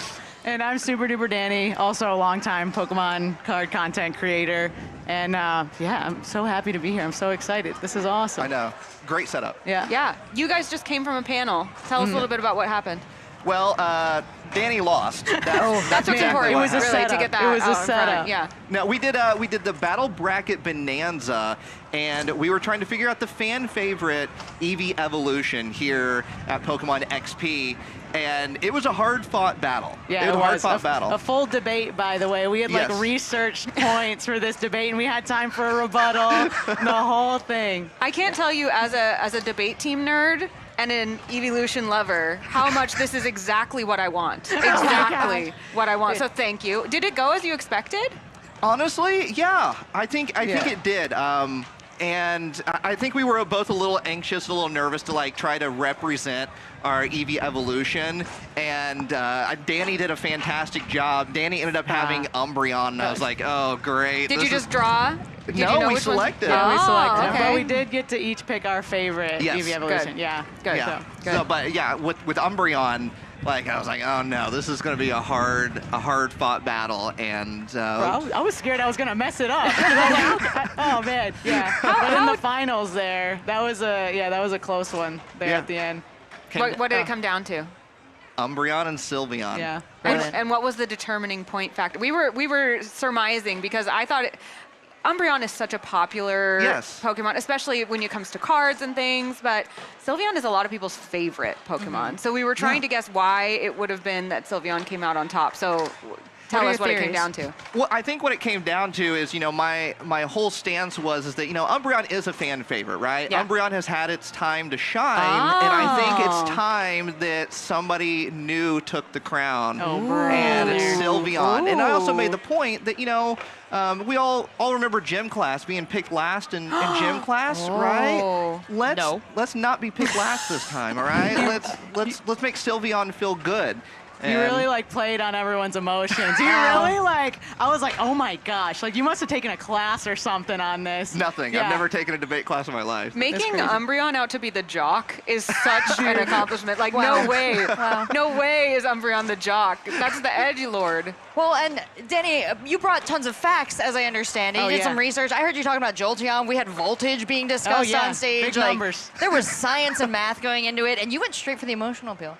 Yeah. Yes. Well, I think Pokemon brings out emotions in people. In all seriousness, right? Like we all have very strong bonds with our favorite Pokemon, whether it's an Eevee evolution or another Pokemon.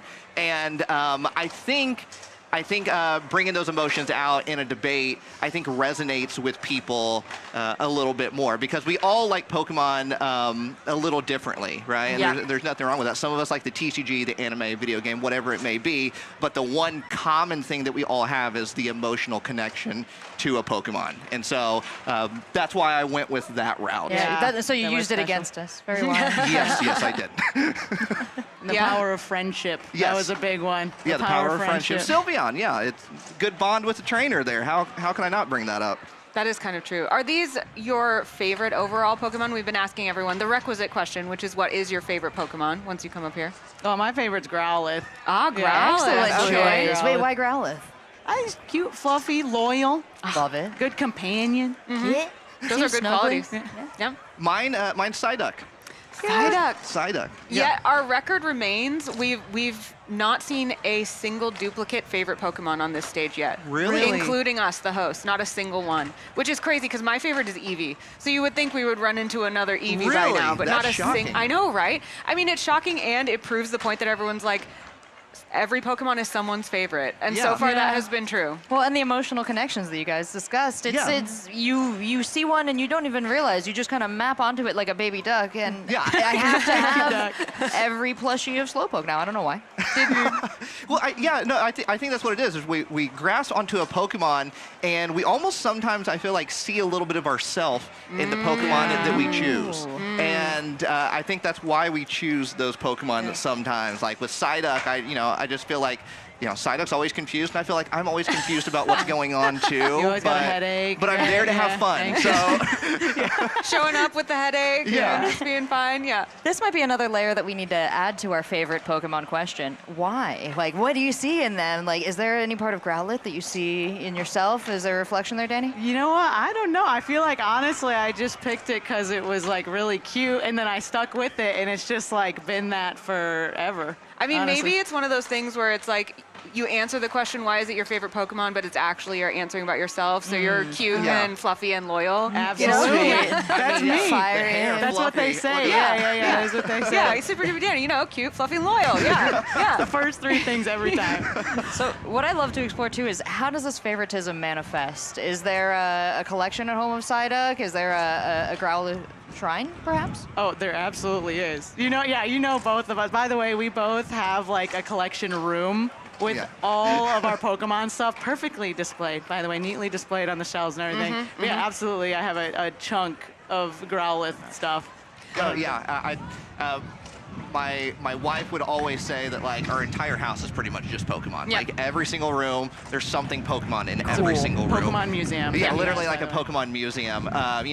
Just like Danny, I got my little Psyduck shrine as well, and I don't know. I think there's just something that we gravitate towards and wanting to like a certain Pokemon. So.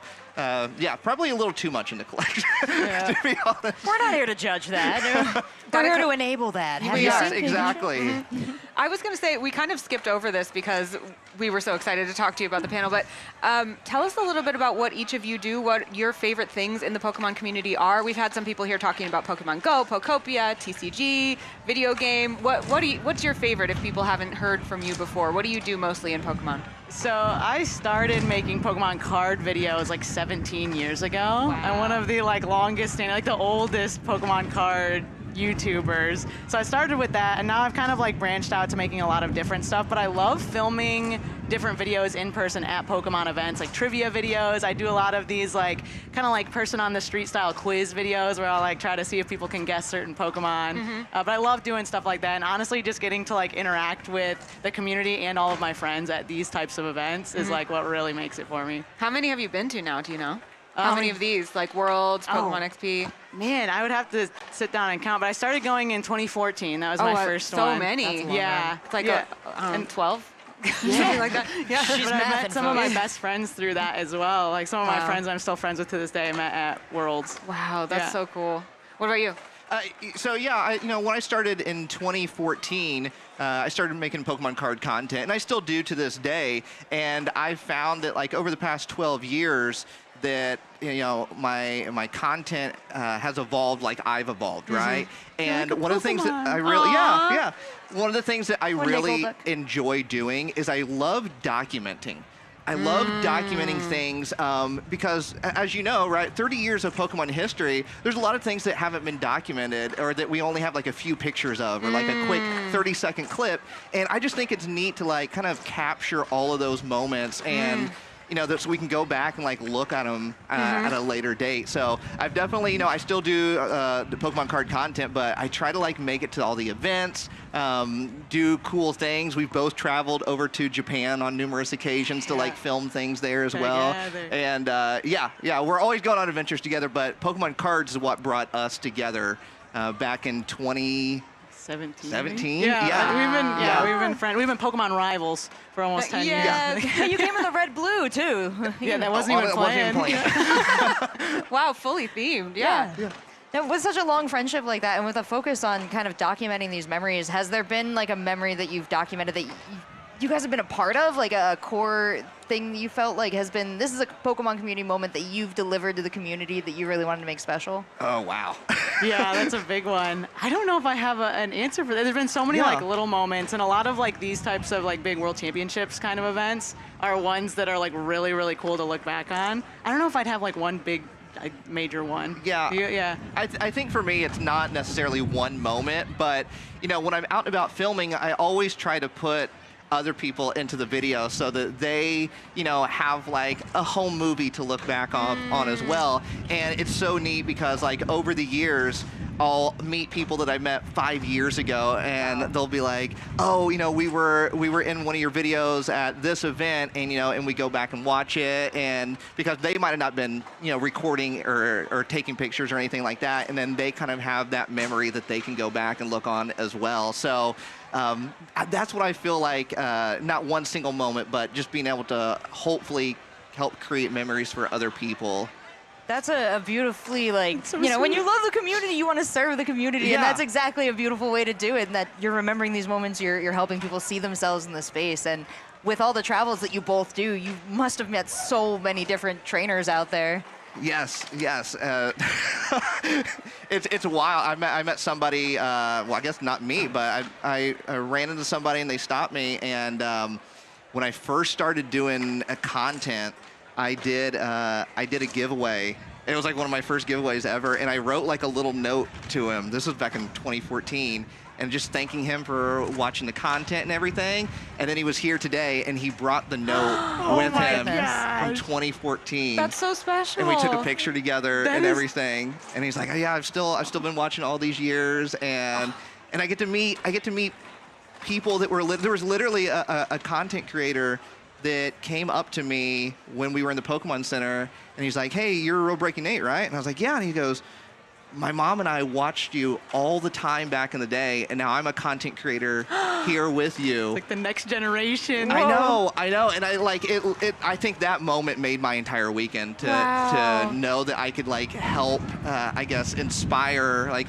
a future content creator to show them that like, hey, I'm doing this, but you can also do this as well, right? Wow, a legacy So for awesome. real. Yeah, after all those years. Yeah, it's wild. It's wild. There's so many awesome trainers around the world. So many here. So many watching at home as well. And you know, like I said, I just like to try to document because there's a lot of trainers that can't be here, and so I want to make sure that they feel like they're part of this event here too, even though they can't make it. That's kind of been our job, is trying to bring everything that's happening at Pokemon XP forward, and there's so much that we can't possibly touch everything. Yeah. But for the people at home, what has been something that really impressed you that you're like, if you're not here, I want to tell you about this, or something that I had a really good time doing that was here at Pokemon XP? Oh man, I absolutely loved that Art of Pokemon art exhibit down there. Yeah, they had a lot of different TCG illustrators like on display. It was basically like a print of their art with the actual card art next to it. So cool. They had some of Yukamori, the clay artist. They had some of her actual sculptures in the exhibit as well. I believe there's also like Pokemon GO art, Pokopia art. Like the whole thing was really cool. I'm such like an art nerd. I love like, looking at art. So that was, I spent a long time in there. It's so lovingly displayed too. Yeah, it's like professional. given the honor it deserves, kind of, you know? Yeah. It is wild to see Yukamori's art in person. Like she's the GOAT, you know, when it comes to Pokemon TCG. So to see the art, it's literally right there. This is the exact one that's like in the card, and you can go up there and see it. And I feel like it puts a closer connection to those cards. But also Rayquaza Road is amazing. Like this spot where like a hub where everybody can kind of like come together, hang out. There's a cool stage back there. The trolley. The Rayquaza trolley over there is like, I don't know why I'm obsessed with that, but I'm like, it's really cool. Is there any way I can take that home? Yeah. You gotta drive it home. You gotta take it for a spin. Yeah. Take it Put it for in a the spin. commission. I want to toot around San Francisco on that. Exactly. But then you also got a lot of Pokemon celebrities here. You know, Pikachu's been doing some parade. I saw Psyduck, so I kind of. You saw Psyduck? We haven't seen Psyduck yet. Bro. Oh, okay. I'm just. Cool. I'm excited. I'm a big celebrity. Yeah. I'm excited too. Yeah. Just name dropping Salsa Psyduck Poke, over here. No, but it's cool, right? Like, I feel like this type of stuff immerses you into the world of Pokemon, and it almost kind of like blurs the line to where you're like, Pokemon's real. Yeah, Like, exactly. yeah. Yeah, where You're I'm like, it's real and I'm living it, and just around the corner is going to be actual Psyduck, and we're going to be best friends. Yeah, I'm going to have to chop down a tree that's blocking my path. Yeah. Yes. Every time I step out of the doorway to let Lapras pass through, I'm Yes. just like, ma'am. Yeah. Please, after you. I love it here. Yes. All right, so along the same lines, you are both historians in a way of these kind of events, of the community growing, and you've seen a lot of change over the years.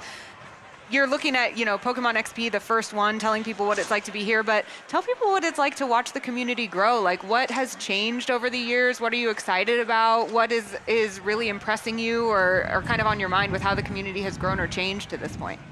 2019, we were both at Worlds in 2019 at Washington, D.C., and we both kind of like stood there and we're like, wow, like, can it get any bigger than this, right? Because it was a good event. And then it just keeps getting bigger and bigger every single year. And I also thought it was like an interesting note of the, San Francisco Worlds 2016 here, right? About 4,000 attendees. And now we've grown to over 50,000, and we sit here and we're like, how does it get any bigger? Like, how does it? But it does, and it will, right? And so I think the neat thing is that from what I've seen, even just in the past 10 years, is that people are really grasping onto what they love within Pokemon. And it's not necessarily just a video game or a TCG or the anime. I think a lot of people are grabbing onto the camaraderie with a friend that they've made, seeing people that they normally wouldn't see. They might see them only at a Worlds or a Regionals or something like that. And so it's fun to see the community grow in terms of friendship as well, Big right? friendship guy. Yeah, I am, right? Because it's like, that's what makes you kind of want to keep coming back is seeing people and making new friends and making memories along the way. Because like, my Pokemon friends, have a lot of them have come from going to these events and meeting them. So Yeah, 100%. I think most of my friends in general I've met through Pokemon. Yes. Like, honestly, yeah, most of them. 100%. But yeah, it's been awesome to see like how much more like these events have evolved, and there's so many other activities and like different things that you can do on the side, not just battling as well. But yeah, like when we started making videos, also it felt like there wasn't as many opportunities to meet Pokemon fans. Yeah. And like we really communicated online, and that was how we found other Pokemon fans. And now with so many events like this, it's been like really, really awesome to just geek out with people in person. And like we all have that one thing in common. Everybody just loves Pokemon. Yeah, the geeking out together has been so fulfilling for me at this event. Yes. I love that it's our job. I know, right? It is crazy. Pinch We're doing it myself. right now, you guys. We're geeking out right now. Yeah. This is us. Unfortunately, our geeking out must come to an end for this moment. But before we go, can you tell people where they can find you, follow your adventures, what you have coming up next? Any social media platform at Real Breaking Nate. So I think there might be some more trips in the future. I don't want to spoil anything. Yeah, but spoilers, some no trips spoilers. coming up, documenting and just having fun. It's literally, I just film a Pokemon journey. That's what I've always done. I've just filmed my Pokemon journey, much like we've seen with Ash Ketchum in the past. So many more adventures to come, 100%. And you can find me at Super Duper Danny everywhere as well. And same thing, no spoilers, but we do have a lot of fun stuff, including a potential video from this event as well, 100%. Absolutely. Awesome. Well, thank you so much for taking the time to hang out with us, and we will be back with more Pokemon XP right after this.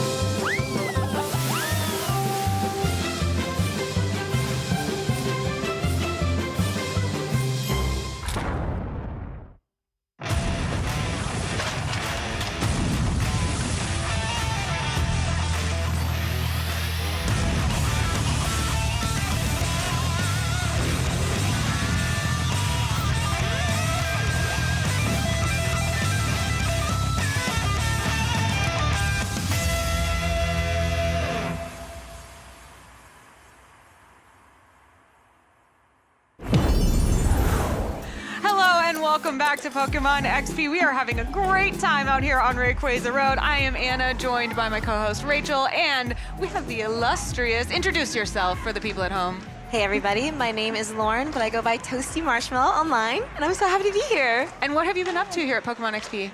So I'm actually performing this weekend on the Wharf stage with Insane in the Rain, who's an incredible musician, and we're singing some songs from Pokemon.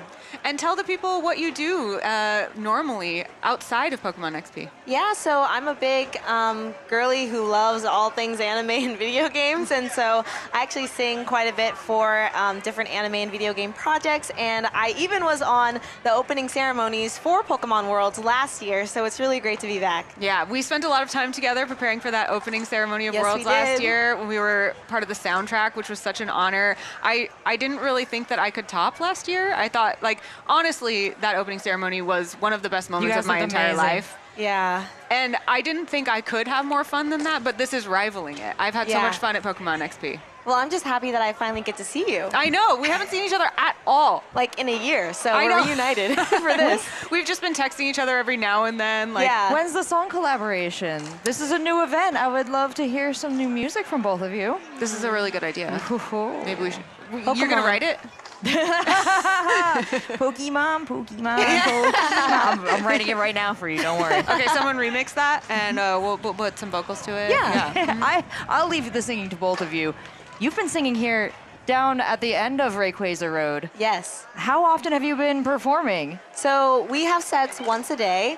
So it's been 5 p.m. yesterday, 5 p.m. today, and then we have a noon performance tomorrow. So if you guys haven't been, you should come see us. What kind of music is it? It's all Pokemon music. So Insane in the Rain, Carlos, he actually worked on Pokemon Legends ZA.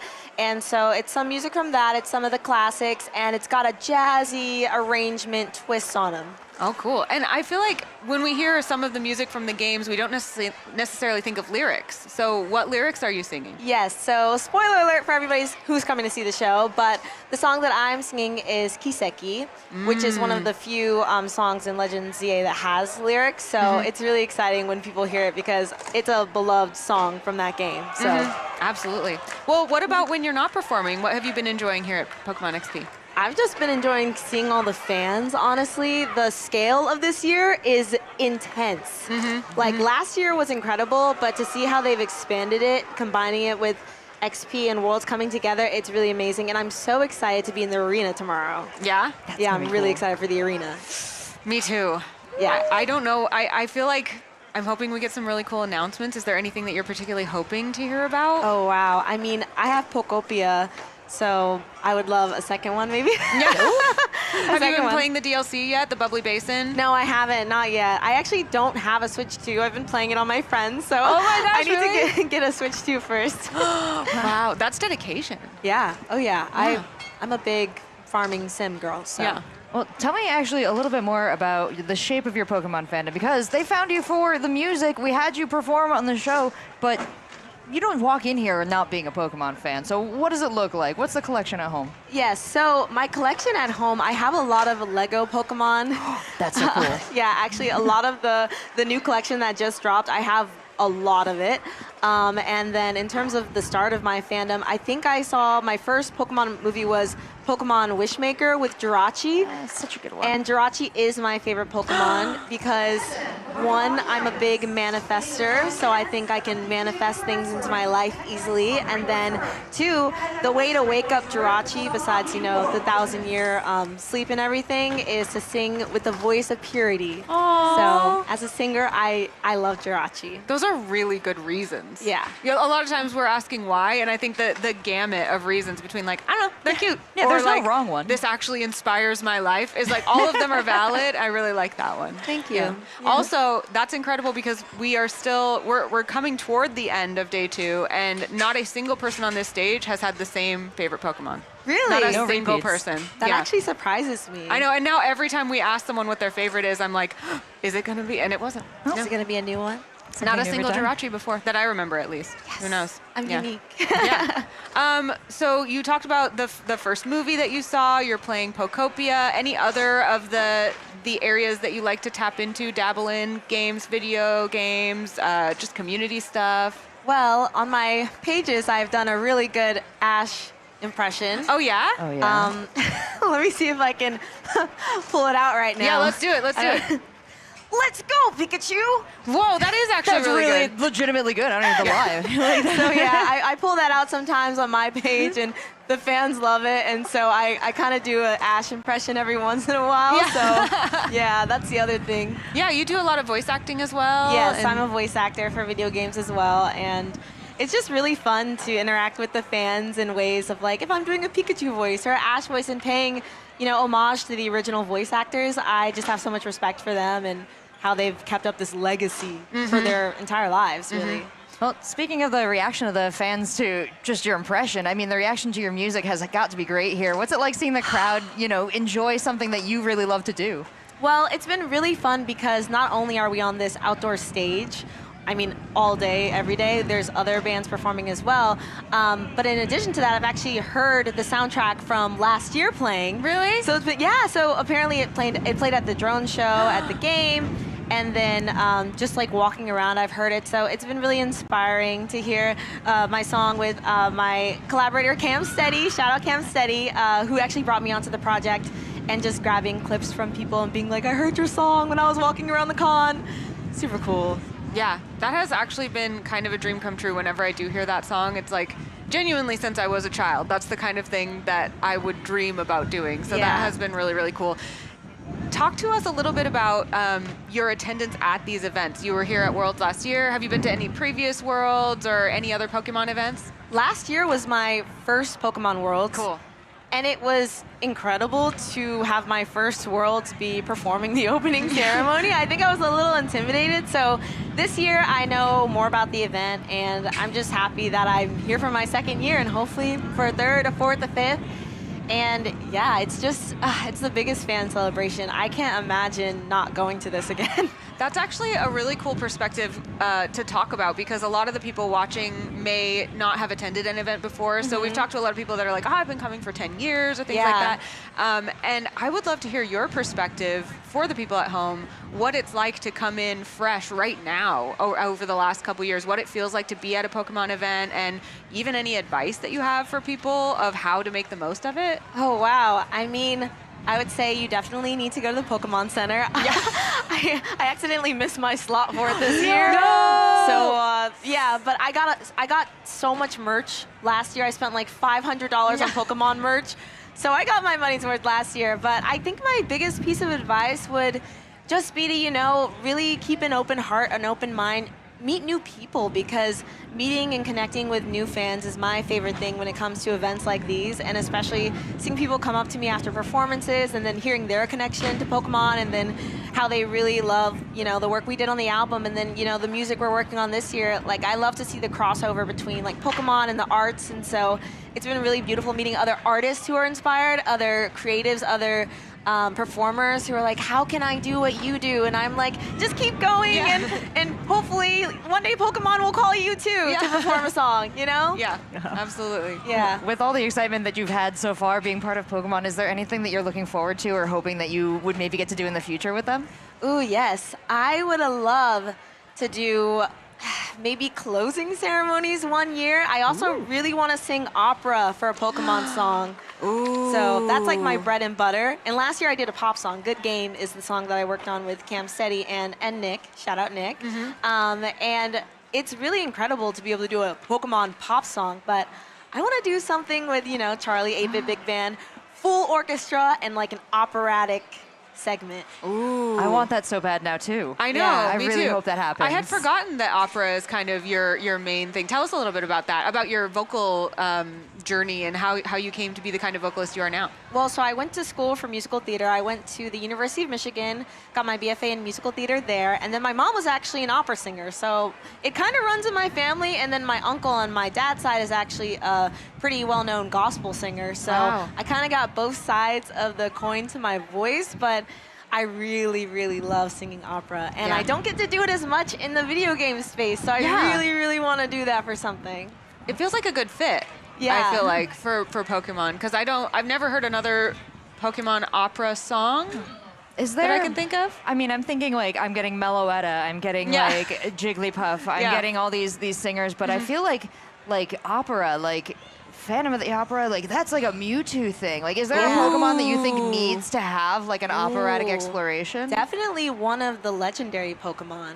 I mean, maybe like Dialga or something like that. I don't know, like a legendary operatic Pokemon song would be so epic. And it can even be in Japanese, because I also sing in Japanese, so I'm down for that too. This is a really good pitch that we're getting here. So I hope this is being heard. I hope Pokemon sees this. Yes. If you're watching. Yeah, that's a really fun idea. We've talked to a lot of people of all different types, different artists, about how Pokemon influences their art or how they kind of make it their own. Like we were talking to 8-Bit Big Band. Yes. I've brought up this metaphor a couple times because I think it's just such a great metaphor, but we were talking about taking and arranging Pokemon music. Yeah. And he was saying these masterpieces are kind of like the house that was built, and then I kind of get to decide how to like decorate it. You know, I don't change it, I don't alter it, but I get to add my own spin to it. Has that been your experience as an artist too?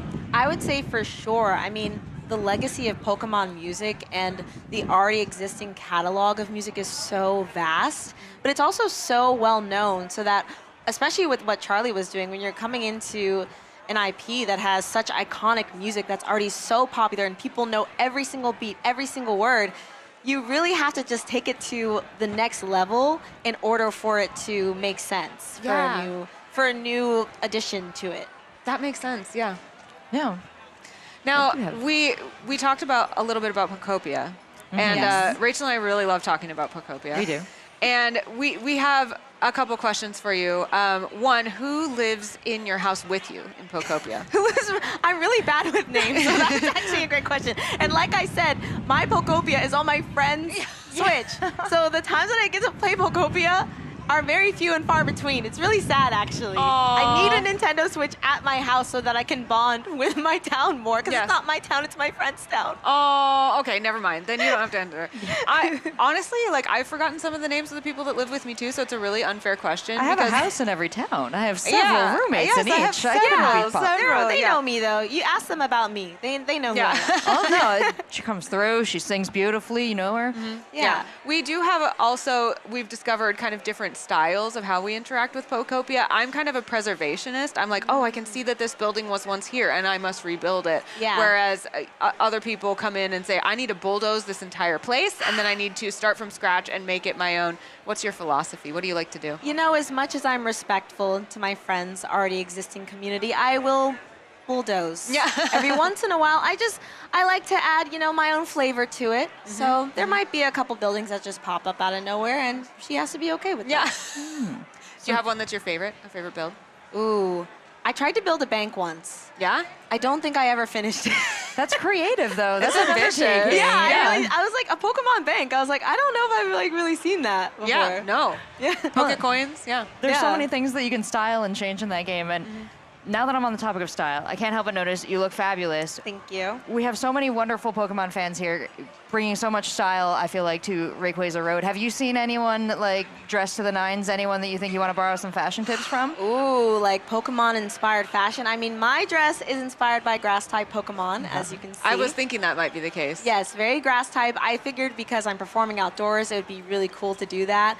In terms of the fashion, I've seen a lot of stuff from the Pokemon Center, and then I've seen some inspired looks. Like my friend yesterday was on your stream, I believe, and she was in her all-purple fit with it was like a Ditto-inspired Bliss outfit. was here for Ditto. Yeah, I love it when people do inspired Pokemon looks, not as flashy or the characters even on the merchandise, but just, creating it themselves. It's like a closet cosplay almost. Yeah, it's almost like it's just, I don't know, we're just using my closet. Yeah, I wonder. Maybe you guys are the best at this. Anna posts her outfits every year, and I mean, Anna really, I think, probably is the #1 Pokemon dresser. The fashionista, right? This is that. I copied out of your lookbook too. I was like, I want to do it too when I come. You've got the whole Team Rocket theme going on. Yeah, but too. you set the trend, girl. Okay, just take the compliment.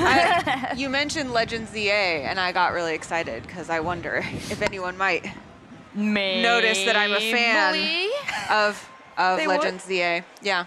What are some of your favorite other Pokemon? You said Jirachi's your favorite, but we've kind of been asking like a top 3, top 5, those kinds of things. I always pick the Pokemon that I relate to, so Jigglypuff is another one because I can have a little bit of an attitude sometimes. I sing, and I like to play a prank every once in a while. So I might, draw on your face while you're sleeping. It's it's okay.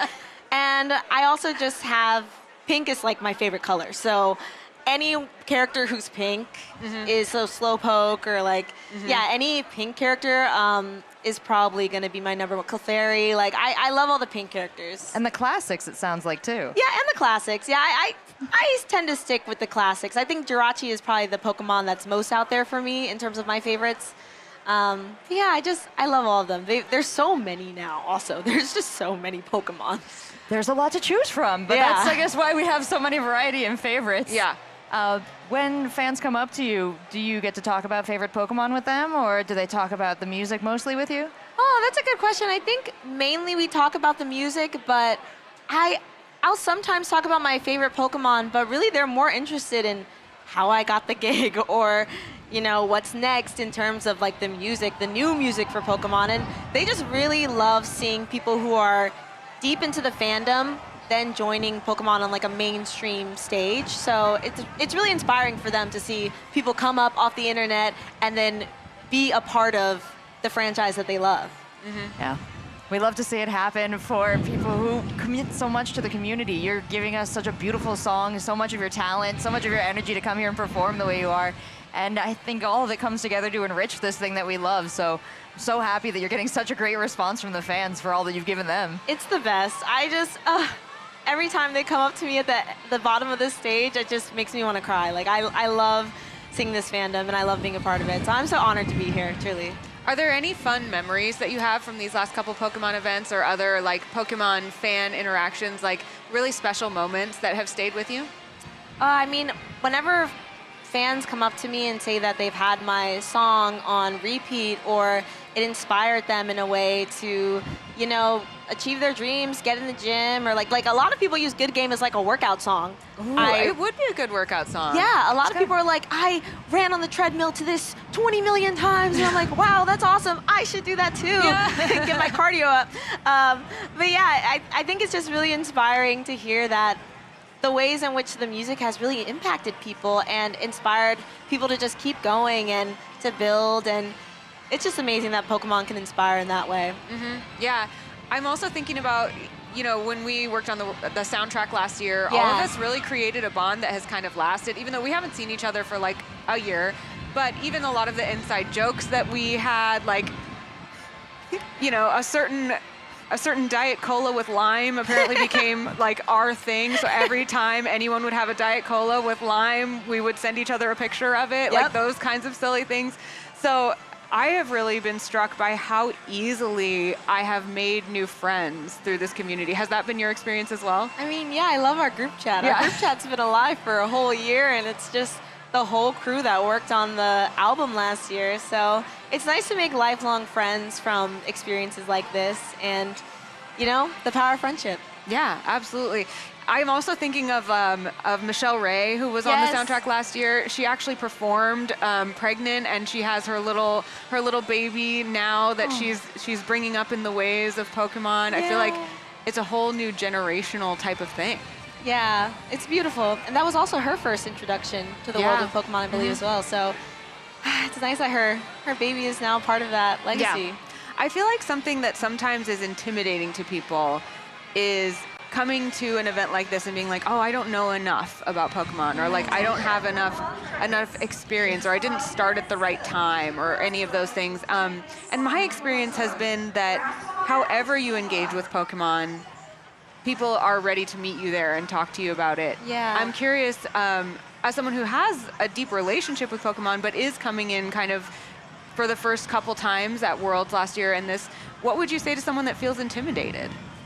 I would say, it is a dense IP. There is a lot to work through in the catalog, but what better way to learn than surrounded by fans? I feel everyone here is non-judgmental. They want to show you around. They want to tell you who their favorite Pokemon are. They could even show you the ropes of the TCG or some of the games. So I would just say, don't be intimidated by it. And if you enjoy it, even at a base level, and you want to delve deeper into it, just come through and talk to some people and make some friends. Like there's really no other way to say it. Just be brave. Be brave. Yeah, it's you teach me and I teach you. Yeah, exactly. Hey, I see what you did there. What about you, Rachel? Do you agree? Because you have some of the deepest Pokemon lore knowledge that I know. Do you have the same perspective of coming in and I would say, yeah, I have a little that fear when I come to Pokemon where I'm like, I know everything in my house, but when I leave my house and I come to Pokemon XP, I don't know everything. But then I come here and I'm like, no, wait, none of us know everything. All of us have our little circles in the Venn diagram of Pokemon knowledge, and no one is guarding that. Everyone is so excited to share everything that they've accumulated knowledge-wise and passion-wise. And I think that in the same way that the baby born from last year's Worlds is going to grow into this world, in the same way that we're collecting so many people who it's their first time coming to these events. It was 4,000 people here the first time you hosted in San Francisco. That's what I've been told. Wow. We're at 50,000 plus this weekend. And we're still making more Pokemon fans, as I understand it. So there's plenty to teach and plenty more coming in and so much to share. And no one knows everything in this space. And don't believe them if they tell you they do. What about San Francisco? How have you been experiencing the city while you're here? Oh, wow. I mean, I'm staying with a friend who actually lives here, so it's been really nice to actually get out and explore. I've come through here on tours before, but I've always just been in the city area. I didn't realize how much greenery there is here. It's beautiful. It's gorgeous. The parks are massive, and the trees, and the weather, you know, it's like really chilly at some moments and then really hot at the next, so it's been a whirlwind. I've been exploring this city, and I have grown to love San Francisco, I think, over the course of this weekend. Well, we really hope you have a great time here at Pokemon XP. Thank you for taking time to come and talk to us. If people want to catch you at the Wharf stage, again, tell us when and where they should go. Yes, so in a couple hours, 5 p.m. on the Wharf stage, I'll be performing with Insane in the Rain, and then as well as tomorrow at noon. So please come see us, please come support. We had a great crowd yesterday. And where can people follow along with you on your social media, find your adventures, your next things? Where can they look? It's at Toasty Marshmallow on basically every platform besides Twitch. On there, I'm at ToastyStreams __. But yeah, I would love for you guys to come and join my fandom. We talk about all things anime and gaming, and I'll even post some covers here and there. So yeah, if you like that kind of thing, I would love to see you guys join me. All right. Thanks, Toasty. Thank you so much. And now you get a look at something we have been really looking forward to showing you. It is the Lego booth. Let's check it out.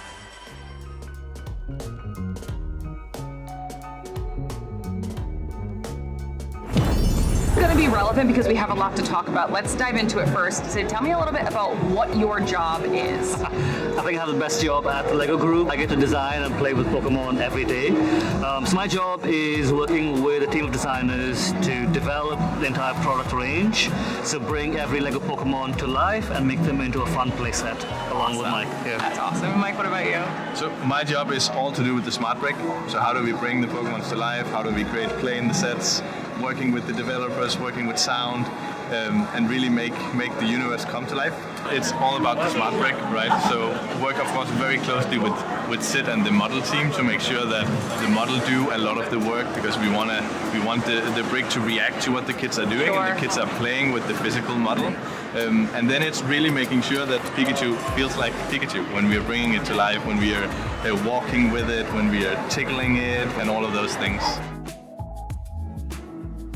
Let's talk about what we have behind us, okay? Because we have these literal life-size Pokemon builds. Blastoise, Charizard, Venusaur, the OG trio. Talk to me about how difficult a build like this is. I think the first thing for me is the fact that these are life-size, to see them real life over here, and to be my height is pretty cool.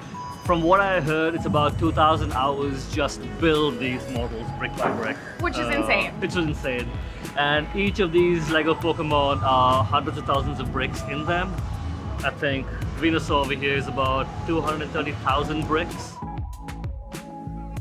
Can we break down for everybody at home how this smart play technology works specifically in these Pokemon builds? So each of the Pokemon, when you take out this that Sid showed earlier, they have what's called the smart tag that makes the Pokemon come to life when the kids have the smart brick. Okay. So you put in the smart brick, I'll just wake it up.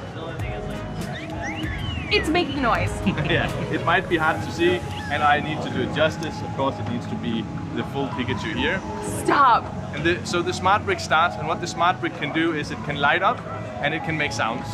So it actually, the smart brick knows what I do. So when I'm like walking around with Pikachu, you'll hear little footsteps and Pikachu will say a noise. If I'm shaking it, Pikachu uses an electric move, so it's charging up with electric power and sending out a lightning bolt as an example. You can of course also make it giggle by tickling it a bit. Oh my god! So all of them comes to life in different ways. So Pikachu is walking. If we were to pick up a Charizard, it would be flying. The fun part though is if I had a smart brick and a Pokemon as well, we Okay. can go into battles. So imagine me holding Squirtle, and Squirtle comes alive and makes Sure, all the water sure. sound. So Mike and I can battle with Squirtle and Pikachu. Okay. So the smart bricks know which Pokemon we have in each of our hands. It also knows the type and the attack and the power they have and the health they have. And I think the viewers can guess who would win between Pikachu and Squirtle, electric and water. It recognizes type weaknesses? Yeah. No way. So I think on the surface we wanted to design something that was very simple. It's a toy after all, so the kids can like really control that journey. But underneath we are building in all of this Pokemon lore, the type system, Sure. the different stats that they have. And actually when you go and train, they do become stronger as well. So there's a reason to keep playing, there's a reason to explore and be inspired with the Pokemon.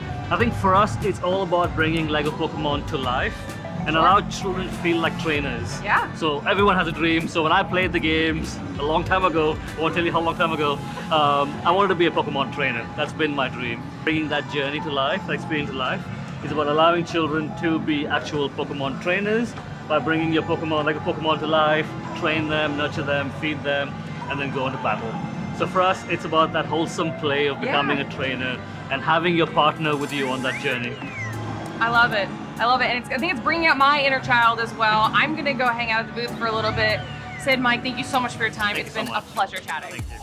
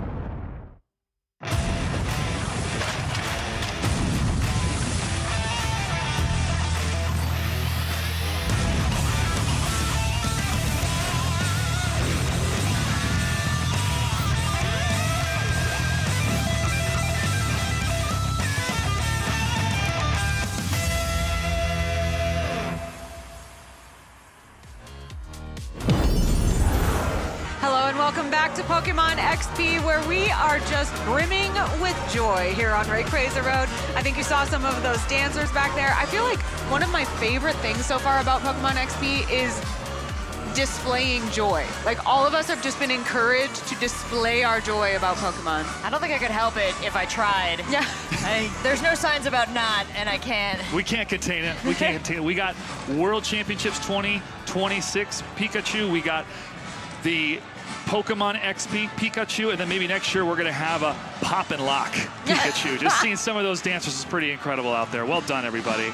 Really, really cool. The amount of artists we have involved and that we've even spoken to here on the desk about involving music and dance and art and carving skateboards, you know, just like, you really can involve Pokemon in your art if you love it. That's what I've been saying. Everything can be Pokemon. My food can be Pokemon, my house can be Pokemon, my clothes can be Pokemon.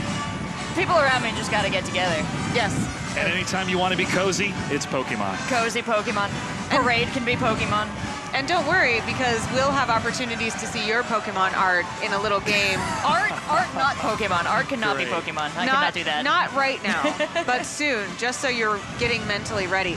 But first, I want to check in with you at home or you here at Pokemon XP and see what you've been up to using the hashtag PokémonXP.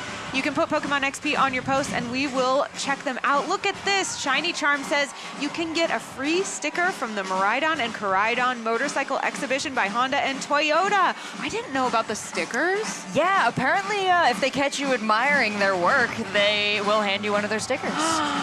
These are such, thank you for everyone who has shown up in these posts to let us know what to look for, because in our very brief time off stage, we run and find these things. So thank you, Shiny Charm. I will keep my eye out for that for sure. Also great name. Also great avatar. Right? Winning across the board. All right, Saya Rand says collecting all the promo cards at Pokemon World. I'm so jealous. Oh, man. And I got all the Protect ready for each of these different cards. They're in my pocket. I just need the cards. Look, I just want everyone to know, if they personally do not want their promo cards, I will trade you many, many cards for those cards. I have a trade binder waiting for you. So you come find me, because I would really like to own those. Prepared. Yeah. Really, really like to. We watch with envy. We do.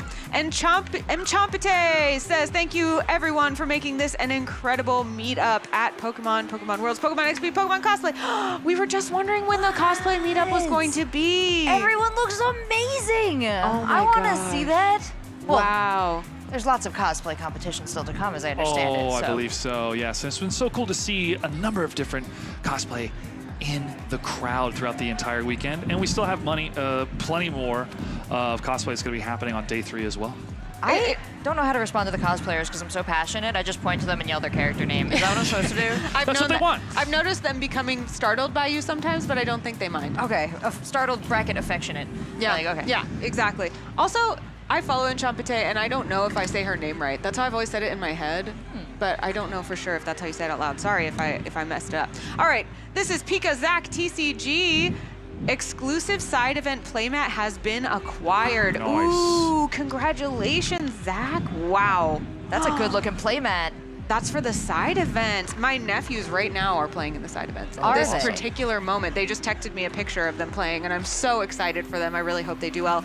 Shout out to you. It is a happening zone down there. I went to go to the trade floor once again beneath Rayquaza Road, and I took a hard right, and I wound up in just another massive haul of Pokemon stuff. So I think that was where the side events were. Yeah, I'm really hoping that they do well and acquire one of those mats for themselves. Good luck. Yeah. I want that for them. We actually recently did some Pokemon card shopping together, me and the nephews, and I have just never been prouder. What are their beautiful. favorites? What are they looking for? Oh my when they gosh, go? this is so cute. Are you ready for this? So it's 2 brothers and a sister. The 2 brothers are Bulbasaur and Squirtle, and the sister is Charmander. But completely independently, they arrived at these choices? Yes, I'm sure that maybe the little sister might have been like a little influenced as she grew up by the 2 older brothers. She's only 6, but yeah, the perfect set is very fun for me to shop for. That is going to be really, great. really fun. Yeah. Really cute Halloween in the future there. Ooh, Yeah, it's everything I've hoped for when they were born and I started showing them Pokemon cards and planting that seed in their brain that we would go together and I'd be like, look at this Venusaur, and they'd be like, Yes, I want that, Auntie. Yes. Yes. Well, we talked about the scene growing year over year, and it's thanks to the hard work of people like you, Anna, indoctrinating the new Pokemon fans. That's right. Yeah. Positive influences for the entire family.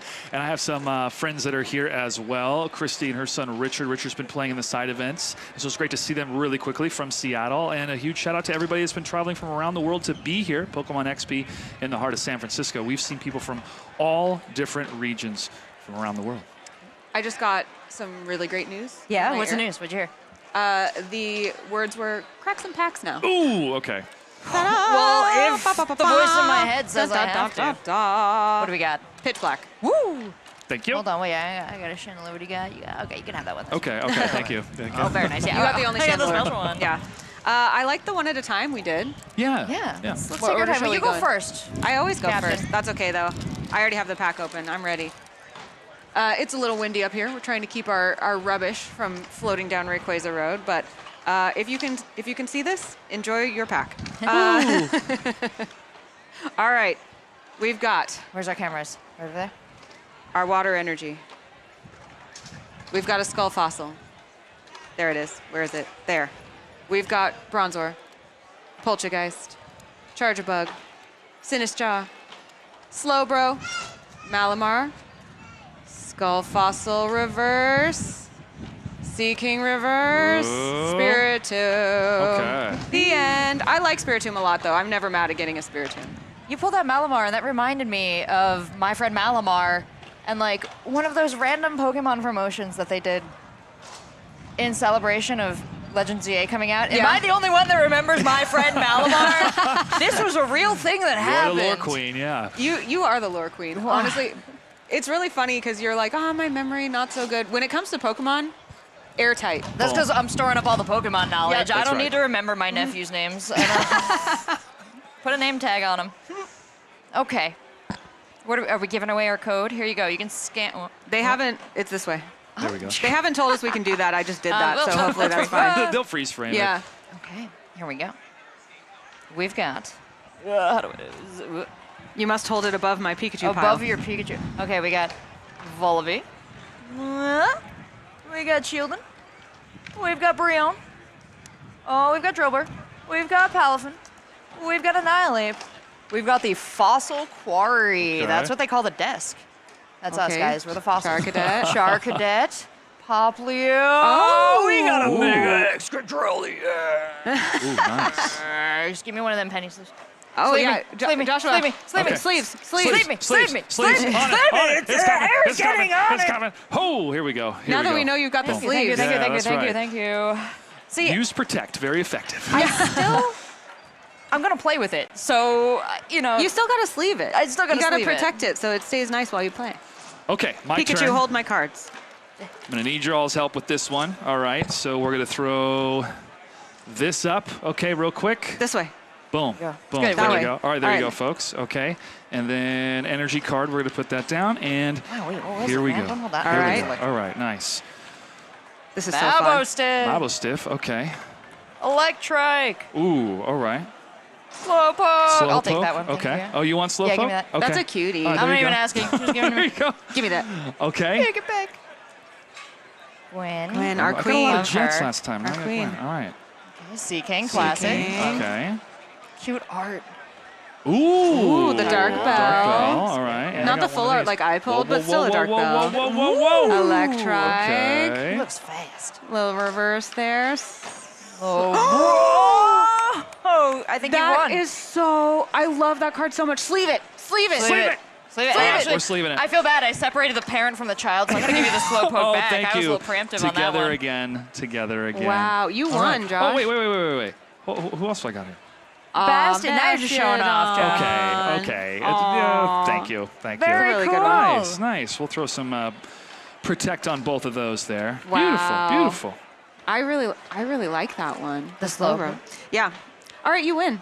What would you like to say to the people at home as the winner of this pack battle? Well, there's never a time not to participate in TCG, Pokemon. And as somebody who collected a number of the first edition cards that came out, Generation 1, Alakazam was the first ever hologram one that I got. Oh, and it's wow. still sitting in a notebook, in a box, protected. But I'm happy to go through all of my old cards, or my siblings, because they collected a number of them. And my sister Victoria actually traced and drew a lot of the different characters based off the cards, and we framed that tracing, and it's still in one of those boxes. We're moving out of the family home, and everybody's over at Virginia Beach, but it was really cool to go through a lot of that stuff before this event and just feel all of the nostalgia of those feelings. And now I get to add to the collection, so I'm very excited about that. And pulled at the desk, too. That's kind of special. Yeah, well, thank you very much. Put that on the fridge. Keep it in the sleeve. Absolutely, absolutely. All right, now the time has come, my friends, to hold back the wind. We're donating these cards. They're flying now. I'm going to put them under the playmat. I'm going to put the Pikachu If you're not familiar with this game, it's very simple. One of us attempts to draw a Pokemon from memory, the others attempt to guess. There's no real winner, no real loser, except for all of us at the same time on either side. Who would like to go first this time? Did you draw yet, Rachel? No. No, you didn't. Okay. It's your turn. Okay. Here, I'll hold the pens for you. You tell me, you just pick the colors you want so they don't roll off the desk. I'll take this one Okay. here. Right.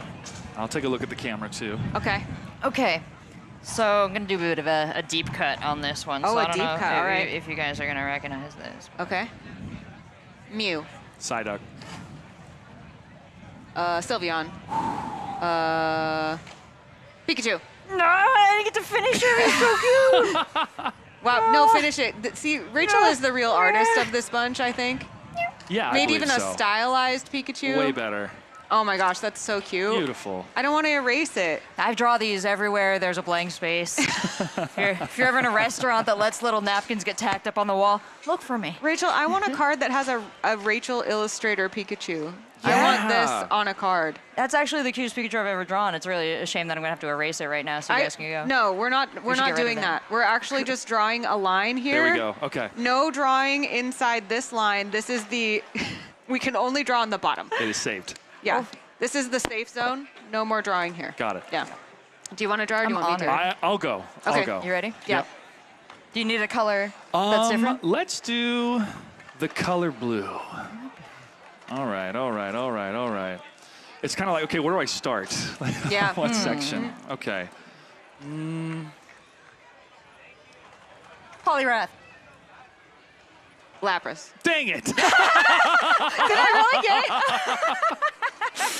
Wait, oh, you're this- so good. This is a testament to how iconic Pokemon are, though. And that single element, that's the shell on That's it. Lapras. Lapras back, right? Probably one of the Lapras right cutest Pokemon here at the event that we get to see in person. And yeah, that's all it took. Nice Wow. work. Nice work. Well done. Well done, actually, You can erase that one. Amazing art. I will erase this one, but carefully, not without honor. All right, is it my turn? It is your turn.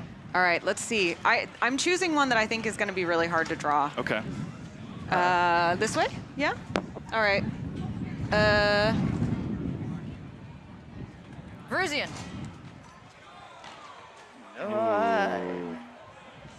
Are we getting... I'm going deep cuts. Is this Rayquaza? No. Oh, is it Dreamy?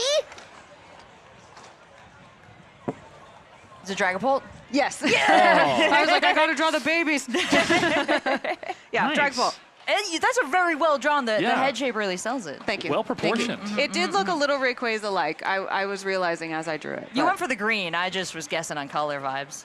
Yeah. I don't know what this pose is either. This is The flexing. Yeah. strong Dragapult. That's right. Yeah.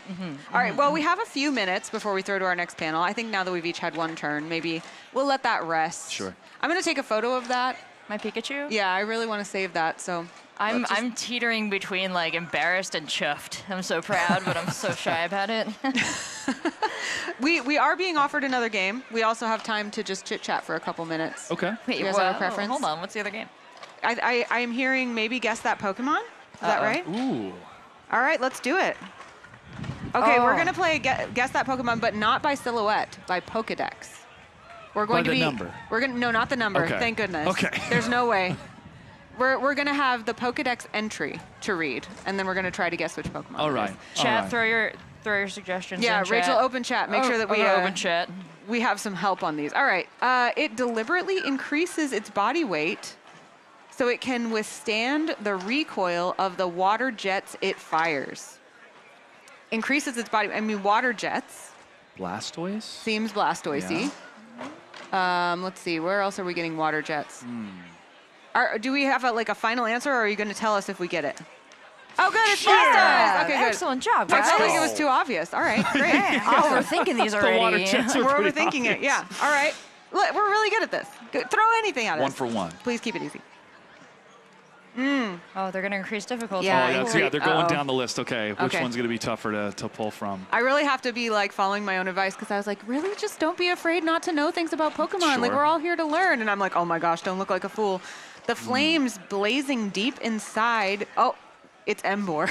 I guess Emboar. Is it Emboar? I think it might be. Oh, it's Emboar! It's crazy. We're just love how really the- good at this game. Yeah, the answer is in the question. 2 for 2. Yeah. You know, this is how we did really good on tests. You just got to read the question really deeply. Did you always prefer multiple choice because of that? You're like, wait a second, that Mm-hmm. answer seems to be the closest one. Yeah.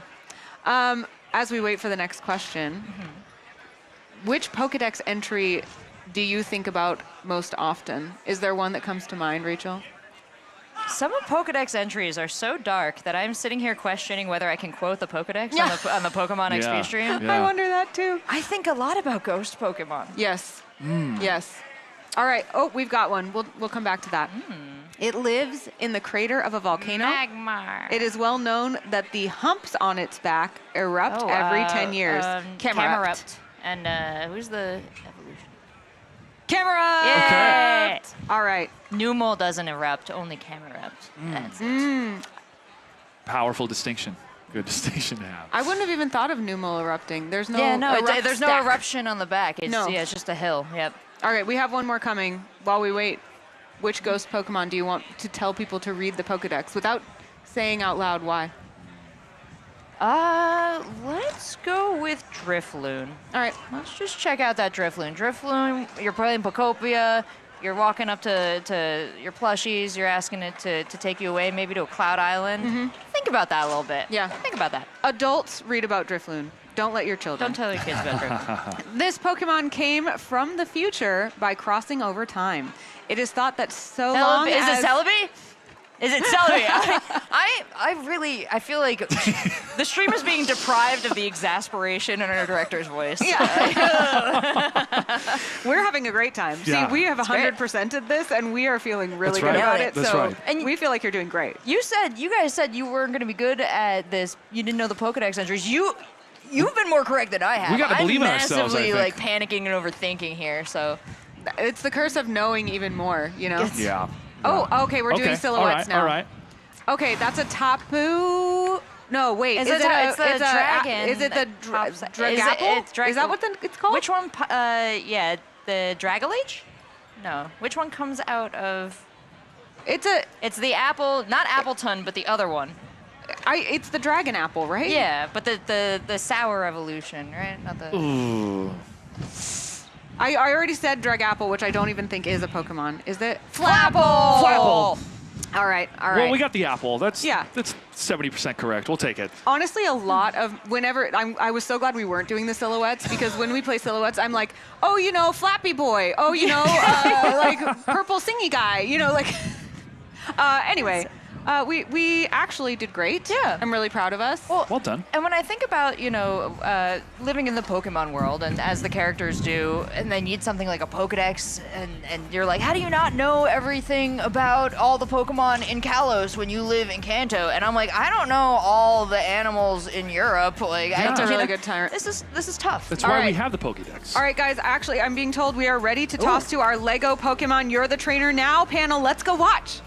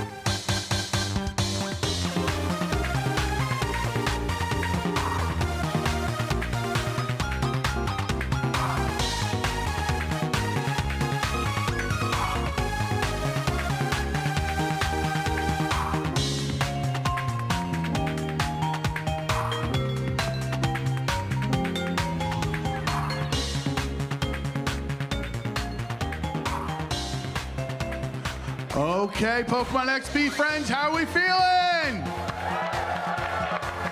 That's great to hear. Our upcoming panel is going to be really exciting. I have 2 questions. Does anyone here love Pokemon? Does anyone love Lego? Well, then this is the perfect panel for you. What are the odds? Let's have our journey with Lego Pokemon. You're the trainer now. Please welcome Lucy to the stage.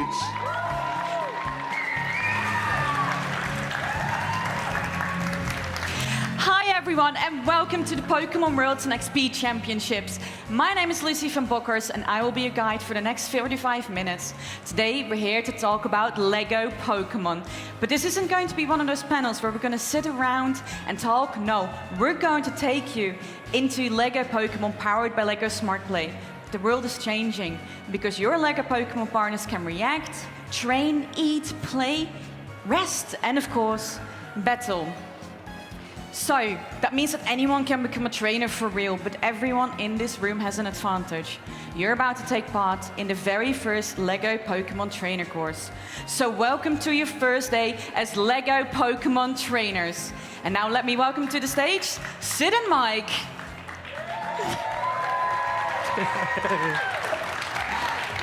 Hey, hello. So Sid and Mike, tell me, who are you guys and what did you do for Lego? Should I go first? Go first. So I'm Sid. I work at Lego back home in Denmark at Lego Group. I'm the creative lead for Lego Pokemon. And my job is to work with the design team, which is a massive design team of designers who build models, graphics, make new elements, interaction design, bring it all together in an assortment. So I lead a team of awesome designers. And my name is Mike. I am an interaction design lead for Lego Pokemon. And my job is to lead the interactive team that are building all of the Smart Play experiences. So how long have you guys been waiting to finally show people what these creatures can do? I think 4 years for me, longer for you. I don't know. Same, around 4 years. So it's been a while. We are super excited to show you. And on a scale from calm Pokemon professor to completely overexcited trainer, how are we feeling right now? Excited and nervous, but excited. Yeah, crazy excited. Like, I can't wait to show you. So, I'm sure everyone can see, but we've got a few awesome sets here. We've got Charmander, Garchomp, Mewtwo, Eevee. Yeah, we've got badass Charizard here. We've got so many sets. There's something for everyone here. So you two, I want you to pick the favorite ones that you have worked on. Your favorite Lego Pokemon creatures. All right. Show them to the audience. I'm going to go with Squirtle for this one. Yeah, so I'll have to pick Pikachu. So as we just mentioned, we have been working on this for around 4 years.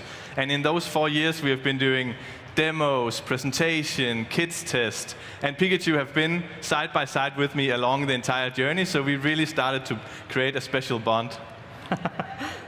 I think for me, it's all about when I first started playing the games. Squirtle was my first partner. And to be completely honest, how cute is Squirtle? Like, he's so cute. And for me, it's all about also the interactive play. Squirtle, to me, sounds the best. The amazing sounds from the Smart Brick are what I'm here for. So Squirtle for me. So before we dive into the details, I'm sure there's some of us here who don't know what Smart Play is. This is the Smart Brick, and can you guys tell me, what is Smart Play all about? Yes, for sure. I would like to show you rather than tell you. So let's actually start by bringing the star of the show to life. So if I take the Smart Brick and I put it into Pikachu, I'll do it over here at the mic. What you will hear is Pikachu comes alive. So the Smart Brick is turning Pikachu on. It is bringing Pikachu to life, and it's the real magic. Now, when I take Pikachu and I move it, you will hear little footsteps, and you'll hear Pikachu kind of like responds to it. So the Smart Brick that sits inside Pikachu senses movement. The Smart Brick also, if I take Pikachu like this, and I put it on the back, and I tickle it a bit, you can hear Pikachu starts laughing. I'll do it on the other hand. Thank you, Sid. There we go. So the Smart Brick can also sense orientation. And the Smart Brick is a super smart device that can do so much things. So in some of the sets, we are sensing colors, we are sensing light. If I take Pikachu and I'm shaking it, Let's do it like this. You'll hear electricity build up and Pikachu delivering a big electric charge. So the smart brick can also send shakes. And if I continue doing this for a bit too much, let's hear it. Pikachu becomes dizzy. So you can also overdo it. Pikachu is of course an electric Pokemon, and we have built in that it have an electric move. So that's what we see here. So at the core, the smart brick is a little console, basically, that together with the smart tag, so in each of the Pokemons across the entire lineup, there sits these things that is smart tags. So in here, let's see if I can see the camera, you can see Pikachu's smart tag. And if Sid opens up Squirtle, you will see Squirtle's smart tag. Ooh. The smart tag is what tells the brick what to become. So the smart tag have all of the information like the voice of Pikachu, that Pikachu is a walking creature, that Pikachu is electric, and it just starts the smart play activity. So we see it as kind of the heart of the creature. That's why it's built in, and the smart brick also goes straight in. And across the sets, so for example, we're going to show Pikachu's treehouse in a bit, there's other types of smart tags. So for example, there's foods, there's training, and there's healing sprays as well. So the smart brick senses what the trainer is doing, and then the Pokemon reacts to it. I think what I want to also point out is all of this is built into a classic Lego brick. So it's the 2x4. Everyone knows what this brick is. So for us, it's all about delivering a product where it's part of the Lego system. So as we have a system in play, we can start building products from the smart brick and with the smart brick. That's very cool. So does that mean that with this brick, I can bring any Lego Pokemon to life? Yes, for sure. So the smart brick is, at the Lego group, we love systems. So the smart brick is, of course, also a system. So if Sid takes the smart brick I just used in Pikachu, he can use the same in Squirtle. So you can take any of the smart bricks from anywhere and use with any of the builds we have up here. Yeah. So let's see Squirtle.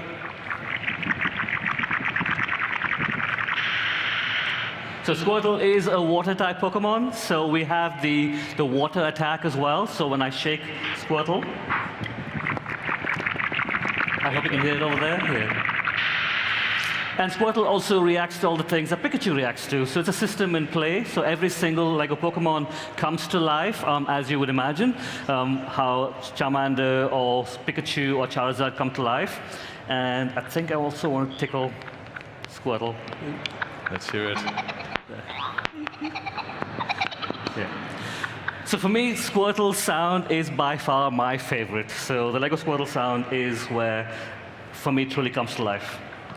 And also, we can bring other Lego Pokemons to life. So here, for example, Charizard. I'm going to put the mic under so you can actually hear it.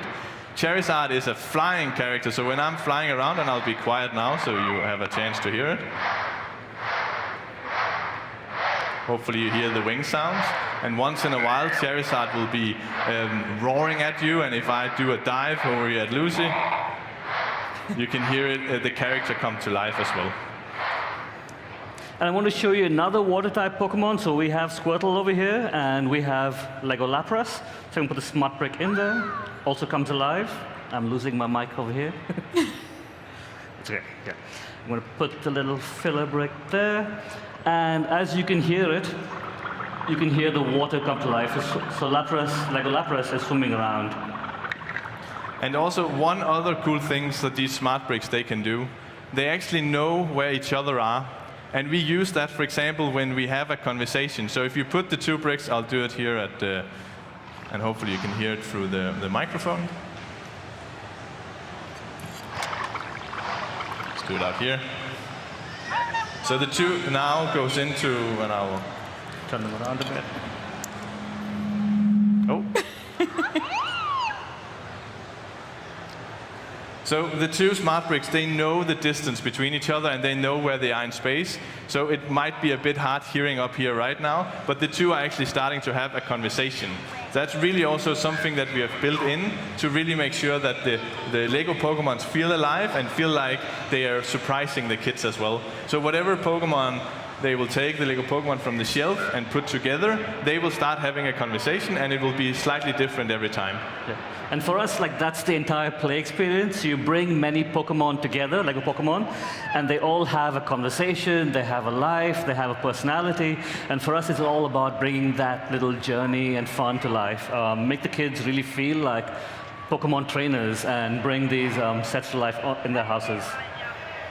So before we go any further, I have so many questions for you. So let's dive deeper. What did you want the first wake-up moment to feel like for these creatures? Yeah, for sure. So the first wake-up moment is like the first time the kid experiences what Smart Play is doing. So we wanted it, of course, to feel a moment of magic.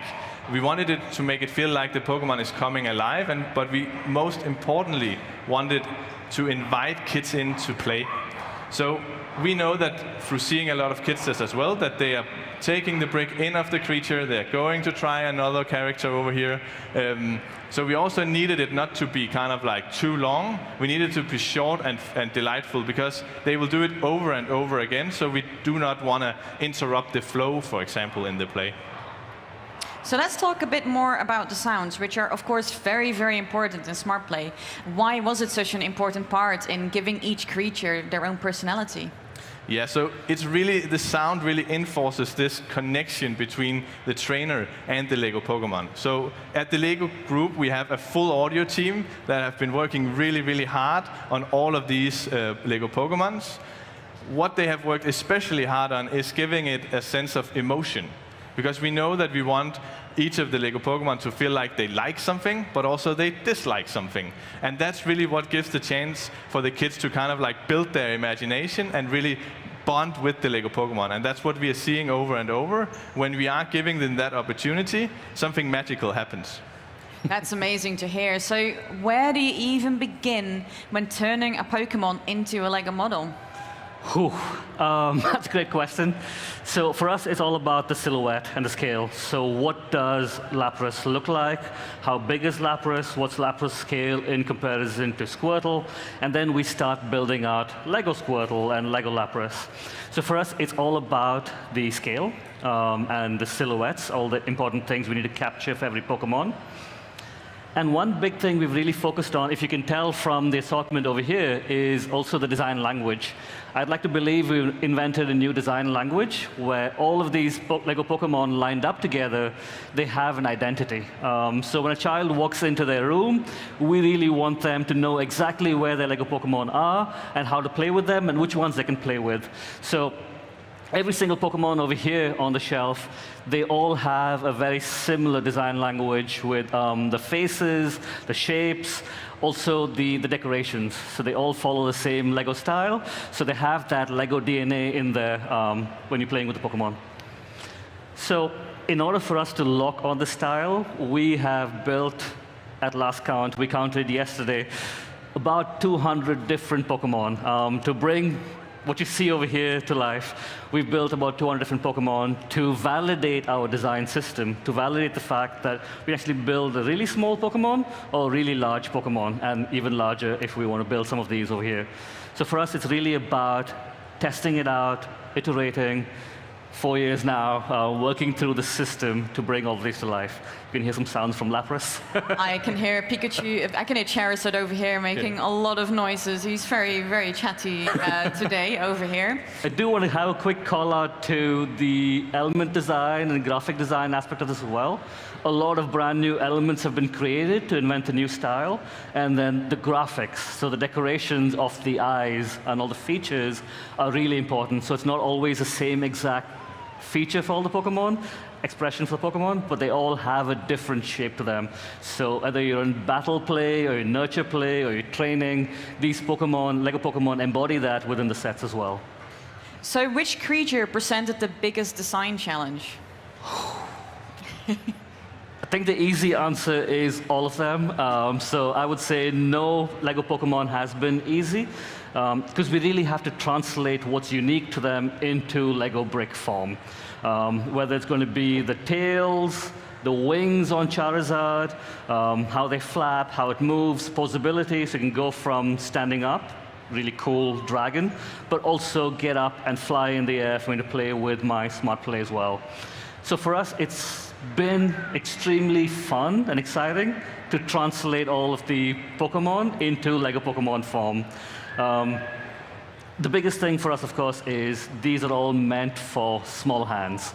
So they have to fit into a child's hand, starting from 6 years and going all the way up to, I won't tell you how old I am, but all the way up to my age and beyond. So we really have to have these Pokemon fit in their hands, be robust enough for play, for training, which we'll show you later, to fly around your room, to swim around. These shouldn't be falling apart. They should be robust. So for us, it's all about ergonomics, safety, strength, and portability. So all of that comes together in a play experience. And that's why I think every single Lego Pokemon has been incredibly difficult to do, but very rewarding. Anything you want to add to that, Mike? Yeah, maybe just a bit on the sound. So I'm just going to over here because we do have a bit of a special case in Mewtwo. Mewtwo is a very special Pokemon for a lot of people, and also for all of the sounds, for all of them, we have worked incredibly close with the Pokemon Company International to kind of get the tone right of all of them. Mewtwo is probably the one where we did most design iterations on, which also ended up being that Mewtwo have a few special sounds. So for example, when you put it down and sleep, it's one of my favorite sounds of how Mewtwo snores in this case. So which model changed the most between the first sketch and the final version? I would have to say Pikachu. Being the mascot of the Pokemon universe, Pikachu was the first one that we developed as well and built in Lego form. And we've been through several iterations of Pikachu. Again, like 4 years of this means, actually I don't know the numbers, like easily several hundred iterations. And that doesn't mean Pikachu as the whole form changes, but we'll have tweaks to the ears, tweaks to the tail, make them strong enough that they don't fall apart. So I would say over hundreds of small design details and changes go into making every single Pokemon. But since Pikachu was the first one we made, I think that's been the one that has had the most, several hundred changes. All right, so how did the choice of Pokemon influence the design of the set? Because there's, of course, more than just the Pokemon. Yeah. There are incredible sets with incredible accessories. So let's talk a bit more about that. For us, the goal is to make really fun play sets. And from very early on, from day one, for us, it was not just about the Lego Pokemon, it's the context of the Pokemon. So where do they live? What stories can you tell with them? What do they eat? Where do they sleep? How do they train? So for us, it's really about bringing those stories to life, which means all of our sets also have play starters or story triggers that we have in there. So we don't always need to have the smart brick. In fact, every single set just works out of the box.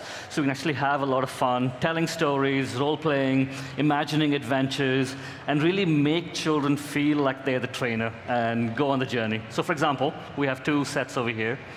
We have the very famous Pikachu treehouse. So a trainer in the world out there has built this treehouse for their favorite Pokemon. Pikachu is their partner, so they've built something for them out in the jungle, out in the wild.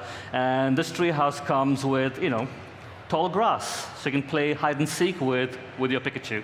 So you can hide Pikachu behind there and try and catch Pikachu. I keep saying Pikachu, but Lego Pikachu. And then we also have a little area here to train, so I can actually get my Lego Pokemon, Lego Pikachu, much stronger and train them as well. And then we add small details, a little staircase over there, or a ladder, so kids can role play climbing up and going up here and getting to the bed. But of course, the bed also transforms into a makeshift kitchen, so you can also make some food over there and really play out that journey of Pikachu's been on an adventure, come back home, make some food for Pikachu, and then maybe have a little nap. And some examples are adding like a little bit of a brush over there. So we've seen a lot of children love small details they can use to play with their Lego Pokemon. So they take out the brush from there, and they imagine after a long day of battling and adventuring, they can go and brush Lego Pikachu's hair, Lego Pikachu's studs, Lego studs.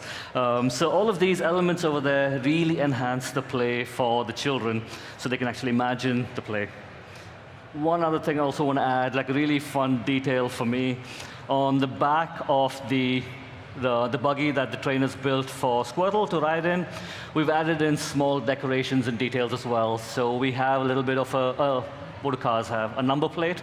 So we call them back home. And that one says, there's a trainer. So a water Pokemon loves the Pokeball, so trainers caught that. So small little stories in there as well for children to role play. Here we have the remote control that controls the buggy, and the remote control has a little story, so it shows you where north is, has a little symbol for a water type, and it's showing you areas where there's fire. So your Lego Squirtle has to go on a mission, go to these spots over there in the world and put out the fire. So all these small story starters and triggers really help children to feel like they're living an adventure with their partner Pokemon. So we've learned a lot about the behind the scenes, of course. We've seen how to take care of them. We've seen how to train them. So what is next, guys? Can I start with showing some of the interactive play in the house? Of course you can. And then we can show off some training as well? Of course we Great. can. So I'm going to bring Pikachu back to life. So taking the smart brick, waking it up. And here we have Pikachu. So in the Pikachu's treehouse, we have a few other smart tags. So for example, over here, there's the training tag. But I'm going to start here.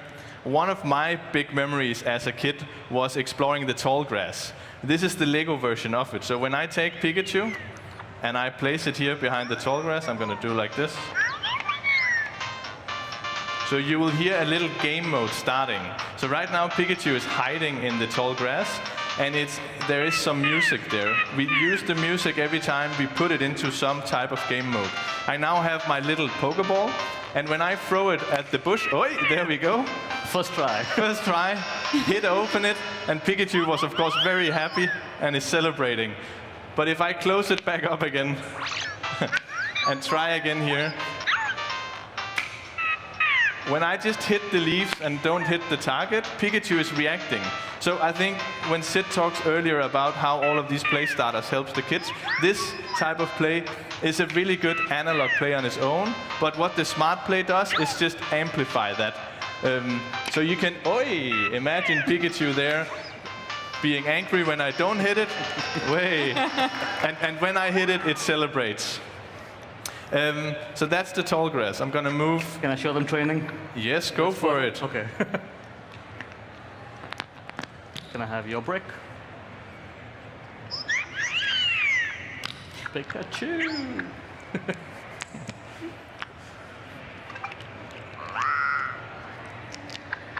So I want to show you the training come to life in the training house.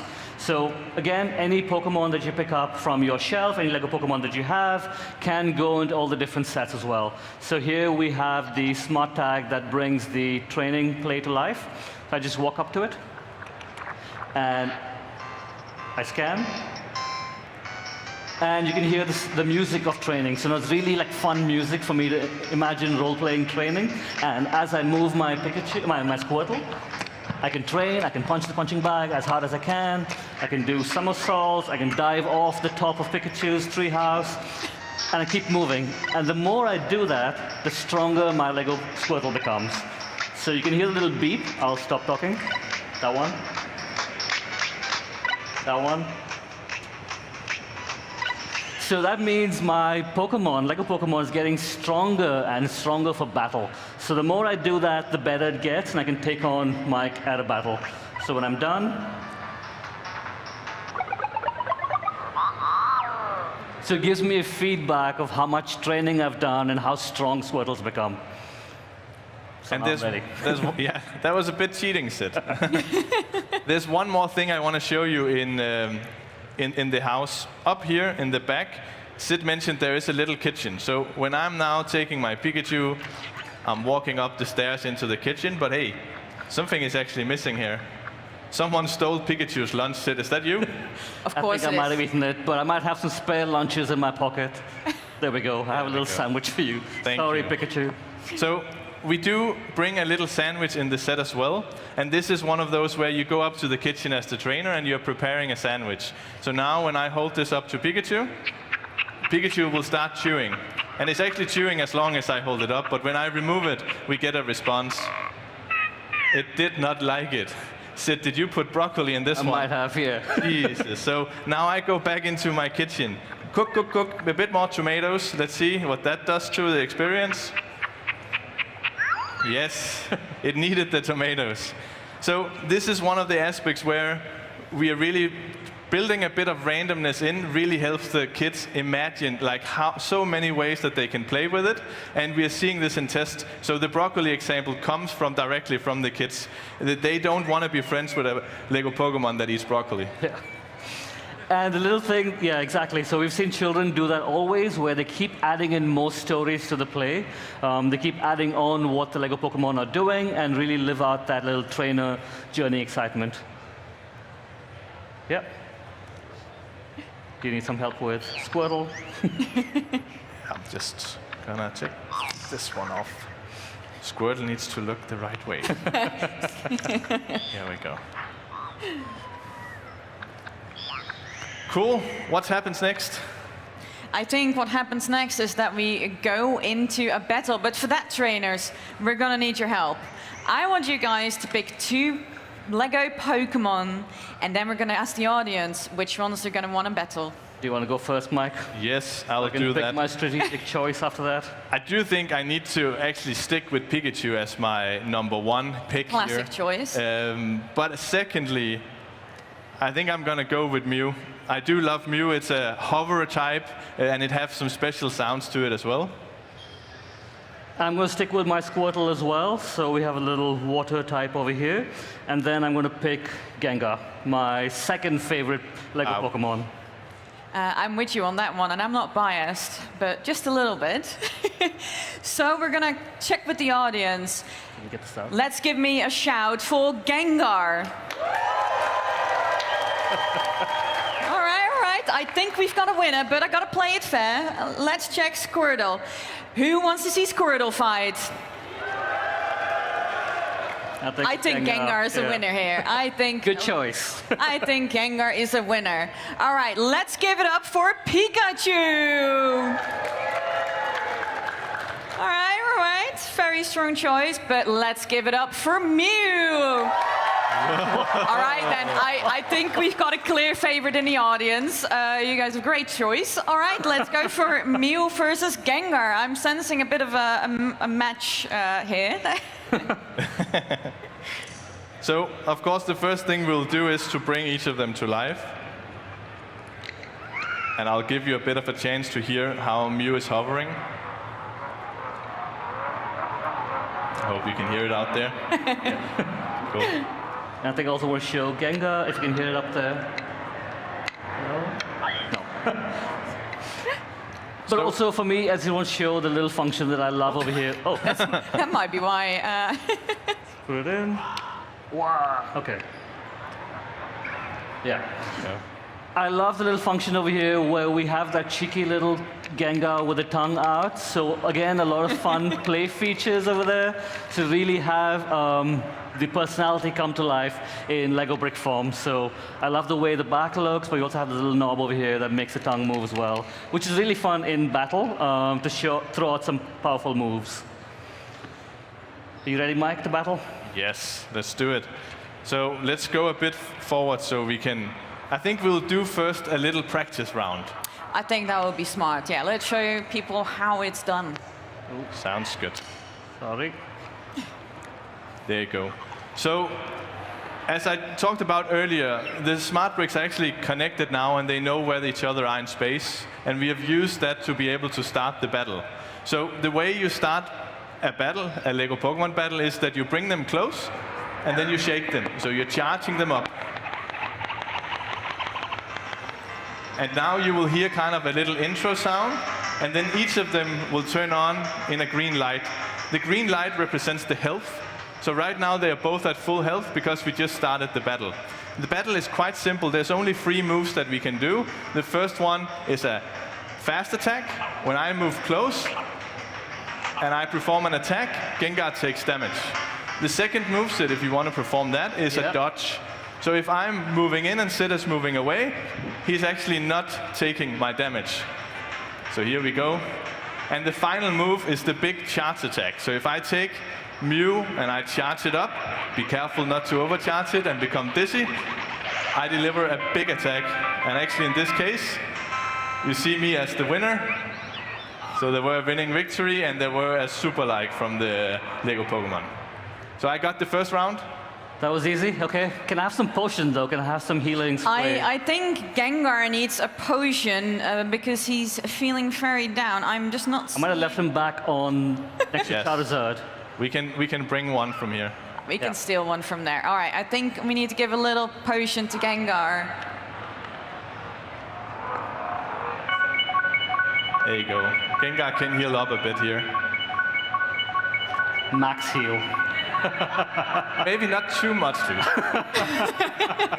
I'm biased. I'm sorry. I'm ready now. Okay. Okay. Let's see how a battle looks like. Yeah. Are you ready, Sid? I'm ready. Action poses. Yeah, I need to see your best action poses. Come on. Oh, I see some powerful moves here. There we go. We're starting. Charging. Uh-oh, that's early. Whoa. No. Come back, Mike. Here we go.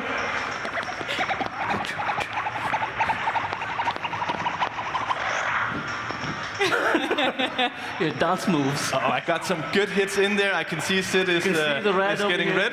which means Gengar's weak.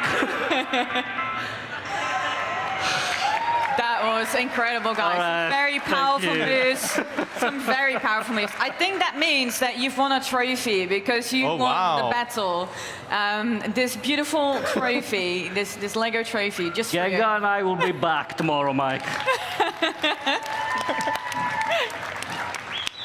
But of course, every great trainer knows that battle is only one part of the journey.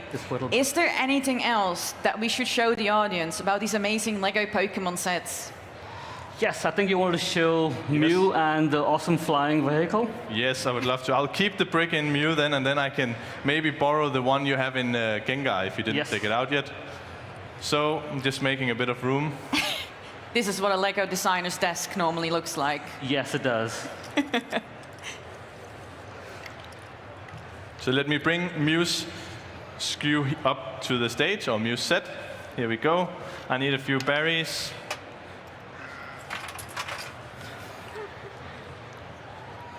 So here we go. Let me put these in. So this is one of the compatible SKUs, which means it doesn't come with the smart brick. So of course, from the very start, the play needs to be fun. So here we have the drone shaped like a Pokeball. And I don't have a brick in right now, Sid. And the play here is that Mew, of course, the kids can decide how they want to do the. Oh, there we go. I'll put this down here. Can you hear it out there? Perfect. So Mew now is hiding behind the wall, similarly to the tall grass, and I'm flying as my trainer with my buggy, with my drone. And I have a little thing I can do when I find Mew. So out here I can be dropping, I can be dropping my berries. Ah, so close. I'm gonna try it one more time. And hopefully hit the bullseye. There we go. And in this way, Mew is also happy that I found it. So you can play it this way, but if you have a second smart brick, or you can take the smart brick from Mew, of course, and I'll show what it sounds in the drone. We're going to use both hands here for the microphone. So in this mode, it's a drone that is flying around. Hope you can hear it out there. And there is something really cool about this drone is that I have a little radar. So when I put that up, it starts the radar mode. And now when I'm flying around, it's beeping once in a while, but if I'm getting close to Mew, here we go, there were Mew. So the kids can role play that they're flying around the world looking for Pokemons. And when they find them, they can drop the berries through the temple and they can discover them. So it's a kind of a little fun drone with you flying around looking for Pokemons. Searching out there. If you turn it, here we go. Slap was here, okay. And I do want to show the Lapras and Eevee set as well, because that's really fun play for me. So over here we have the Lego Eevee. Mike, can I have a smart brick from you, please? And I'm going to bring Lego Eevee to life with a smart brick. And we have Eevee over here with me, along with Lapras. So this whole set comes with a small scene with a treasure, hidden treasure, sunken treasure out in the wild. We have a map that we use to try and find the treasures. Again, you know, the role play elements, the story elements. The children have all of that to use to imagine stories. So we have a map with a little red X, which will show you where the treasure is. And of course, Eevee cannot swim. Lapras can swim, but we provide a raft, a fun raft that's been made from the shipwreck that Eevee can use to ride around and be taken to where the treasure is. And when I get to the treasure, when I pull the mask down, I don't know if you can see it on camera, it opens up to reveal a treasure chest, which has another smart tag with treasure. So I can use my Lego Pokemon to scan the treasure. And now I have a little game where I can go collecting all the coins out in the world. So as I have Eevee and I explore the world looking for coins, I think you can hear that out there. So as I'm moving around, I'm collecting all the different coins that are there for me to find. And Mike just gave me some free treasure as well. So we have treasure over here. I can go and pick all this up and put it back into my raft to take back to my hideout. So when I put it down, Eevee now will tell me how much treasure it's collected, and that's a really exciting role-play element for the kids to go looking for treasure, hunting for it, to bring it back. So for us, it's all about bringing the stories alive with just the Lego bricks and the Lego sets, and then when you add the smart brick to it, there's another layer of stories and role-play kids could be doing. That's really cool. So I think we've got a bit of time to maybe show Mewtwo and how it releases. Yeah. Because I think that's such a classic moment for so many trainers. So I think we should show that off as well before we give our partners a well-deserved rest. Do you want to show? Do you want to show the function? Yeah. So what I also like about this model over here is, of course, you have Mewtwo, amazing Pokemon, so made in Lego form. It is in the tank, and in order to get to Mewtwo, you need to break Mewtwo free. So we've made a little function over here where I can twist this knob over here, and that breaks the capsule, and now I can pick up Mewtwo and fly around with Mewtwo. So what we have here is Mewtwo, and I'm going to take out the placeholder. Do you have a brick? Okay. Yes. And I'm going to place it in there.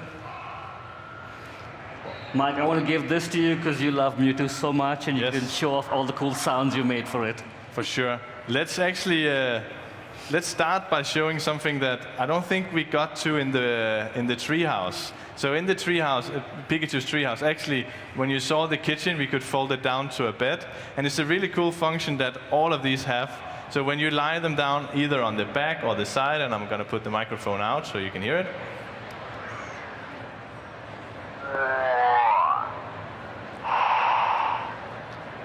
So they're falling asleep. I can hear him. I can hear the snoring. Cool. I can hear the and snoring. This is one of my favorite sounds that we did for Mewtwo. It's special compared to a lot of the others. The others, like the small Lego Pokemon, sleeps one way, the large sleeps another way, and Mewtwo is the only one that sleeps with this more inhale-outhale sound. It doesn't snore like the others. And I want to bring Eevee there as well for a quick nap. Let's hear Eevee. Hello, Eevee. I'm going to leave the microphone here.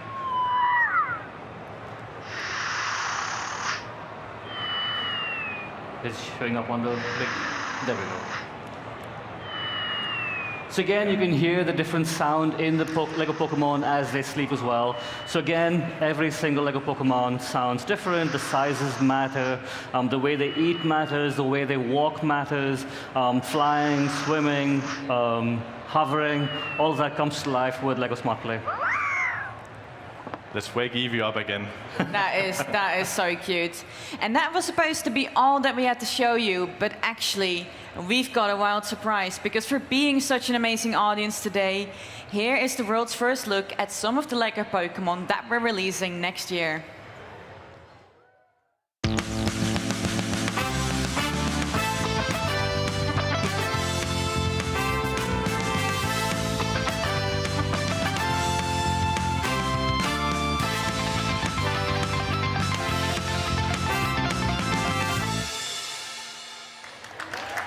That is, of course, if you can identify them all. And that's it, trainers. You did it. You chose your first LEGO Pokemon partners. You helped us wake them up, train them, care for them, and guide them through their first battles. But no trainer journey ends after the first battle. At the LEGO Pokemon Trainer Experience, you can experience the full trainer journey for yourself. You can meet the LEGO Pokemon partners and discover LEGO Smart Play and put everything you learned here today into action. You can also build your own trainer trophy, which is this one here, together with a trophy smart tag that's currently available only here at the Pokemon World Championship. So don't miss your chance and head on over to the LEGO booth, which is right around the corner from here. To the designers, I thank you for being here. My LEGO experts, Mike and Sid. Thank you. And of course, thank you to every trainer who trained with us here today. Your journey begins now.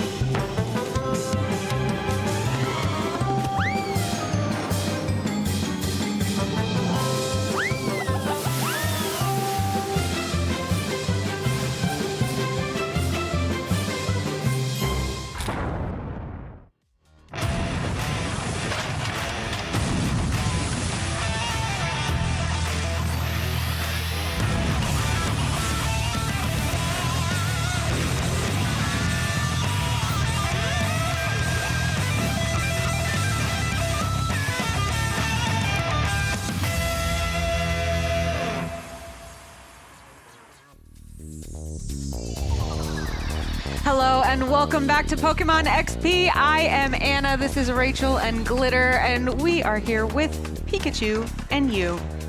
Celebrating Pokemon. We've had such a great day 2 so far. What has been a highlight moment for either of you?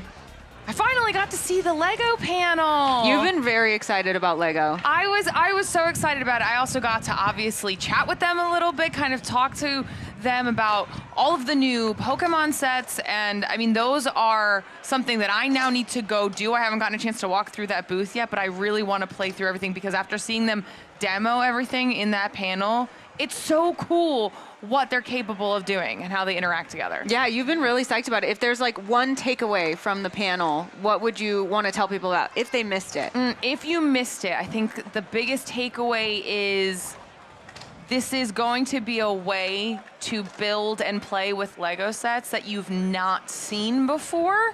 So you have to try it out, especially if you are a fan of battling in Pokemon. This is everything you could possibly love, all mashed up together in one. I love it. Rachel, what about you? I'm still thinking about the Lego panel and the coverage that Glitter did because I'm watching them play with these toys on the panel and I'm like, oh, that's how we play with toys. Yeah. And then they made it do something so cool. I am constantly blown away by the innovations that are coming to like the toy and play space through Pokemon. Yeah. And if I have to think back to like, wow, what my special moment here today, it's just been watching people find new ways to play with each other. There's the scavenger hunts. There's the different ways to play the tournaments downstairs your nephews are playing. There's one that involves the Malamar Cup. They flip over the switch and they play. Whoa. I am constantly learning about things that are happening here at Pokemon XP that I didn't know about. It's almost the end of day 2.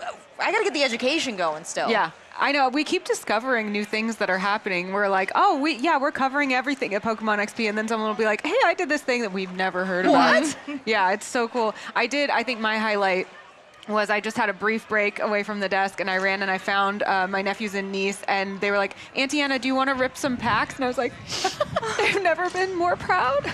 This is my legacy. That's so amazing. We just kneeled on the floor right by the stairs and just ripped some pitch black. That's a core memory. Oh, they are very good luck. You've seen pulling. I have not had very good luck here. Like my best has been that full art Dark Bell.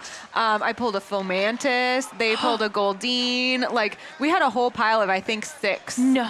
Pretty good hits. And one of them he pulled out a whole booster box and was like, you want to rip the whole box? And his dad was like, not the whole box. Not right now. So that was a big highlight. I was like, can you take a picture of us? I'm going to savor this forever. And they're playing side events right now. That's so cute. I was a little worried. I was like, I'm sorry I can't be, showing you around or, doing anything. Are you guys having fun? And they were like, do not worry about us. We have plenty to do. Yeah, we've had a lot of friends here at the event that were like, oh, I'm so sorry we haven't had time for you. We've been working on the desk. They're like, I didn't think about you at all. Yeah. I was on they were raiding. They were in the Yerba Buena Gardens. Too many See options. so much of that. There's too many options. But thank you, everyone, by the way, who's submitting on #PokemonXP because you are giving us the view of the stuff that we cannot see ourselves. Keep that coming, and especially people who are playing all around the world who are celebrating. Love to see your Pokopia builds. We haven't seen much from the Cloud Islands yet. Have you gotten out on the Pokopia Cloud Island? I haven't gotten to go yet. No. I think I'm saving it for Sunday. I think I'm focusing on absorbing everything that we've got going on all weekend, and then I'm going to cap it off with diving into the new DLC. I see what you did there. Dive in your say. I see that. I like that.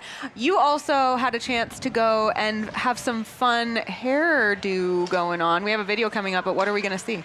I mean, I don't know if you can... Are your sparkles? I see the sparkles. You can see the sparkles. There is some glitter. It's like glitter exploding all over on up here. There's even some down here. It's probably slowly falling out. However, this is just kind of scratching the surface of what you can do for your hair options with Furfrou. And I think that it might be one of my favorite things I've done. If I could have sat in there longer and just let them play, I would have, because there is hair tinting, there's hairspray that is colored, there's glitter of various shades, there's tinsel, there's colored hair extensions. I mean, it's the full rainbow of options for what you could decorate your hair with. And that's not even counting the glam booth for the ColourPop Eevee Evolution inspired eye makeup, Anna.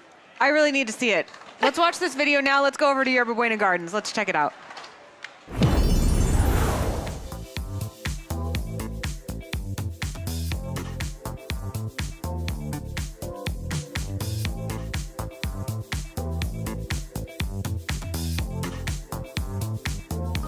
I was just walking by, then I had to stop in because I saw none other than Lena Lemon. How are you? What are you doing here at Pokemon XP? Hello! I mean, I'm here to get my hair done, as you can see. Do you like it? It looks so cute. I love the pink color you chose. Thank you. It's one of my favorite colors. Well, I know that about you, but for everyone watching who doesn't know about you, tell us about yourself a little, Lena. Hi guys, I'm Lena Lemon. I am a content creator and I mainly focus in anime, TCG, and gaming and all things nerdy, as we all love. I think, if I remember correctly, you are an excellent cosplayer as well. Thank you. You've done some really fabulous looks. Have you ever done a Pokemon look? I definitely have. I've done a gender bend Ash. I've done a cute little Pikachu. I think Pikachu might have been one of my first cosplays. Are there any Pokemon cosplay that you really want to do that you haven't done yet? I want to do, maybe like Nurse Joy. Yeah. Cosplay is one thing, but how about your day-to-day fits? Are there any Pokemon that you feel might inspire like a, just regular going out outfit? You know what? I wouldn't say going out, but staying in. Yeah? I feel like a lot of my loungewear and sleepwear are baggy Uniqlo Pokemon t-shirts. You know the ones I'm talking about? Oh, yeah. I have a lot of those. I love those Uniqlo shirts. I've got a lot of them here. And coming to Pokemon XP, have seen so many cool outfits, so many pieces of Pokemon fashion that I've never seen anywhere else, and I want to get my hands on it. Any cool fits you've seen walking around the event? I gotta shout out this one girl. She was dressed out like a Flareon. It wasn't a cosplay, but it was an outfit inspired by Flareon. And she had the ears and like this orange dress. She looked so good. So many cool outfits. There's so much great creativity here, and so many different ways that Pokemon fans show their creativity. Tell me about your favorite Pokemon in general. Who's your favorite? Umbreon. Umbreon? Why Umbreon? I don't know. I just always loved Umbreon. Also, I love the color black. I really only wear black. So, Umbreon is kind of a dark, kind of cat-like. So cute. You would make a good Umbreon as well. Thank you. Well, your hair looks beautiful. Your salon work is all We like it, guys. You got to take it out into Pokemon XP now. What are you going to go check out next? Oh my gosh, there's so much. I can't even pinpoint one thing. I've only scratched the surface. It is huge. There's like multiple buildings. I'm like, oh my God, where do I start? But I'm excited to just try and check out everything. Well, for everyone who wants to follow your adventures and see what else is to come from Lena Lemon, where can they do that? You can see that on all social platforms, basically, for Lena Lemon. Thank you so much for talking to us today, and congratulations. You look gorgeous. Thank you. You too. Thank you. Oh my gosh, that means so much from you.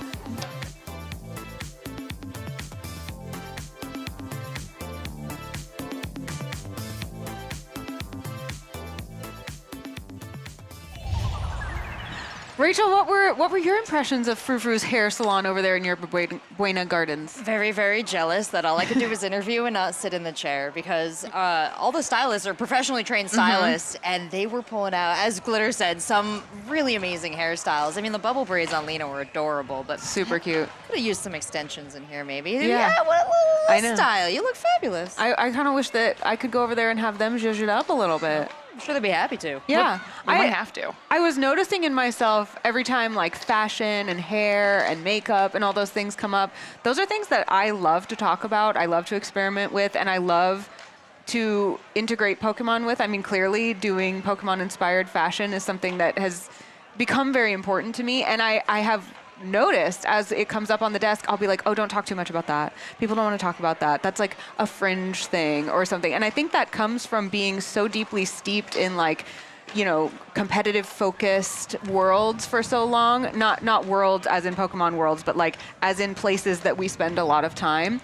And I'm feeling so grateful that Pokemon looked at this event and was like, people celebrate Pokemon in lots of ways, by playing, by competing, by becoming the very best, and also by expressing themselves through different kinds of art, music, dance, and in how they decorate themselves and kind of I'm feeling a little validated, and like I noticed an aversion in myself that I'm like, oh, no, we're not doing that anymore. We are doing this proudly. We are talking about Pokemon fashion and Pokemon makeup and all of that very proudly. Which I feel like is so fitting too, because if you think of any of the games, whether it's the gym leaders or other trainers, like everything is always so individually stylized in the best way to really showcase people's personalities, their personal preferences. Like it is so colorful and exciting in that way that it's perfect as a community to then dive into makeup, glam, hair, fashion, because it literally has been a core of the games for so long. Yeah. There's the fashion models and makeup artists and influencers as gym leaders now. Yeah. And maybe I'm just buying into what they're selling, perhaps. I just think, something that I've really enjoyed is making an outfit that to the average person out there who maybe isn't familiar with Pokemon just looks like a cool outfit. But if you find someone on the street that is as deeply steeped in the lore as you, they'll go, Mabel? And I'll be able to talk to them and know we have something in common. It's kind of like a way to make friends, a little nonverbal signaling. Yeah. Like if you can see me, you can know from 40 feet away that we're gonna get along great. Yeah, and I'm feeling really excited to talk more about that, and seeing it so celebrated and seeing so many people with their hair and makeup done by the event has been really cool. Yeah, and great skilled artists that they brought out. I cannot stress that enough. Like, I'd love to see it, and we've got more fashion to talk about as I understand it. In fact, that is a great segue to what we're going to do next, which is see an interview with Jimmy Paul. Let's check it out. Hey everybody, I am with the Jimmy Paul here at Pokemon XP. Jimmy, it's great to have you here. Thank you. I feel honored to be here also. We have a beautiful display of some fantastic fashion, and I want to dive deeper into this entire world. And first of all, how did this collaboration happen with Pokemon? Okay, so for the 30th anniversary with Pokemon, we decided to collab together. And in February, London Fashion Week, we did a show that showcased my 30 favorite Pokemon, but put them in like a high fashion limelight, basically. And I created these 10 different worlds, and each world sort of invites the viewer to dive into my source of inspiration. And I connected different Pokemon to these different worlds, and from there on, based on their aesthetic, or their feelings, or emotions, or their history, I created different looks. Wow, that's a really cool design process. What was it like to work with Pokemon in general during this design process? Well, in general, first of all, it was really like a dream come true. I always wanted to work with Pokemon, and I thought it was such a nice challenge to really honor the Pokemon, color-wise or backstory-wise, but really build this like high fashion type of garment around it, so that Pokemon fans can really recognize the Pokemon, but also fashion fans can really appreciate the garment for what it is, and maybe not know what kind of Pokemon it is.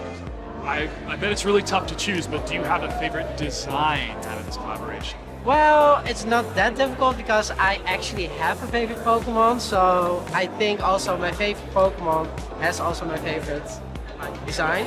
So for me, I love Togepi, and I always love Togepi, and I decided to really like honor Togepi with like a big monumental like avant-garde piece. So I think that one is my favorite. For a lot of people with their creations, there's a little bit of anxiety when it finally gets released to the world. Yeah. What was it like for you to have all of your designs now seen by the public? Yeah, so well, we were lucky that we already showcased the collection during the London Fashion Week, which was really exciting, but that audience is completely different. And now to showcase it here in San Francisco during Pokemon Worlds and XP, it's just like, wow, a different ballgame. It's like so many people are here, and like Pokemon fans, and it's exciting. It's exciting, but also a bit like, I don't know, do they like it? Have you been able to interact with fans, and what's your experience been like so far here at Pokemon? Yeah. So it's great to see like a lot of fans also wearing the commercial outfits that we created for Pokemon Center, and I see a lot of people already wearing our shirts, our jackets, and then I introduced myself because I want to like photograph them, and they're super nice and friendly, and yeah, it's really nice actually. We do have a fashion show, which I'm sure you're very excited about, but give us a little bit of a preview of what we can expect. Okay, so first of all, like fun, positivity, like a celebration, and hopefully, you know, showing the Pokemon fan their favorite Pokemon, or in a fashion moment, or maybe a Pokemon that they never really thought of, like a fashion icon turned into a fashion icon. So yeah, that's what I hope, and that's what I think you will see. I'm sure over these 30 years of Pokemon, you've had a lot of great experiences Yes. that has manifested in these different Yeah. designs. Were there any particular experiences that you were able to pull from in order to work into these designs? Well, I knew this question was gonna come. So actually, I was thinking like, what is the best thing that ever happened to me, like Pokemon-wise? And it's the first time that I like. So this is how I got introduced to Pokemon when I was 11. This is the game that I played, and just the idea that I started with this, going into this is like crazy for me. So I think just this whole collaboration in general, and that this little thing made me a fan, and yeah. That's phenomenal. I think a lot of us have a similar experience, Yeah, I think but so it's too. beautiful that you're able to take it into the next frontier of fashion, and we're so excited to see the fashion show and everything that you brought here to Pokemon XP. Yeah. Jimmy Paul, thank you for your time. Thank you so much.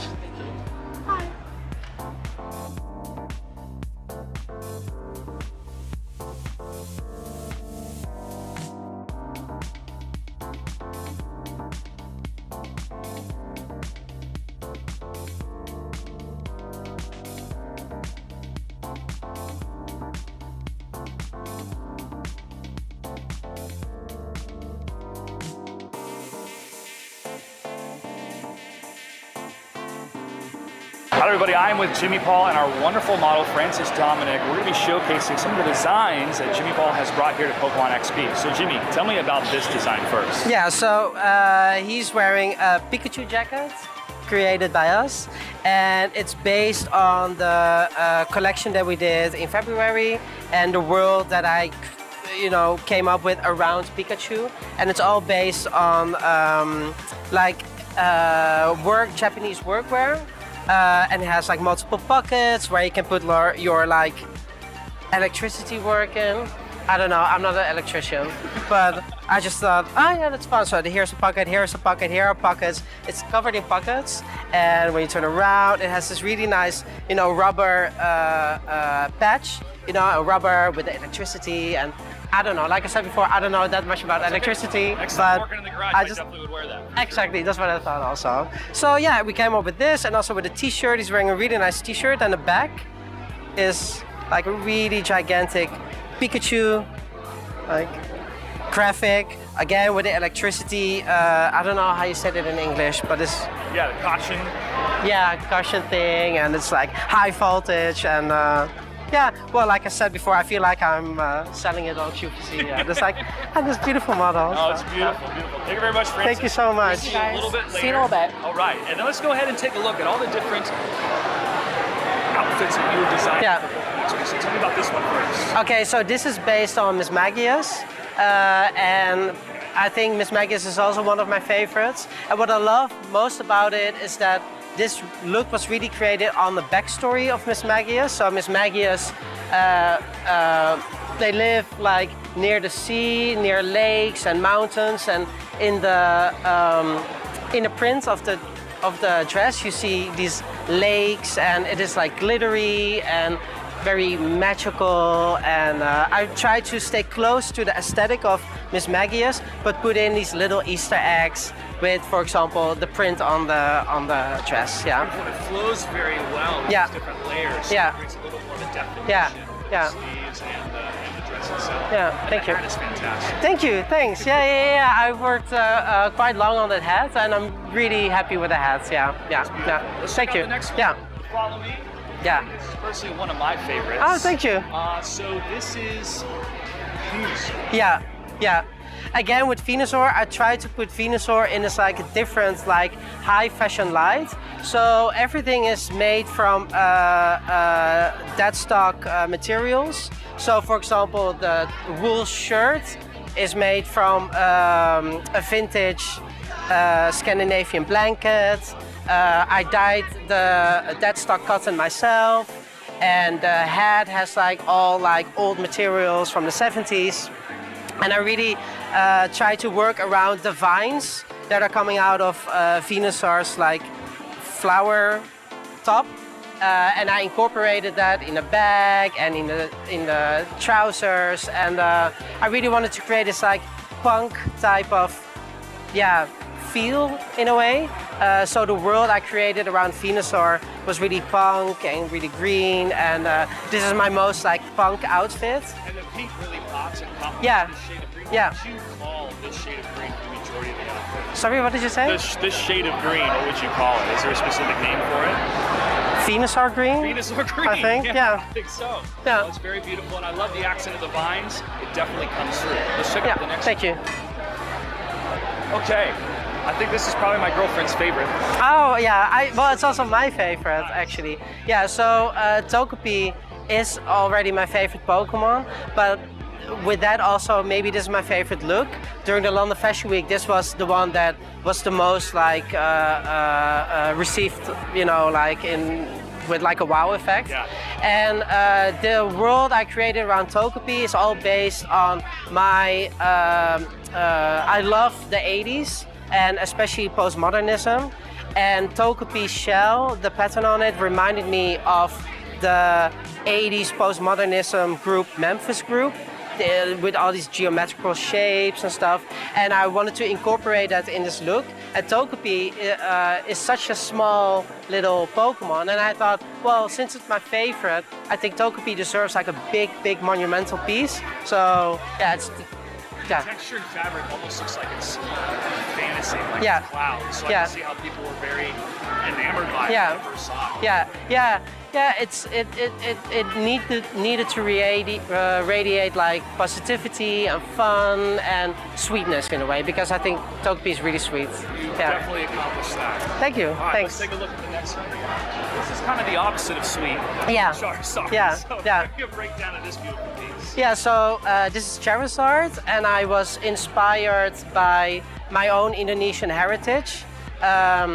And Charizard reminded me of the stories that my Indonesian grandmother used to tell about volcanoes and the island that she came from. And I really thought of this like fiery, volcanic, like almost like aggressive eruption of like power. And I decided to really focus on Indonesian traditional clothing. So the materials are made from traditional Indonesian wax printing called batik. And this is like based on traditional Indonesian wedding gear. And I really wanted to bring my own Indonesian heritage into the world of Charizard, basically. It's so powerful to see the shoulders and how they're shaped and how that can convey power and strength. Was it difficult to find the appropriate size that you wanted when it came to the shoulders? Yeah, because I like everything really big, so I wanted to put them first really big, and I was like, oh, maybe that's a bit too big, and now I think I found a perfect balance, because they sort of represent these like spikes on Charizard's wings a little bit. So I think I managed to do it now quite well. Yeah, thank you. All right, let's check out this one. Yeah, so this is Mr. Mime, and I love Mr. Mime, because Mr. Mime for me is such a weird Pokemon, and he's on one hand like this really dandy person, or dandy Pokemon, but also very whimsical and clown-like. So I thought, oh, it would be great to build this world around Mr. Mime with like corporate gear, like pinstripe suits and stuff, but then add these like whimsical, like clown-like pieces on it. So for example, this is a really restrained look in general. It's really thick material, and it's completely like covered. But I thought, yeah, if I add these like it's all handmade wool that I punch needled myself, it creates this like weird clown-like outfit, but also something that some people can wear to the office. Yeah. In my head, in my world. Yeah. Well, these are phenomenal pieces. Thank you. We're to have you here on display, and we wanted to show our model one more time.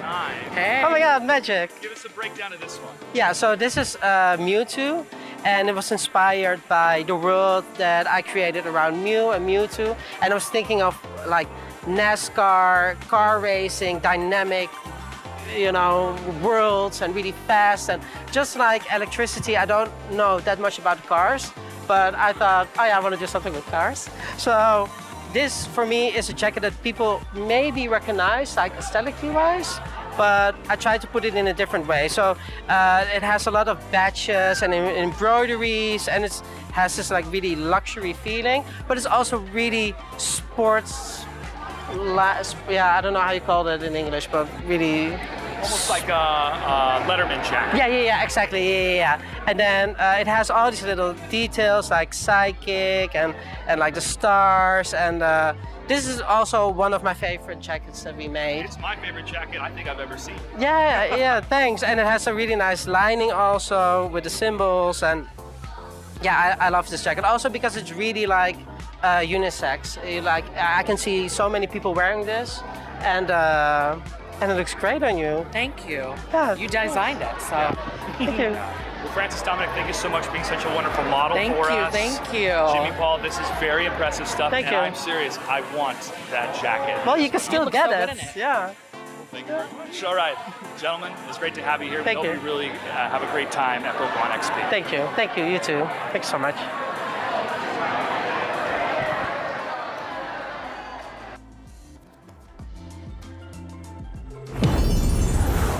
Wow, I'm so glad that they took the time to look at every single garment with Jimmy Paul and have Jimmy explain the thought process behind them.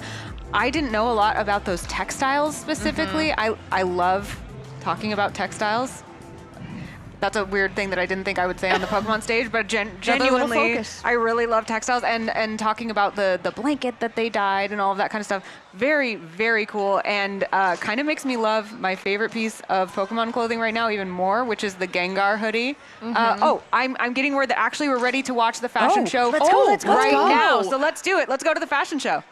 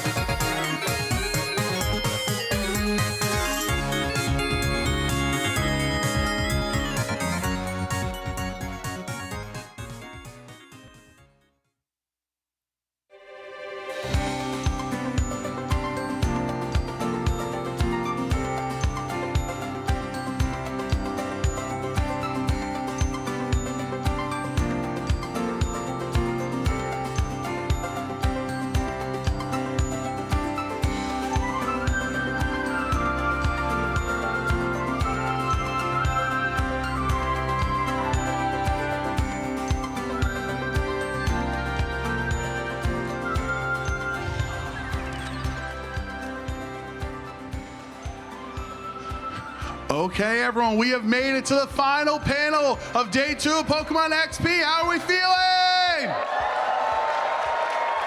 All right, this is gonna be a fun one. It's time, lock in. Let's get fierce for a second, okay? Are you ready for the most stylish event of this weekend? All right, well, it's time for Pokemon X Jimmy Paul by Diffuse Fashion Show. Prepare to be dazzled by a fashion extravaganza with Pokemon flair.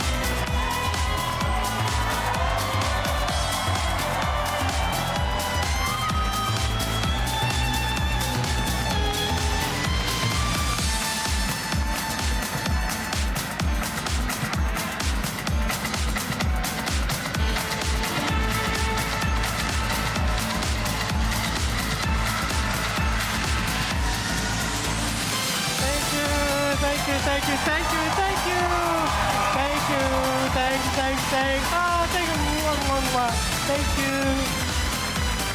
Thank you. Thank you so much. Thank you, Pichu. Thanks to all the models.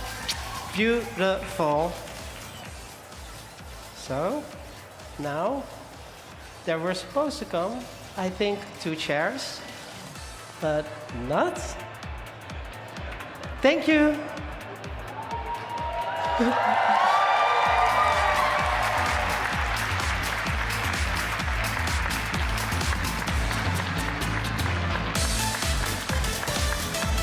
And there's Francis. Thank you. Hello, everyone. Hi, guys. Thank you, Pikachu. As we're waiting for our stools, thank you guys so much for watching our fashion show. My name is Francis Dominic. I am a lifestyle and pop culture content creator, and I'm here to interview our lovely Jimmy over here. Jimmy, everyone please give him a round of applause. He just designed the most iconic Pokemon collection. Thank you. Okay, let's have a seat. So, what a remarkable show. Thank you. Jimmy, how do you feel right now? We're so excited to ask you more about the looks and how you've evolved fashion and Pokemon together. Yeah, so, well, I have to calm down a bit from, like, backstage because there was a lot of, like, rushing. But I feel good. I'm overwhelmed by the people here, and I'm really excited. And it's such an honor to showcase our work here in front of all of these amazing Pokemon fans. So I'm, like, super excited. Yeah, look at all the Pokemon trainers here. You guys all look so good. Okay. So what piqued your interest in fashion and subsequently became an iconic fashion designer? Oh, well, thanks. I graduated like a few years ago from Art Academy, and I wanted to be a children's book illustrator. And then one of my teachers said, actually, fashion should be, a good choice for you. And I was like, oh, okay, really? And then I looked up a fashion designer called Alexander McQueen. Yeah. And I was right away amazed by it. And I thought, this is what I want to do also. Yeah, can we look at those iconic people he designed for? Like, that's fabulous. Yeah, I started dressing Miley Cyrus, Katy Perry, Rihanna. And from there on, I got into collaborating with other brands, and now with like a childhood dream of mine, Pokemon. Yeah, no, that's truly iconic behavior. Now, how did you think of connecting Pokemon and fashion range together? What was your first interaction with Pokemon as a fan to make this happen? Well, so the first time that I ever got introduced to Pokemon, I think I was 11, and I had a Game Boy in the 90s, and I had actually if I can quickly open it, I had the red cartridge. The red. Yes, Pokemon Red. Yes, it's still like it's the original one of mine. I'm sure like a lot of people have it, but I found it at my mother's house and I was like, oh my God, that's the one. And so this was my first interaction, and the idea that from this I'm here, that's just amazing. Like, it really is a childhood dream come true. I would never expected to, do anything like this and this big and with such an amazing, thing like Pokemon. Yeah. Right, Pokemon is that iconic. Shout out to my mom because she bought me my first Game Boy and also Pokemon Yellow as well. I don't know where my mom is, but, oh, there she is. Hi. Hi, Mom. So when I think of Jimmy Paul as a brand, I think of fun, colorful looks that you can't help but be happy when you see. Can you tell us a little about where you find that joy and whimsy? Well, I've always loved using color and fluffy materials and just cuteness in my work. And maybe it comes from the fact that, besides my colorful fashion, I love anything horror movies, horror books, anything, and the gorier the better. So maybe it balances it out a bit. It's like such a healthy balance between horror and then the whimsy of Pokemon. Yeah. So how did you handle combining that sense of whimsy that you as a designer are known for with a brand as iconic as Pokemon? Yeah, so my own work is always, very whimsical, very colorful, just like the world of Pokemon. We both, I think, share sort of the same fashion aesthetic DNA. So it wasn't really a challenge for me to, change a lot of my DNA for Pokemon. It really was like a marriage made in heaven for me. And I think it was a perfect match. It really is. I love your brain. Like, I just love the way it works with the colors. Thank you. And with the characters that we know and love. And then now we have this great product. Thanks. So let's dive into each of the looks that you brought to us from London Fashion Week. Tell us how you identified the design through each Pokemon's inspiration. And first up, we have Primarina. Yeah, so I divided the collection into 10 different worlds. And every world sort of represents a source of inspiration that always comes back in my work. So I'm always inspired by pop culture, of course, but there are certain topics in that pop culture that always come back. So one of them is the 90s surf culture. I love the graphic design. I love the aesthetic. I love these like 90s, 80s wetsuits. And I thought for Primarina, I thought it was amazing, to use the idea of a wetsuit, but then in something completely unexpected, like in wool.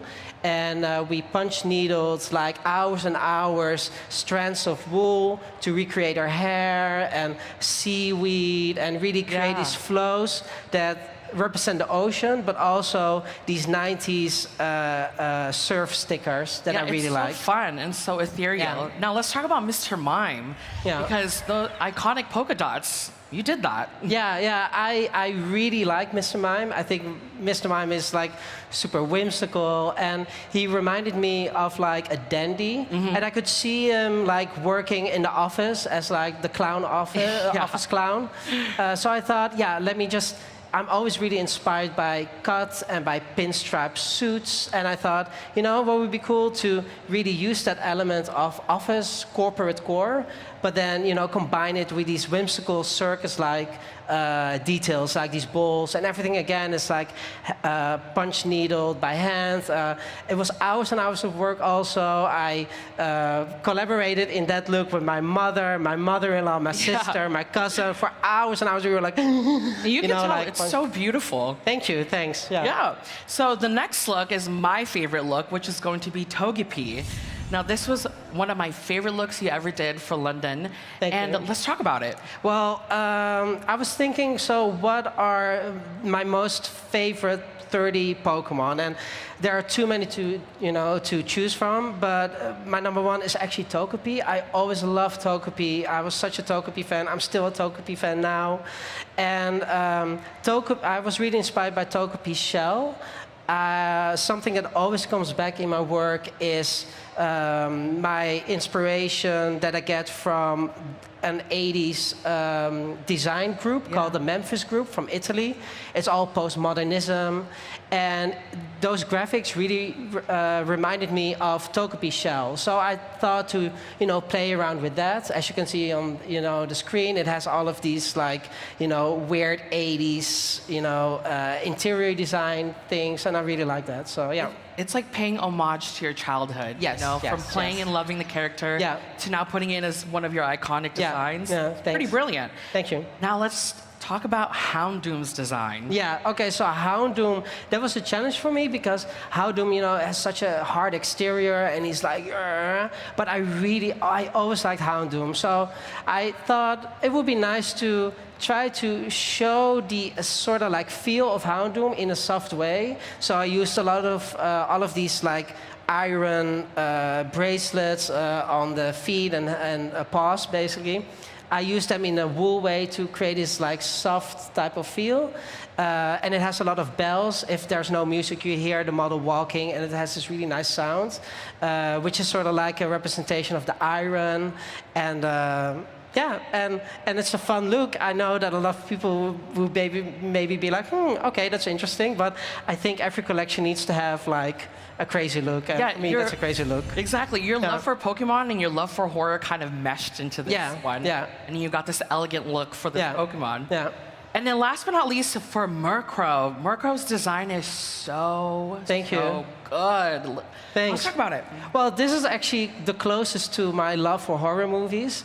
Murkrow reminded me right away of this 1900s Edwardian European Western fashion history that I always get so inspired by. The corsetry, the use of fabrics.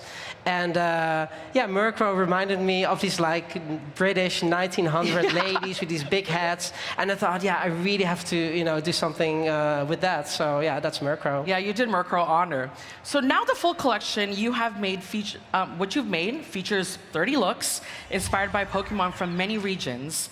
What was the process like selecting which Pokemon you were going to make the looks for?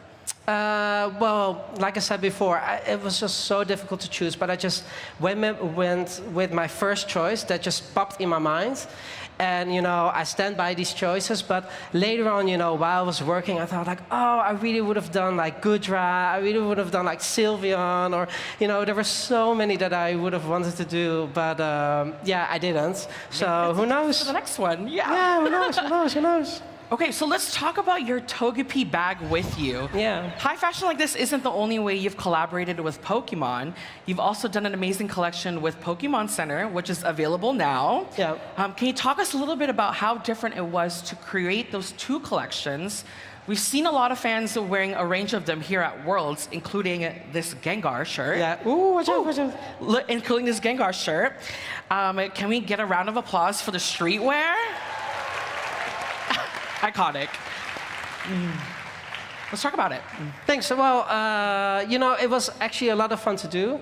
It was a challenge, but thankfully I had an amazing team from Diffuse, which is a licensing company, and they had a fantastic, point of view how to make my ideas like more wearable, more approachable for a lot of people. And all of these looks were inspired by the Runway collection. So what you're wearing now is inspired by this world that I created around Mew and Mewtwo with the NASCAR racing, the car racing, the dynamic, world. And it was a lot of fun.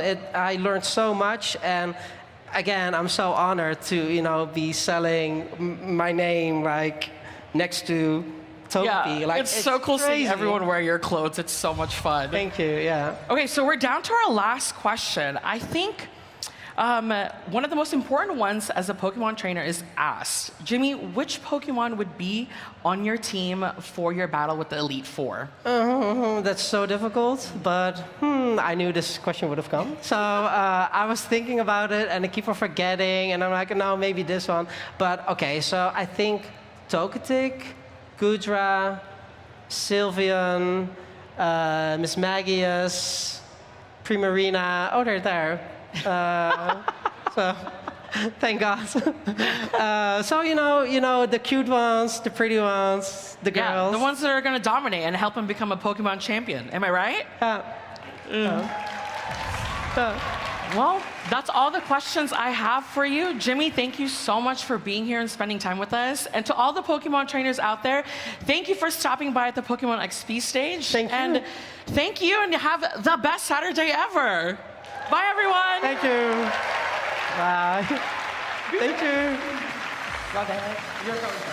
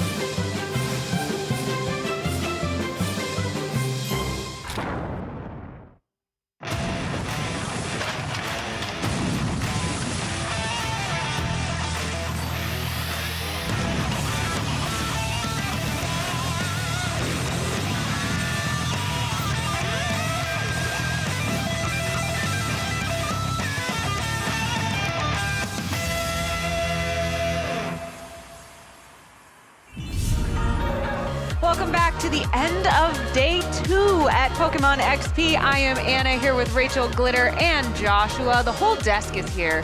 Feels good to be together again, fam. Yeah. You guys have been out walking all over, but we just saw the Jimmy Paul fashion show. I think all got to see that actually, which was really cool. I personally would like to wear the Umbreon look, please, Jimmy. Paul?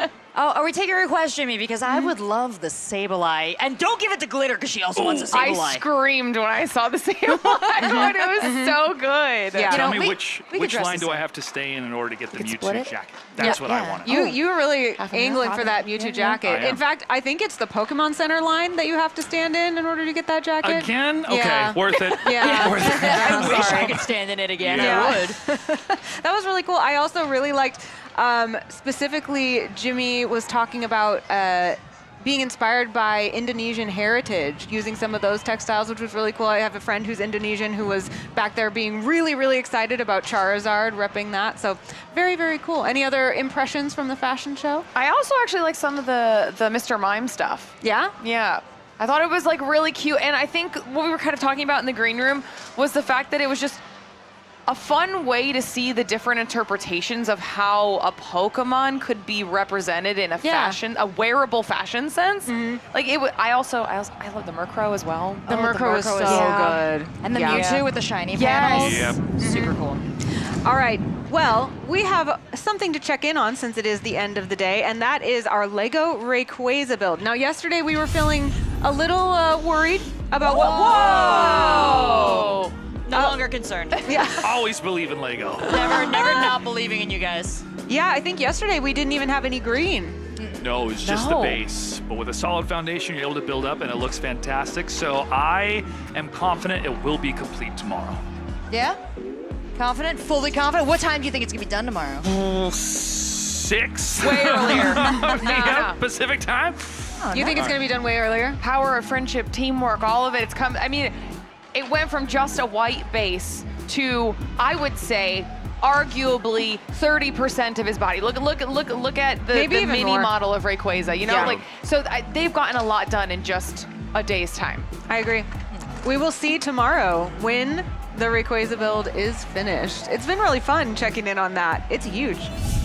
All right, tomorrow we have lots more than just checking in on the Rayquaza build. As you know, we're walking around trying to show you things that are going on at Pokemon XP with little videos. We've got some interviews and also panels. So let's check out our panel schedule for tomorrow. Let's see what is in store for us. We have License to Thrill, visualizing Pokemon beyond the games, Pokemon Gaming Gauntlet, the Cosplay Showcase, Yay. the Gotta Catch 'Em All Game Show Live, and closing ceremony. What are we looking forward to most, friends? Not the closing ceremony, because that means it's over, and there's so much good stuff in the closing ceremony too. So I'm a very strong person to say that. Yeah. I'm interested. I don't know much about License to Thrill, but we've talked so much about how cool it is being at XP and seeing Pokemon even beyond the games interpreted in so many different ways. I would love to know what that panel is going to show us. That's a good shout. Yeah. I think it's the announcements during the closing ceremony. What do we have in store for the future? And to hear the panel yesterday with Mr. Ishihara about how there is no stopping this train, or this Rayquaza trolley, if you will, when it comes to Pokemon. And so for the positivity really that was felt throughout the day today, we had some opportunities to interview and talk to a number of people just right off the road, and to see all the different aspects of Pokemon and how it brought everybody together. And so for us to continue to celebrate that into our closing day, day 3, I think is just something very special.